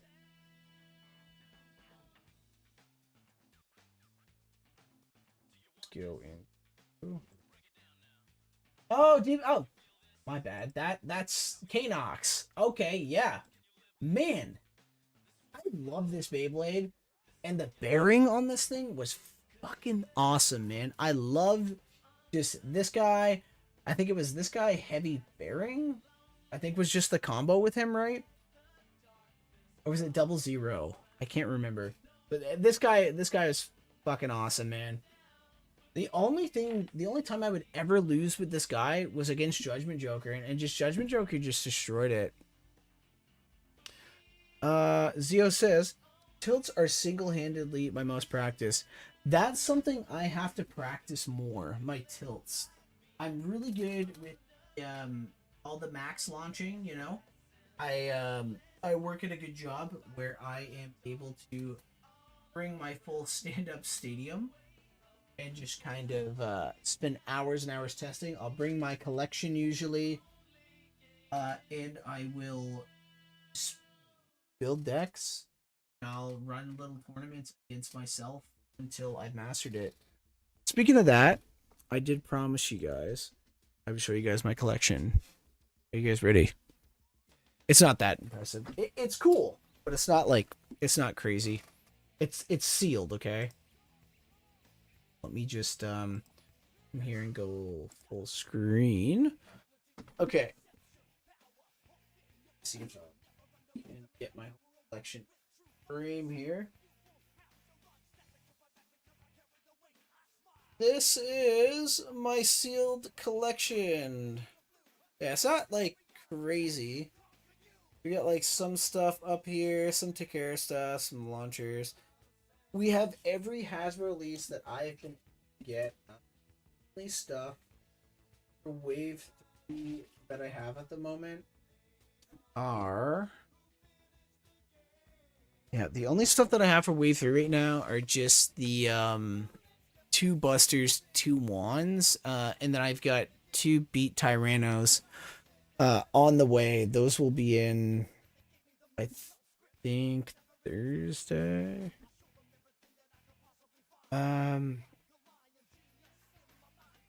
Yes. Bearing driver in the layer has the spring shock. Yeah, that's right. The layer does have the spring shock. That layer, though, man, that layer was so nice. It was such a cool gimmick, and it worked. Do you have more platforms, Ro? I do. I'm gonna make some for this channel specifically. I've got another YouTube channel if you guys want to see it. It's called Skibbity Hansen. It's kind of funny.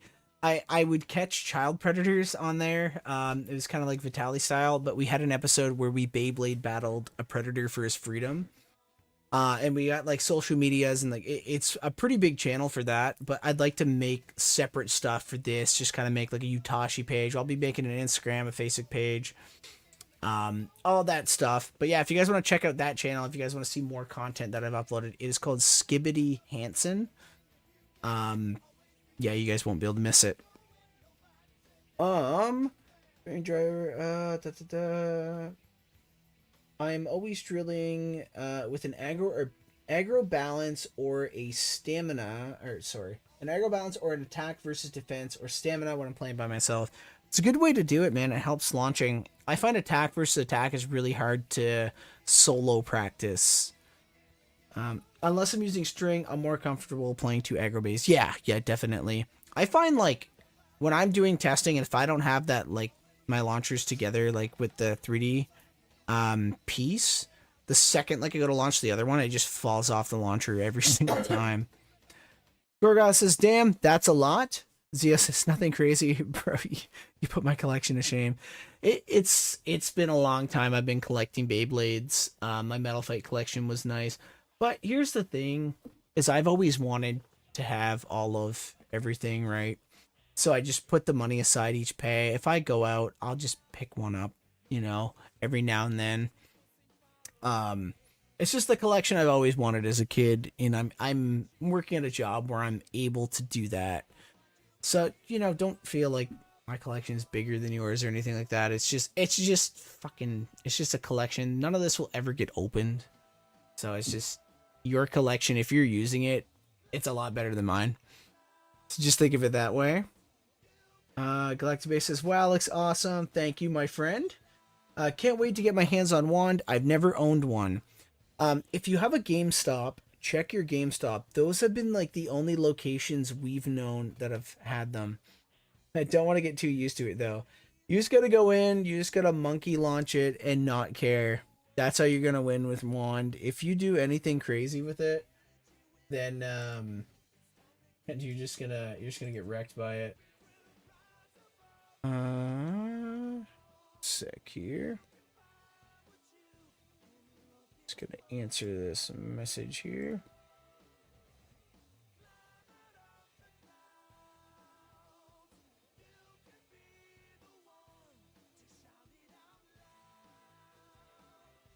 I'm just gonna do I have villages? Oh, I do. Okay, cool. Okay, guys, we also have a Discord here. I'm gonna link it in the chat here. Feel free to join it. You guys can talk to me there. This is my new Discord. Shinzu, Nick, or Tron Swordbot. He's the one that's made it. He's the best.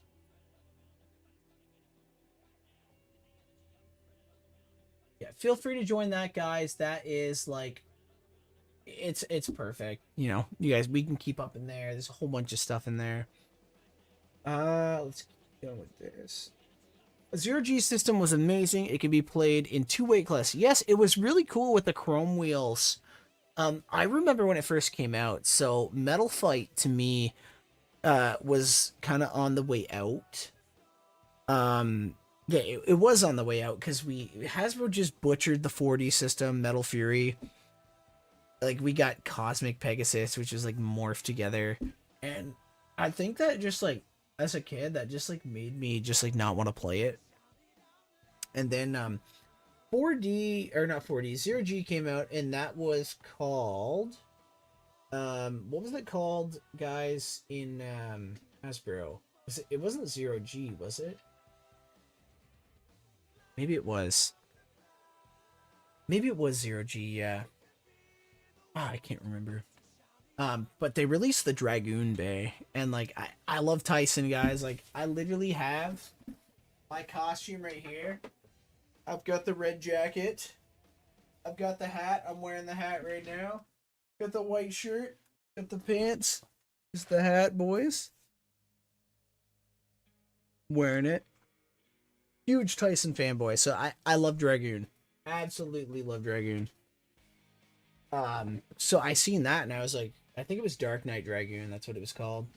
And I was like, oh man, I gotta get this. I gotta get this.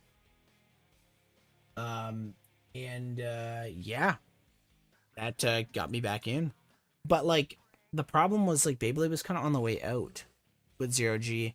So they kept releasing weird stuff like Bay Warriors, Bay Wheels 2. Shogun Steel, that's what it was called. That's what it was called. You're right, Zio. Yeah, man, this has been an awesome stream. I'm glad, man. I don't see many people stream Beyblade and just kind of like talk. So I kind of like want to like break the ice and just kind of do it. Tomorrow, if I do stream tomorrow, which I probably will, I'll be like doing test battles and stuff. I'll have the stadium cam set up. Just have to go pick up the camera for that. Dragoon Gen Ball was like Cobalt Dragoon, top rod bottom. What oh yeah. Gen Ball, that's right, that's right. See, I didn't get too competitive into it. Zio says, oh yeah, I have a GameStop near me. I'll see. I haven't checked in stores in almost a month. You can check their website and click find stores near me, and it should have their stock. There is a chance that they have it. I got super lucky. I walked by our GameStop and they didn't have anything, and I left. And then I was like, you know what? I'm going to go to the other one. and I called them, and they were like, "Oh no, we don't have anything." And I'm like, "Okay, well, you still have the Iron Man Thanos, because my buddy Yami, he wants he wants it. I'll just come pick it up because I'm gonna be in the area anyways." So as I'm walking in, buddy's like restocking the shelf, bro, and they had a wizard wand, and they had a drawn buster. He was just putting them out. And I was like, I thought you didn't have any. He's like, we just got them. So I like bought them, and then I got him to call the other store, and they had one drawn buster, so I had like an uneven number. And then I picked them up, and then I called other ones in Canada. We have provinces, which is the equivalent of like states in the U.S. So I called like different provinces to see if they had them, and all I had to do was go to the GameStop, pay like $10 shipping, and get the other ones shipped down. And I ended up with, I think, 3 of each. And then I gave Monica the drawn buster because she wanted the 160 point, because Max's Phoenix is the best Phoenix. So she opened that. And then I gave a wand and a buster away to my buddies who didn't have them, but they wanted them. And I wanted more competitive play, so I'd rather just give it to them. But yeah. I remember Bay Raiders, the little Bay cars. Oh yeah, let's pull up Bay Raiders. Let's pull up Bay Raiders.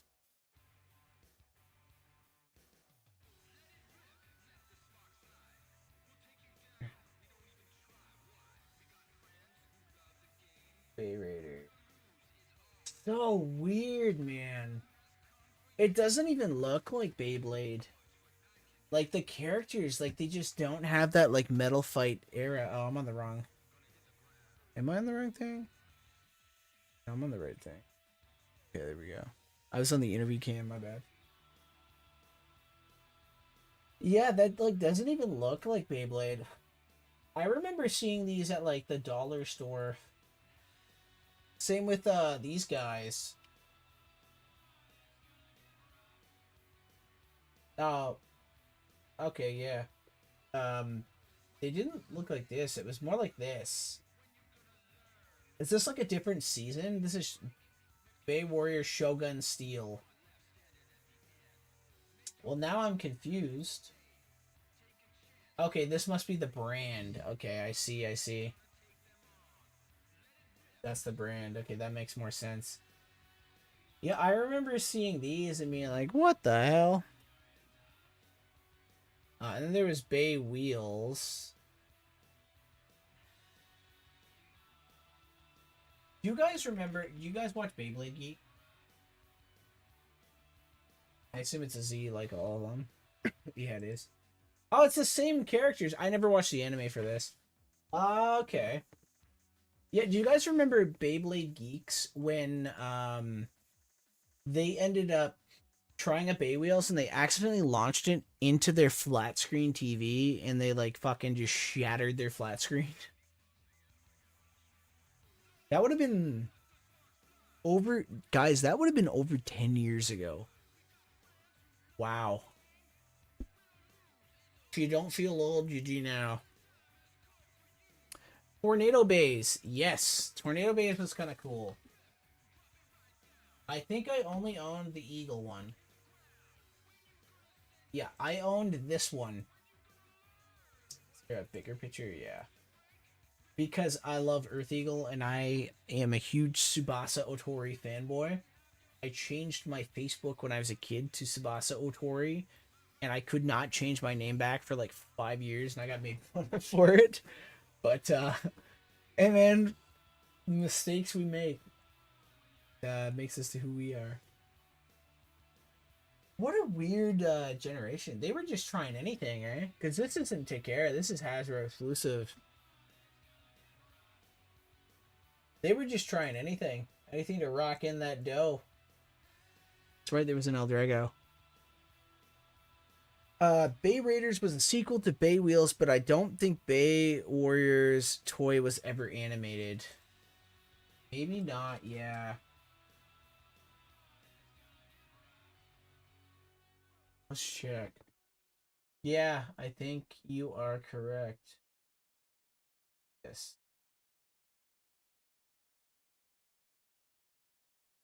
What is this? I don't want to click the.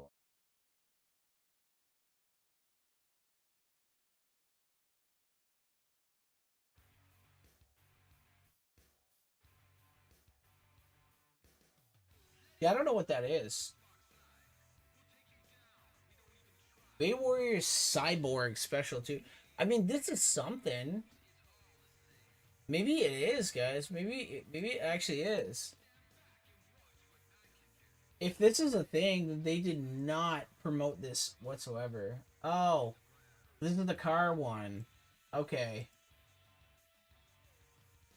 The whole concept of Beyblade's gameplay stadium was always stupid. Me and my brother would always set up empty soda cans in line and just finish them into it to win. Yeah, I mean, at that point, I think I would rather play Battle Beat 'em on and like kind of shoot the cans. But I know what you mean.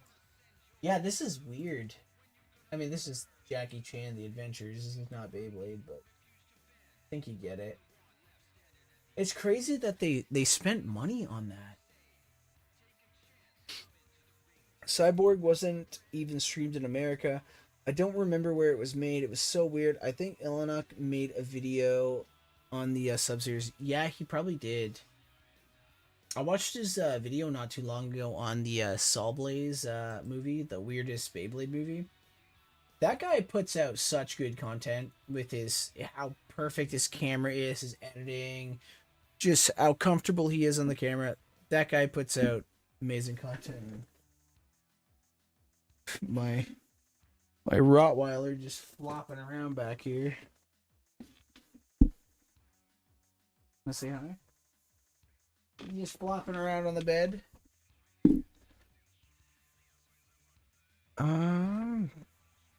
Hasbro sold a lot of their Beyblade spin-off toys in the US. Yeah, Canada got some too, but a lot of this stuff ended up in the dollar store.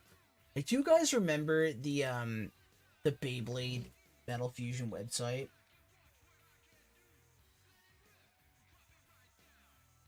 How, like, kind of cool that was.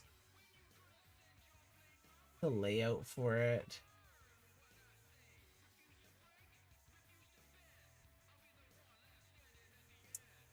Nobody has screenshots of it. Metal Fusion for me was like the original. Obviously, original is like very nostalgic to me. With Tyson, Kai, Ray, and Max, and I rewatched the anime. But man, you go into Metal Fusion, and like, I think Metal Fusion came out was what 2009. So that was, 15, 16 years ago. I would have been 11, 12, 11, grade 8, grade 7 or 8. I remember my buddy, my friend, he had this right here. I remember seeing my buddy with this, okay? Except it wasn't that scratched up. It looked like this. And now this right here, this was before Metal Fusion came out. This would have been, I think his mom got it for him off eBay. And in my head, there was nothing after like the original Beyblade. Because I had my Galax, I had like my Rigger, Dronzer, and all that stuff. But you couldn't find any ripcords. Once you broke a ripcord, like that was it. Like it was game over. You couldn't find him anywheres. But he shows up to school, man. He's got this thing right here. And I'm like, what the hell is that? And he's like, this is the new Beyblade Metal Fight, or whatever he said it was at the time. I remember looking at it, and again, I must have been 11 years old.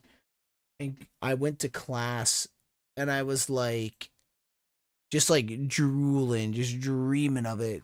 Just drawing this thing, trying to draw what I thought this Beyblade was to be like, oh my god, like this is the coolest thing ever. I need it. And like going home and like in like 2009, the internet wasn't like really crazy, right? Like there was like Wi-Fi and stuff. It wasn't like dial up. But like you couldn't really find a whole lot of stuff on there. Like, WBO was around, but I didn't know how to access that. And I was like, man, I gotta get this. I gotta get it. Let's check the comments. Soul Blaze movie was goated. It really was. It was a cool movie. Aquario, very nice bay with the wet emoji. Yes, sir. Yes, sir. It's a very wet Beyblade. Yeah, man. So I got this. I didn't get this. He had this. And then the summer, I believe it launched in like June, at least for us. And these Beyblade packs.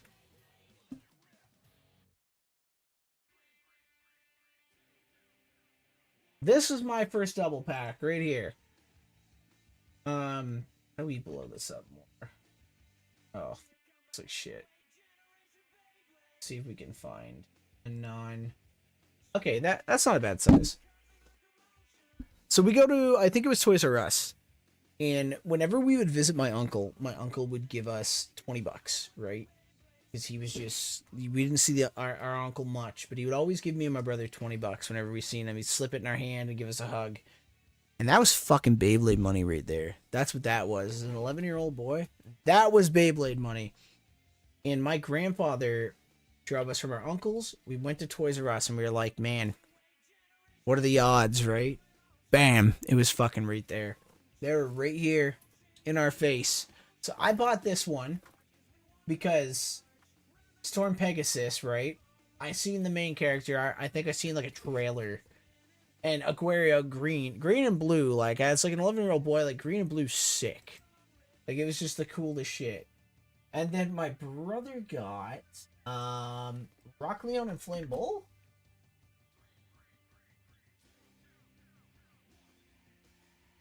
Yeah, my brother got this pack. Hold on here. Get it bigger. There we go, that's bigger. My brother got this, because he got the Kyoya pack, and I got the Jenga pack. Now, when I tell you, I lost like crazy because Storm Pegasus in a garbage can, because we didn't have a stadium. It was a fucking garbage can.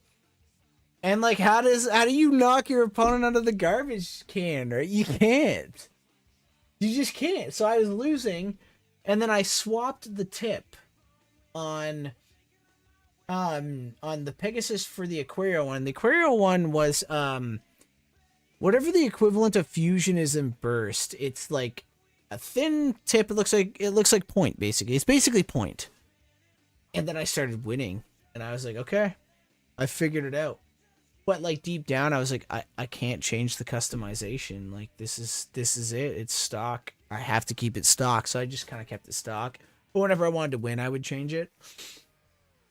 And I remember we upgraded from a garbage can to a pink bucket. It still wasn't it. We still weren't doing too good. But we go see my uncle, I think like a month later. And this pack came out. It was Dark Bull and Storm Ares. Yeah, it was this pack right here. And I bought this. Not Dark Bull, sorry. Dark Wolf. And I've loved Dark Wolf's motif. I loved how crazy it was. How cool it was. And we finally, I think we upgraded from the bucket and the trash can to an actual stadium, which would have been Hasbro, the blue Pegasus Stadium. Everybody remembers this who played Metal Fight. This was it. Was it the Thunder something Stadium? Pegasus Thunder Whip. The Thunder Whip Stadium. Man. This thing was crazy. And then they had two versions. They had the blue one and they had the yellow one. We had the blue one. And it was on. Like, we were just Beyblading constantly. And then my buddy Keegan, he ended up getting Dark Bull.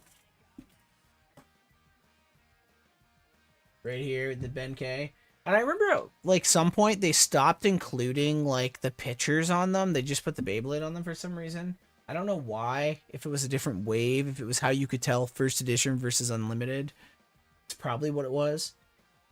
But we wanted to use a bigger stadium versus that. So we're like, all right, we'll go back to the bucket. Just one shot. And Keegan launched his bull. And you guys know Bull's got these horns, and he launched it, and it dropped in and just snapped the horn off. This is how I found out I like to repair Beyblades. So he left it with me overnight. Overnight, right? And I was able to fix it with I think fucking nail glue or something. And it stayed, it held on for a long time. Until he upgraded or he quit, one or the other. But yeah, I remember the first night we got our Beyblades, man. It was,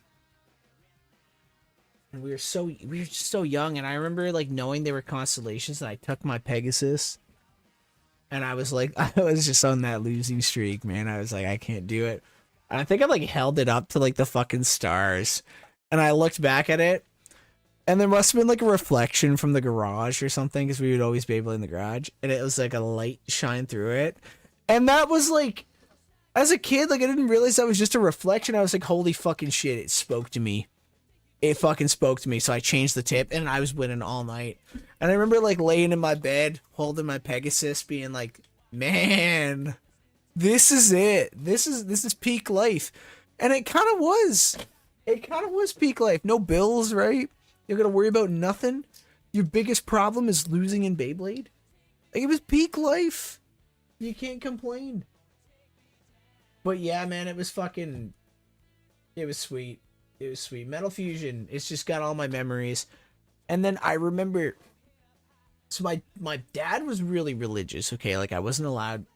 My parents were separated. So I go to my dad's on the weekend, live with my mom forever. And I remember astrology. Astrology and Zodiac, they're two very different things, right? In religion, Zodiac is technically satanic to the Christian religion. And my father was trying to be like, oh no, Beyblades are satanic. I'm like, that's not true. The bull is not a Zodiac sign. It is astrology, and astrology is just the stars. And he was like, all right, you got me. You can play Beyblade. And I fucking won. We were playing Beyblade. I'll tell you guys another funny story.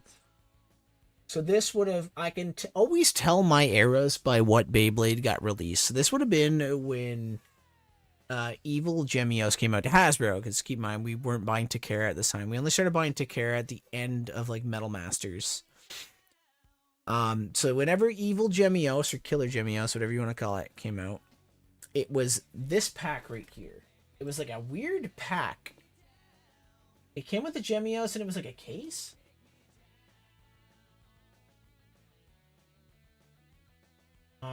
It was a zip, not a Ziploc, it was a zipper bag.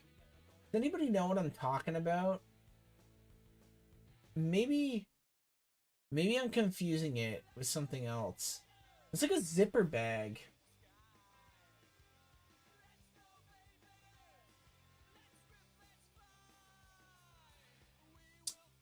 I mean, this was sick, man. This was sick. I would wear this in public. I'd always be strapped.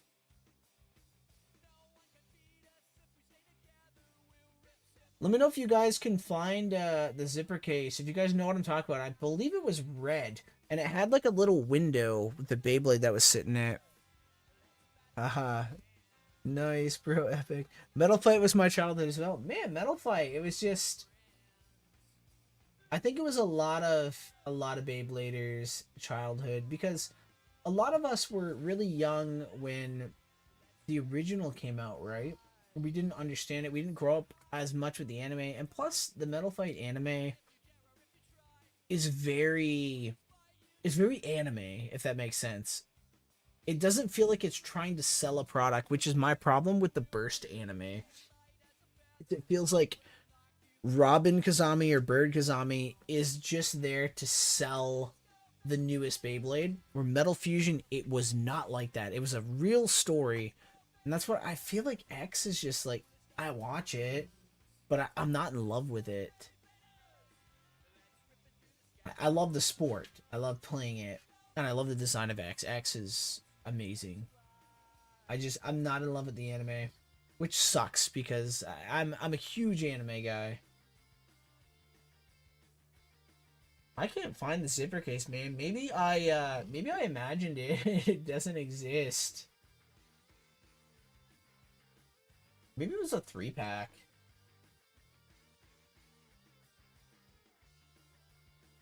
Oh. Okay. I remember getting this for sure. My dad got me this. Yeah, I think I'm confusing it with this. Yeah, I think it was a pencil case now that I think about it. And this is just what I'm relating to. I think I got the pencil case the same year for Christmas. Anyway, there was I got this. This is the only thing my dad ever got me that wasn't like sports related, and I was like, holy shit, he cares.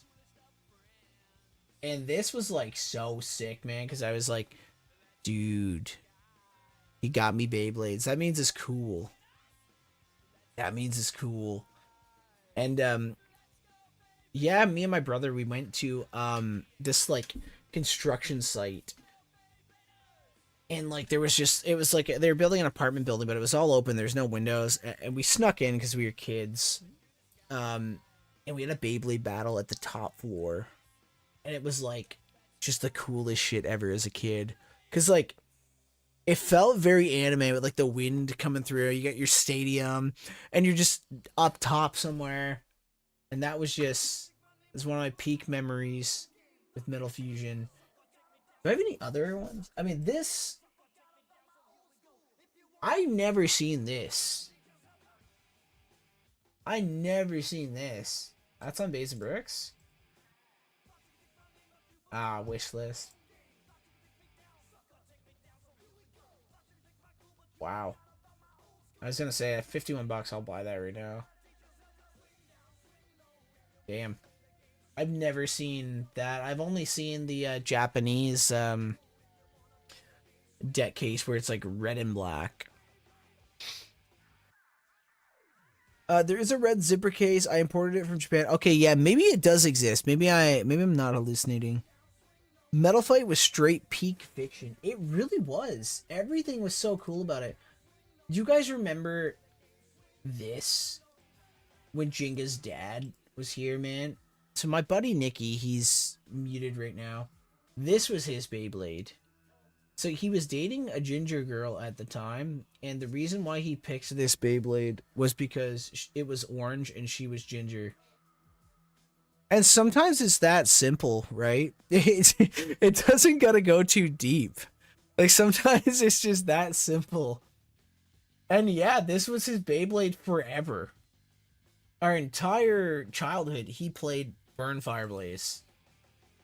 I always played Earth Eagle. My brother played Rock Leone, and then he switched into Hell Kerbex, which is another cool story.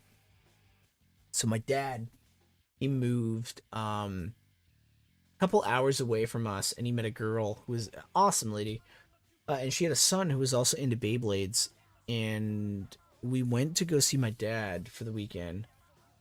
And she, like, this is her first time meeting us, so she spoiled me and my brother. She brought us to Toys R Us. 50 bucks each. Pick whatever you want. Man, you know how much 50 bucks was back in 2012? That was a lot more than 2025. That was like 3 Beyblades each. That was like a double pack, 2 single packs. Pizza, like whatever you wanted. So I think I got Flame Bixis, but like the yellow one? So that would have been, what, Metal Masters?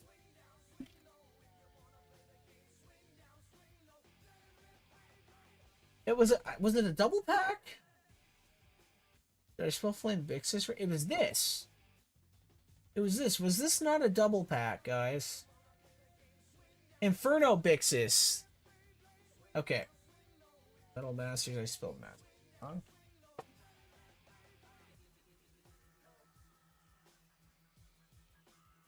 Okay, yeah, it was a double pack. What else did it come with here? Gravity Destroyer? Oh, yeah. I remember I picked this, okay? And something else. I think it was Poison Zarafa.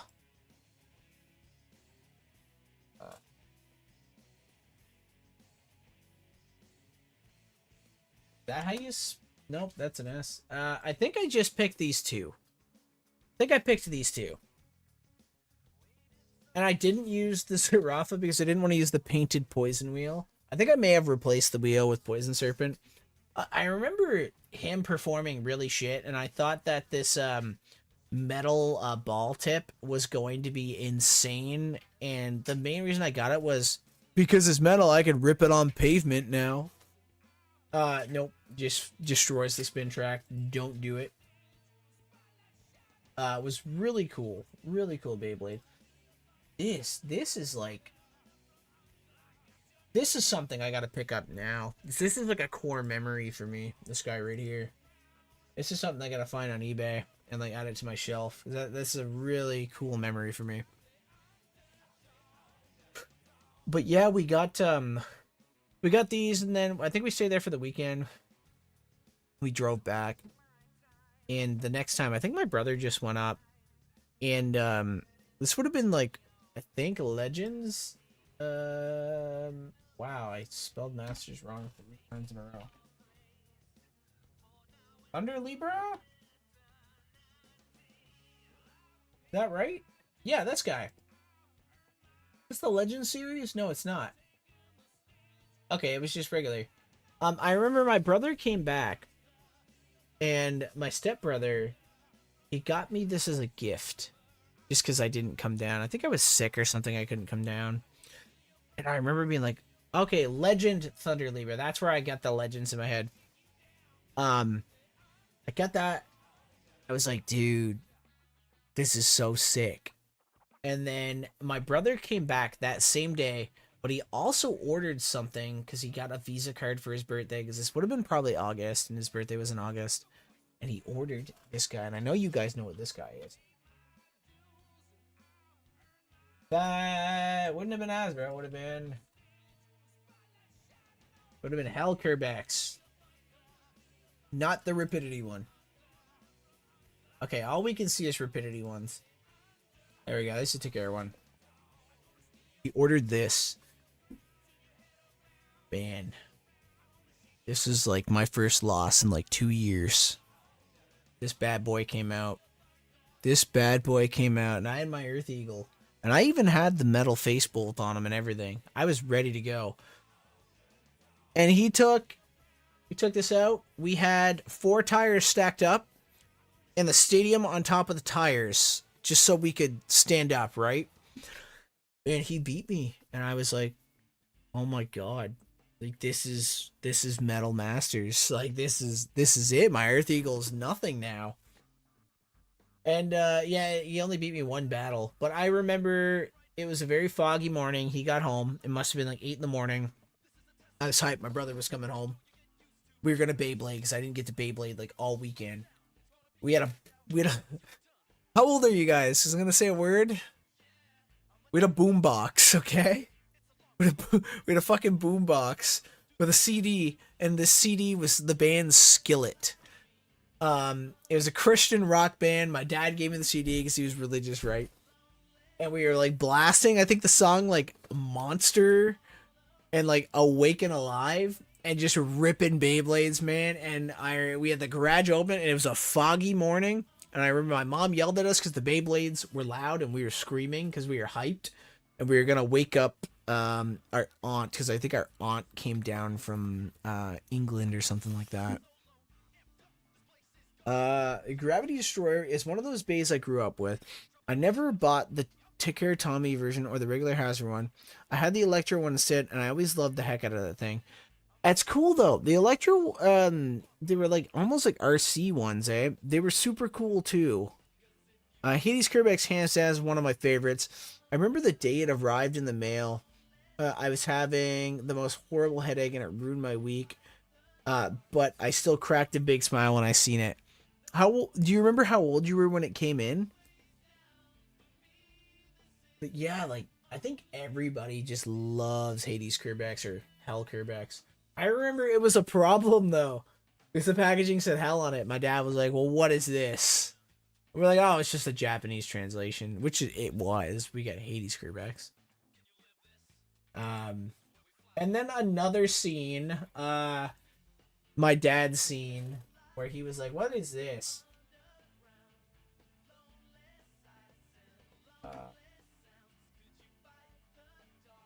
You remember when you turned into that like demon thing like this?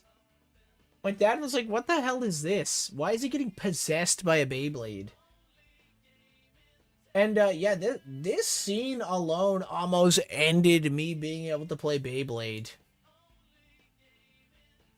Look up the Hazard Blade Infinity Libra. It's the Hasbro's Thunder Libra. Infinity Libra.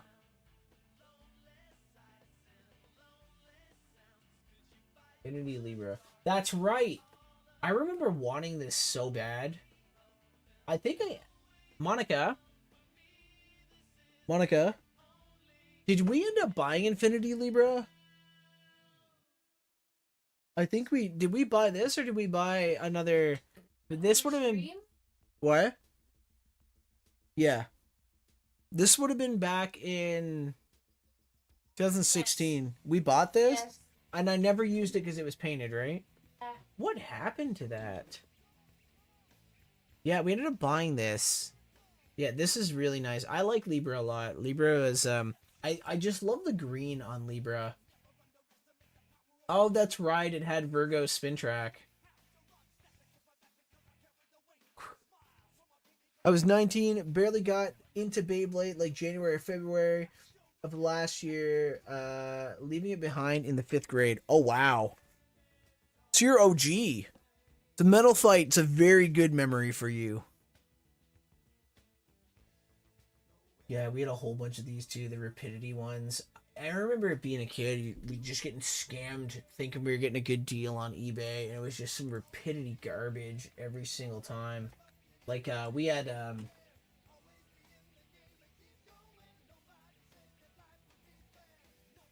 that's how you spell Sagittario? Yeah, like, we had the rapidity version of this, man, and it was so garbage.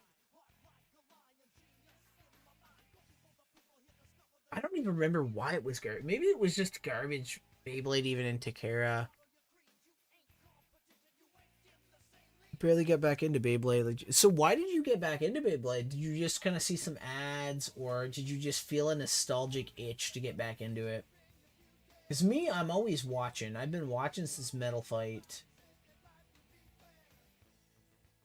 Back on. Yeah, Beyblade was such a core memory. I remember in my middle school, we dug a dirt hole, and that was our stadium, and it sucked.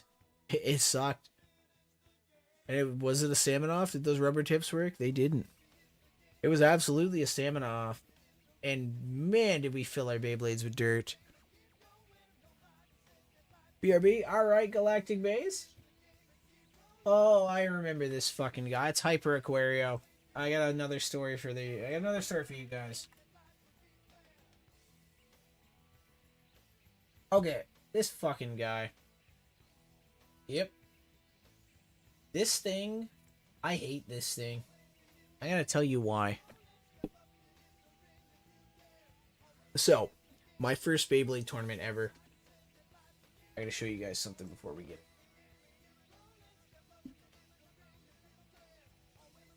It's my first YouTube channel. Yeah. My first YouTube channel ever, okay? If it will load. Yeah, let's pause this. So I'm not gonna play any audio. That was me. I'm actually just gonna link this in the chat here. You guys can go ahead and watch it. It's cringe. It's terrible. This is how far back it goes. So this was like us actually training in Beyblades. This is Samad, this is Shinzu, drawn sword bot, Nikki, that we know him as. That's my brother.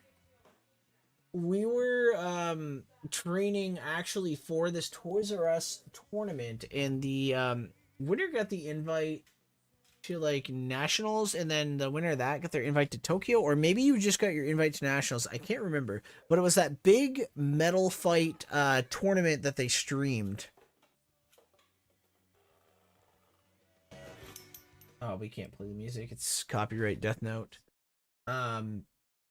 Yeah, so we were like actually training for this tournament. And we went into this lifting weights, believing in the Blader spirit. And man, we got there.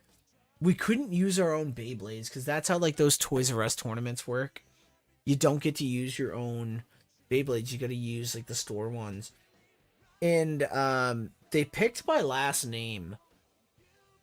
So like they started with one W, like we had the last name Weaver. So it was W. And my brother got first pick, so he picked, I think it was Earth Virgo.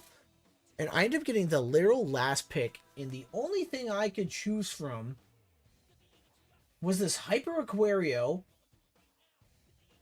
or this.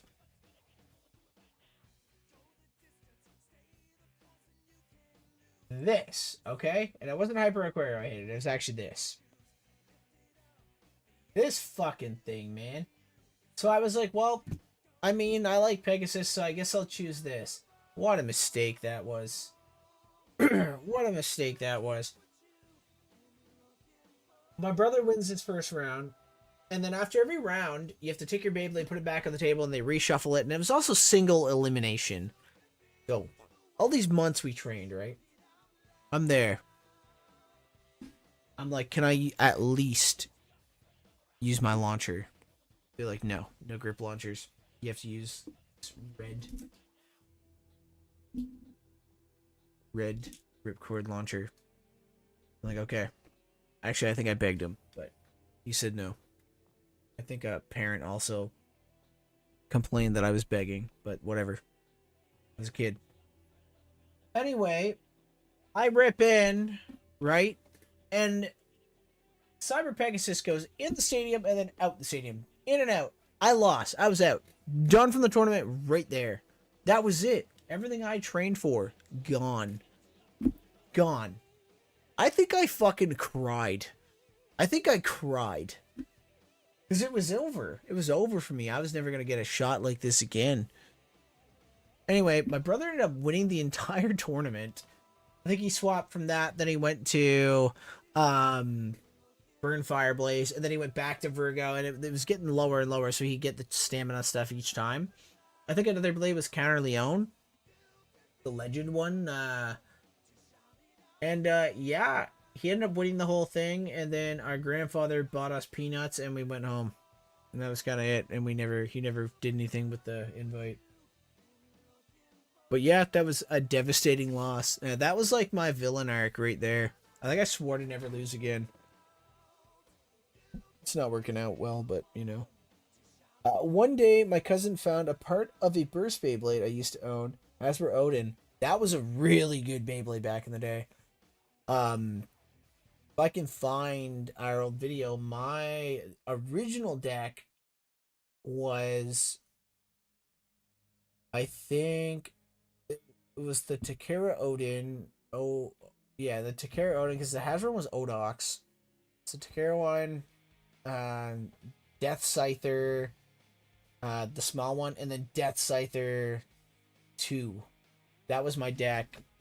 I think I got second in that Battle Royale event. I think it was the Winter Battle Royale. That was like one of our like events we were hosting back then.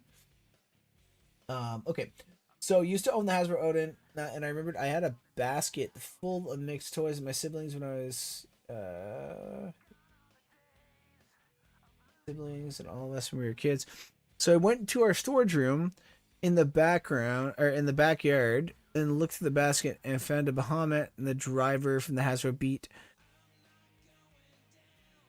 I don't know how to pronounce that. Yeah. It sounds like a certain organization for white people. I'm not gonna say it. Because I can't say it. I don't know how to say it. It's gonna sound like that. Anyway, I know what you're talking about. It's the thing that looks like the Winged Dragon of Ra.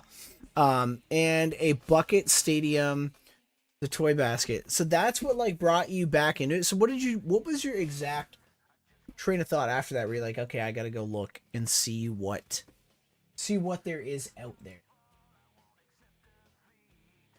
Because us, we got as soon as Beyblade X launched, we ordered stuff online. Imported. It was a bitch to get it imported. Like Phoenixes were like $70 Canadian to get them imported. It was a nightmare to get these guys. I think I got one through Zanky's store. Zanky's stuff's very expensive, but it also has to be expensive because he's importing these and he's paying all the fees. He's doing everything. They have to be expensive. That's why I don't mind supporting him. We got our Impact Drake from Zanky, and we paid, I think, $70 to get it shipped and to buy the Beyblade from him to get it shipped to us. We got it in like 3 days. It was like 3 days we got it. That's like super fast shipping. So I don't mind paying that. I don't mind supporting his store either. You know, he's a store. We need more of those stores. Unlike Beyblade Premier. I don't know if you guys know about that, but they're do not buy from Beyblade Premier. They're scamming right now. They're doing an exit scam. Horrible. Don't buy from them. We got scammed on a Jinga Hagane headband. And it seems like their Discord and their Instagram, if you search Beyblade Premier on Instagram, it's just their last post is just comments of people being like, I ordered this in September. Where the hell is it? So people are going to have to charge back. Which is unfortunate, but what can you do? Okay, so we played, and in the middle of it, it felt good. I should get back into it. I just remember my times at Metal Fight, and I knew that it got way better. I knew that it got way better than the Burst stuff. Yeah, Burst I felt was kind of like the weakest out of all the generations, and I felt like that's Hasbro's fault. And also, there was no core, right? There's no Bit Beast.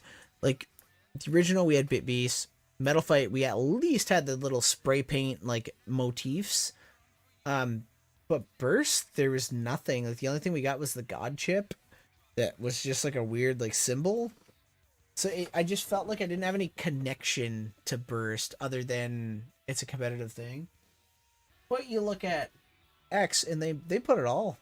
You got the Burst mechanic. You got Metal from Metal Fight. You got the Bit Beast in the middle of it. It's great. They did an amazing job with X. It's my favorite, one of my favorite design generations so far for sure. I'm actually kind of worried about the CX line because I feel like they're moving so fast, and I feel like UX came in fast, but I'm also glad that they're not just done with the BX line, right? Like we're still getting BX Beyblades as well as UX, and I hope they continue that, and I hope they keep them balanced. That was kind of like what I was fearing, that like UX was just gonna overpower BX, which I mean some of them they do, and I assume we're gonna get a CX blade. That's probably gonna be in everybody's deck for the next year, and I'd recommend buying whatever the first wave of CX is, because it's probably going to be broken. They have to sell it, right? It's a product. You look at card games like Magic, Yu-Gi-Oh!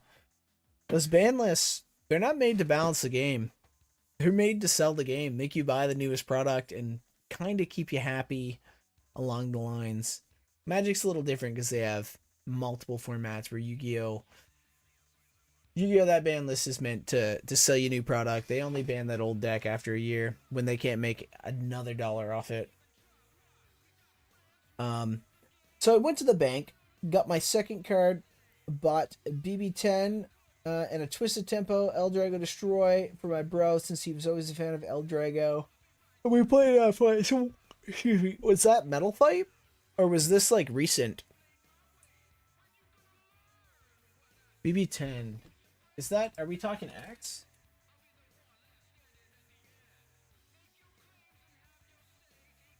I guess there's a lot of BB10s. Oh, BB10, the stadium, the attack stadium, yeah. I know what I'm thinking of. Yeah, these I never had as a kid. I only got these as an adult. And what a game changer, man. Makes attack types actually playable.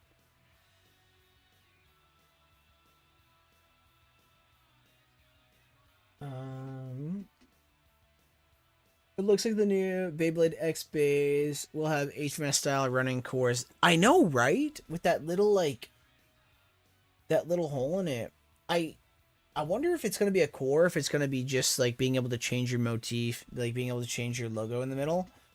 If it's just that, I mean, I guess that's kind of cool because you can make anything. Technically, you can make a new ghost circle if it comes out, right? You could even, that opens up to custom pictures, which would be kind of cool too, having your own, being able to customize your own blade.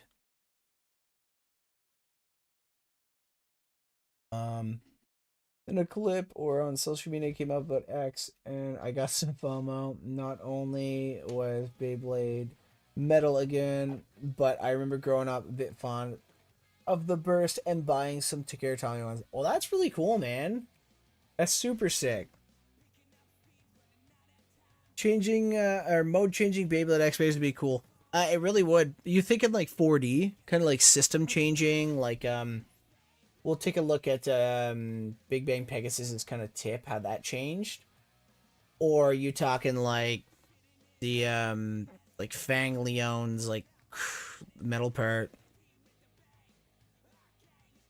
If Justin's still online, let's get him in here. Get somebody else on this call.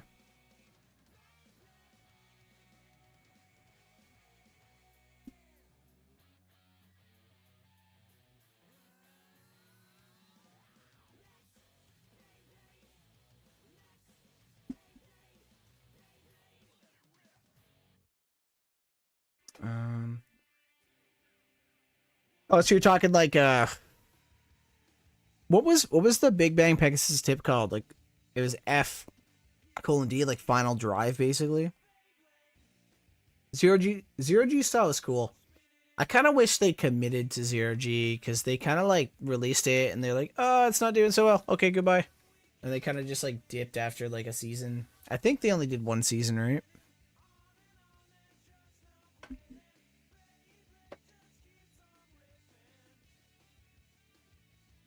I didn't want to make that same mistake with X, with X, with Briz, so I bought X hands down, best generation. Absolutely, X is amazing because it actually feels like a sport. Chrome. Oops. Go. Guys, also, we're gonna be having a second channel being made. It's gonna be called, Beyblade or NBBA Beyblade, probably. And that will be, it's just gonna be like tournaments and stuff we're uploading on there. So our logo for it, let me pull it up. I designed it. I'll pull it up on my stream. You guys kind of seen like a little piece of it. This is kind of the scene I was working on. It's a little like off, but that's our logo right up in the corner, the NBBA, just New Brunswick Beyblade Association. We're not WBO or nothing. We're just kind of chilling, you know, with it, making up our own thing. All of our rules, we're all going by WBO's rules. Just the WBO. Nothing against it. Just, you know, certain rules in it that a lot of people in our community don't want to play by, and there's certain restrictions, right? So our way of balancing it and making Beyblade fun for everybody was to just kind of make our own little org with it. But we will be uploading WBO content on there because the ranking system, obviously, once that kind of straightens out. It took me a minute to think of a name. There were two metal blades together. Yeah, the Synchrome. That's what it was. That's right. Every type is playable. You're talking for X. Yeah. Yeah, it's true. Every type is playable. It's really neat.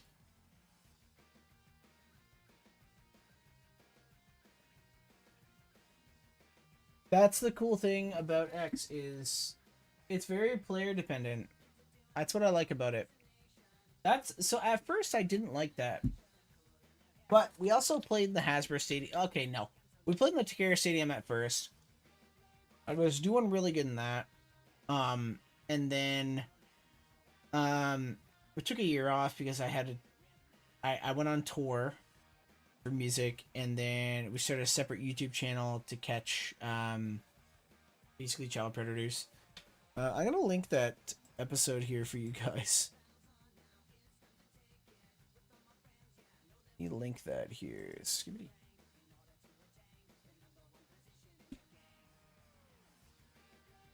Bah. We actually got this guy deported.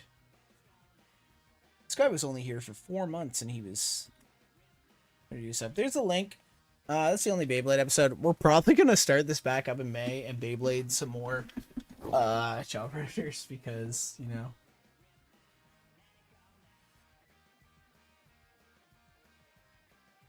That yeah, that was a crazy time.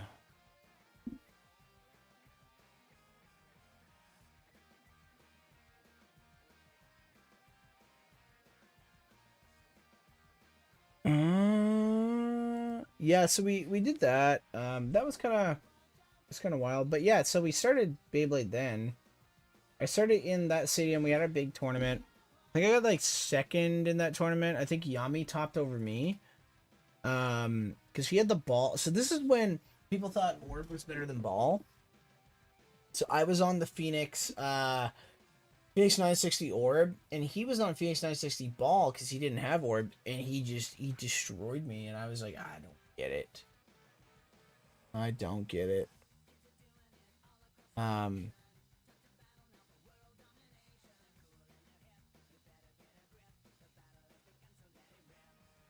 Street.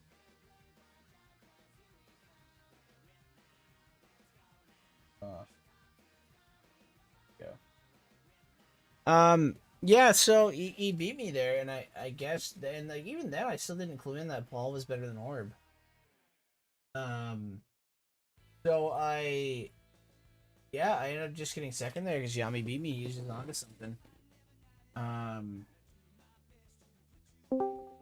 Oh, it's Kevin. Oh, there we go. Hey, how's it going, Kevin?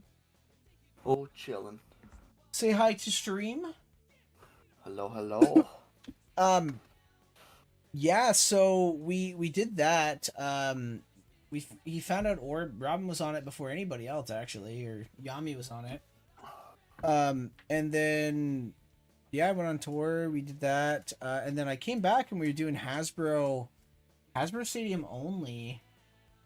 And with the Hasbro Stadium, I didn't realize that it was more luck reliant than like the Takara one. It was just like more, I guess it was more like kid friendly, and I don't know if that's what they were going for, or if it was shelf life, which is kind of what Zenki says.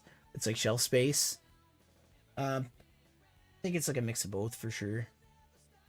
And I think I got like 7th or 8th in like the tournament, and I was like, dude, what the fuck is this? I'm never doing a Hasbro fucking only tournament again. Hell no. And yeah, now we're not doing Hasbro tournaments anymore. Everybody kind of had a bad time at that event because it was just like so like coin toss. Except Monica. Monica went undefeated. The fucking Mandalorian. But yeah, like that was pretty cool. And then I got back in, and I was still kind of like losing because like the last I played, like it was Phoenix 960 Orb, and I was like outdated by all these other combos. And my buddy Ryan, his name's Race Freak in the chat here. He's like, nah, man, you gotta figure out your launch. It's all your launch. And I was like, that's not a thing. The best Beyblade. Nope, I was wrong. Shit on me the whole night. The whole night he fucking destroyed me. And then I started watching Max's videos and Blade Bay's videos and a couple others. And man, here we are. And we're winning tournaments. So with Kevin too. Kevin hasn't really played since Plastic Gen. Yeah, way back in the OG stuff. Yeah, give your story, man. Oh God. What? Remember if I can freaking remember from my old age here. Kevin's like 30. He's not old. I'm older than 30. Oh, you're 33? 31. Okay. 31. That's not old. It's old enough. Remember way back they would do those tournaments at Toys R Us here in our mall parking lot. And you'd go. It was sponsored by Hasbro back even then, I think, or it was another company. I think it was Hasbro. I think you're right. and you had, I think it was just one bay at the time, and I went in with Drasil, of all things. You were lucky to have a real one back then, bro. Most of us had the Yep. dollar store clones. Yep. Well, that's because my dad was the type of guy who'd go all out whatever you did. You're into this, you're getting the best of the best. Fair, fair. Drasil was So, golden back then. I had Drasil. It was for a Dronzer for first place, which I luckily I took, and Dronzer is like my absolute favorite. Was this like a Champlain Mall tournament, like a Toys R Yep. Us? Yep. Wow. They did it in the parking lot. Holy shit, that's so cool. There was like literally like 80 or 90 kids there. Wow. Yeah, Beyblade was huge back then with all the kids. I remember there was a Centennial Park tournament, and we were at Centennial Park, but I didn't own a Beyblade. That might have been what got me into it, actually. I don't really remember because I was so young. But there were so many kids there at this is like a big, like, not national park, but it's a pretty big park where we are. I'd say it's almost like a national park. It's huge anyways. And I remember there was a Plastic Gen Beyblade event going on there. And I think my mom took me to the dollar store after, and the dollar store had, let me see if I can find it. Everybody probably remembers these. Anybody who got Beyblades at the dollar store back in the early 2000s. Let's just search Beyblade dollar store. It was like it's like a cone over it, like the Beauty and the Beast like flower thing. And it had the ripcord wrapped around. I'm gonna paste this in chat. Here for Discord, take a look. Probably under. See here, it's interesting because they had something like this similar back in the day. If I can find it. Okay, let's see. Rules, boosts, events. Alright, just under welcome. Nope, not even under welcome. We'll do collection flex. There we go. Dollar store had that type of stuff from what I remember, and other things similar. I'm sure chat remembers something like that. Yeah. This would have been pretty much it, except the ones I had. Let me open up File Pack, I'll draw it.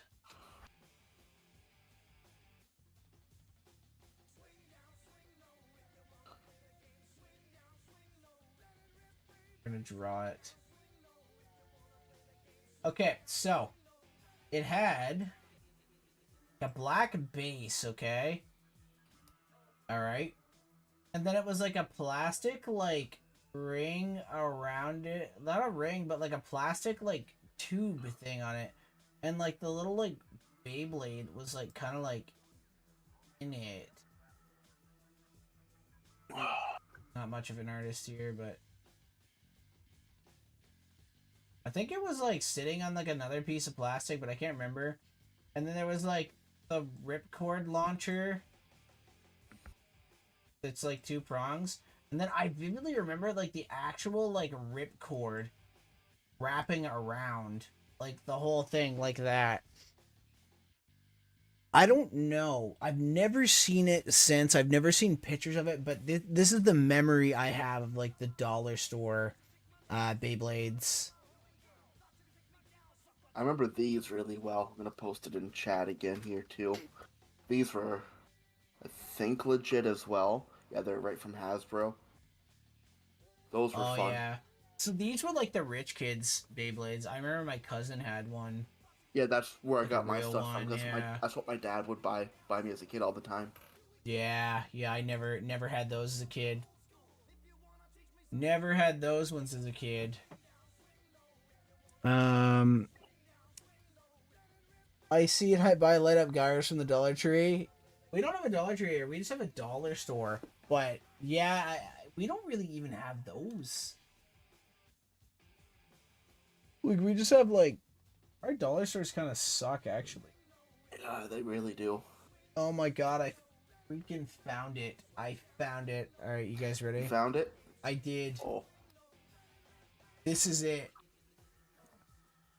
This was it.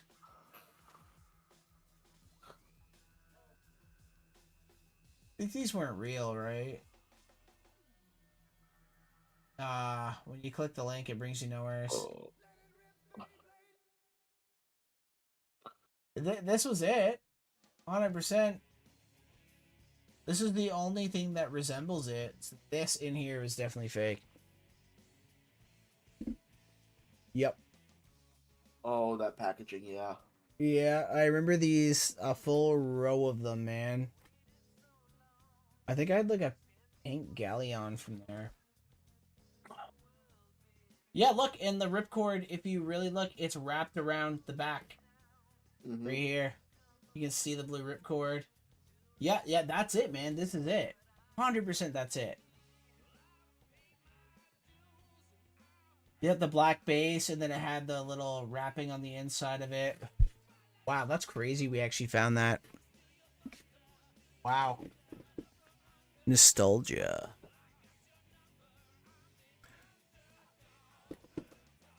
But, yeah, guys, that's...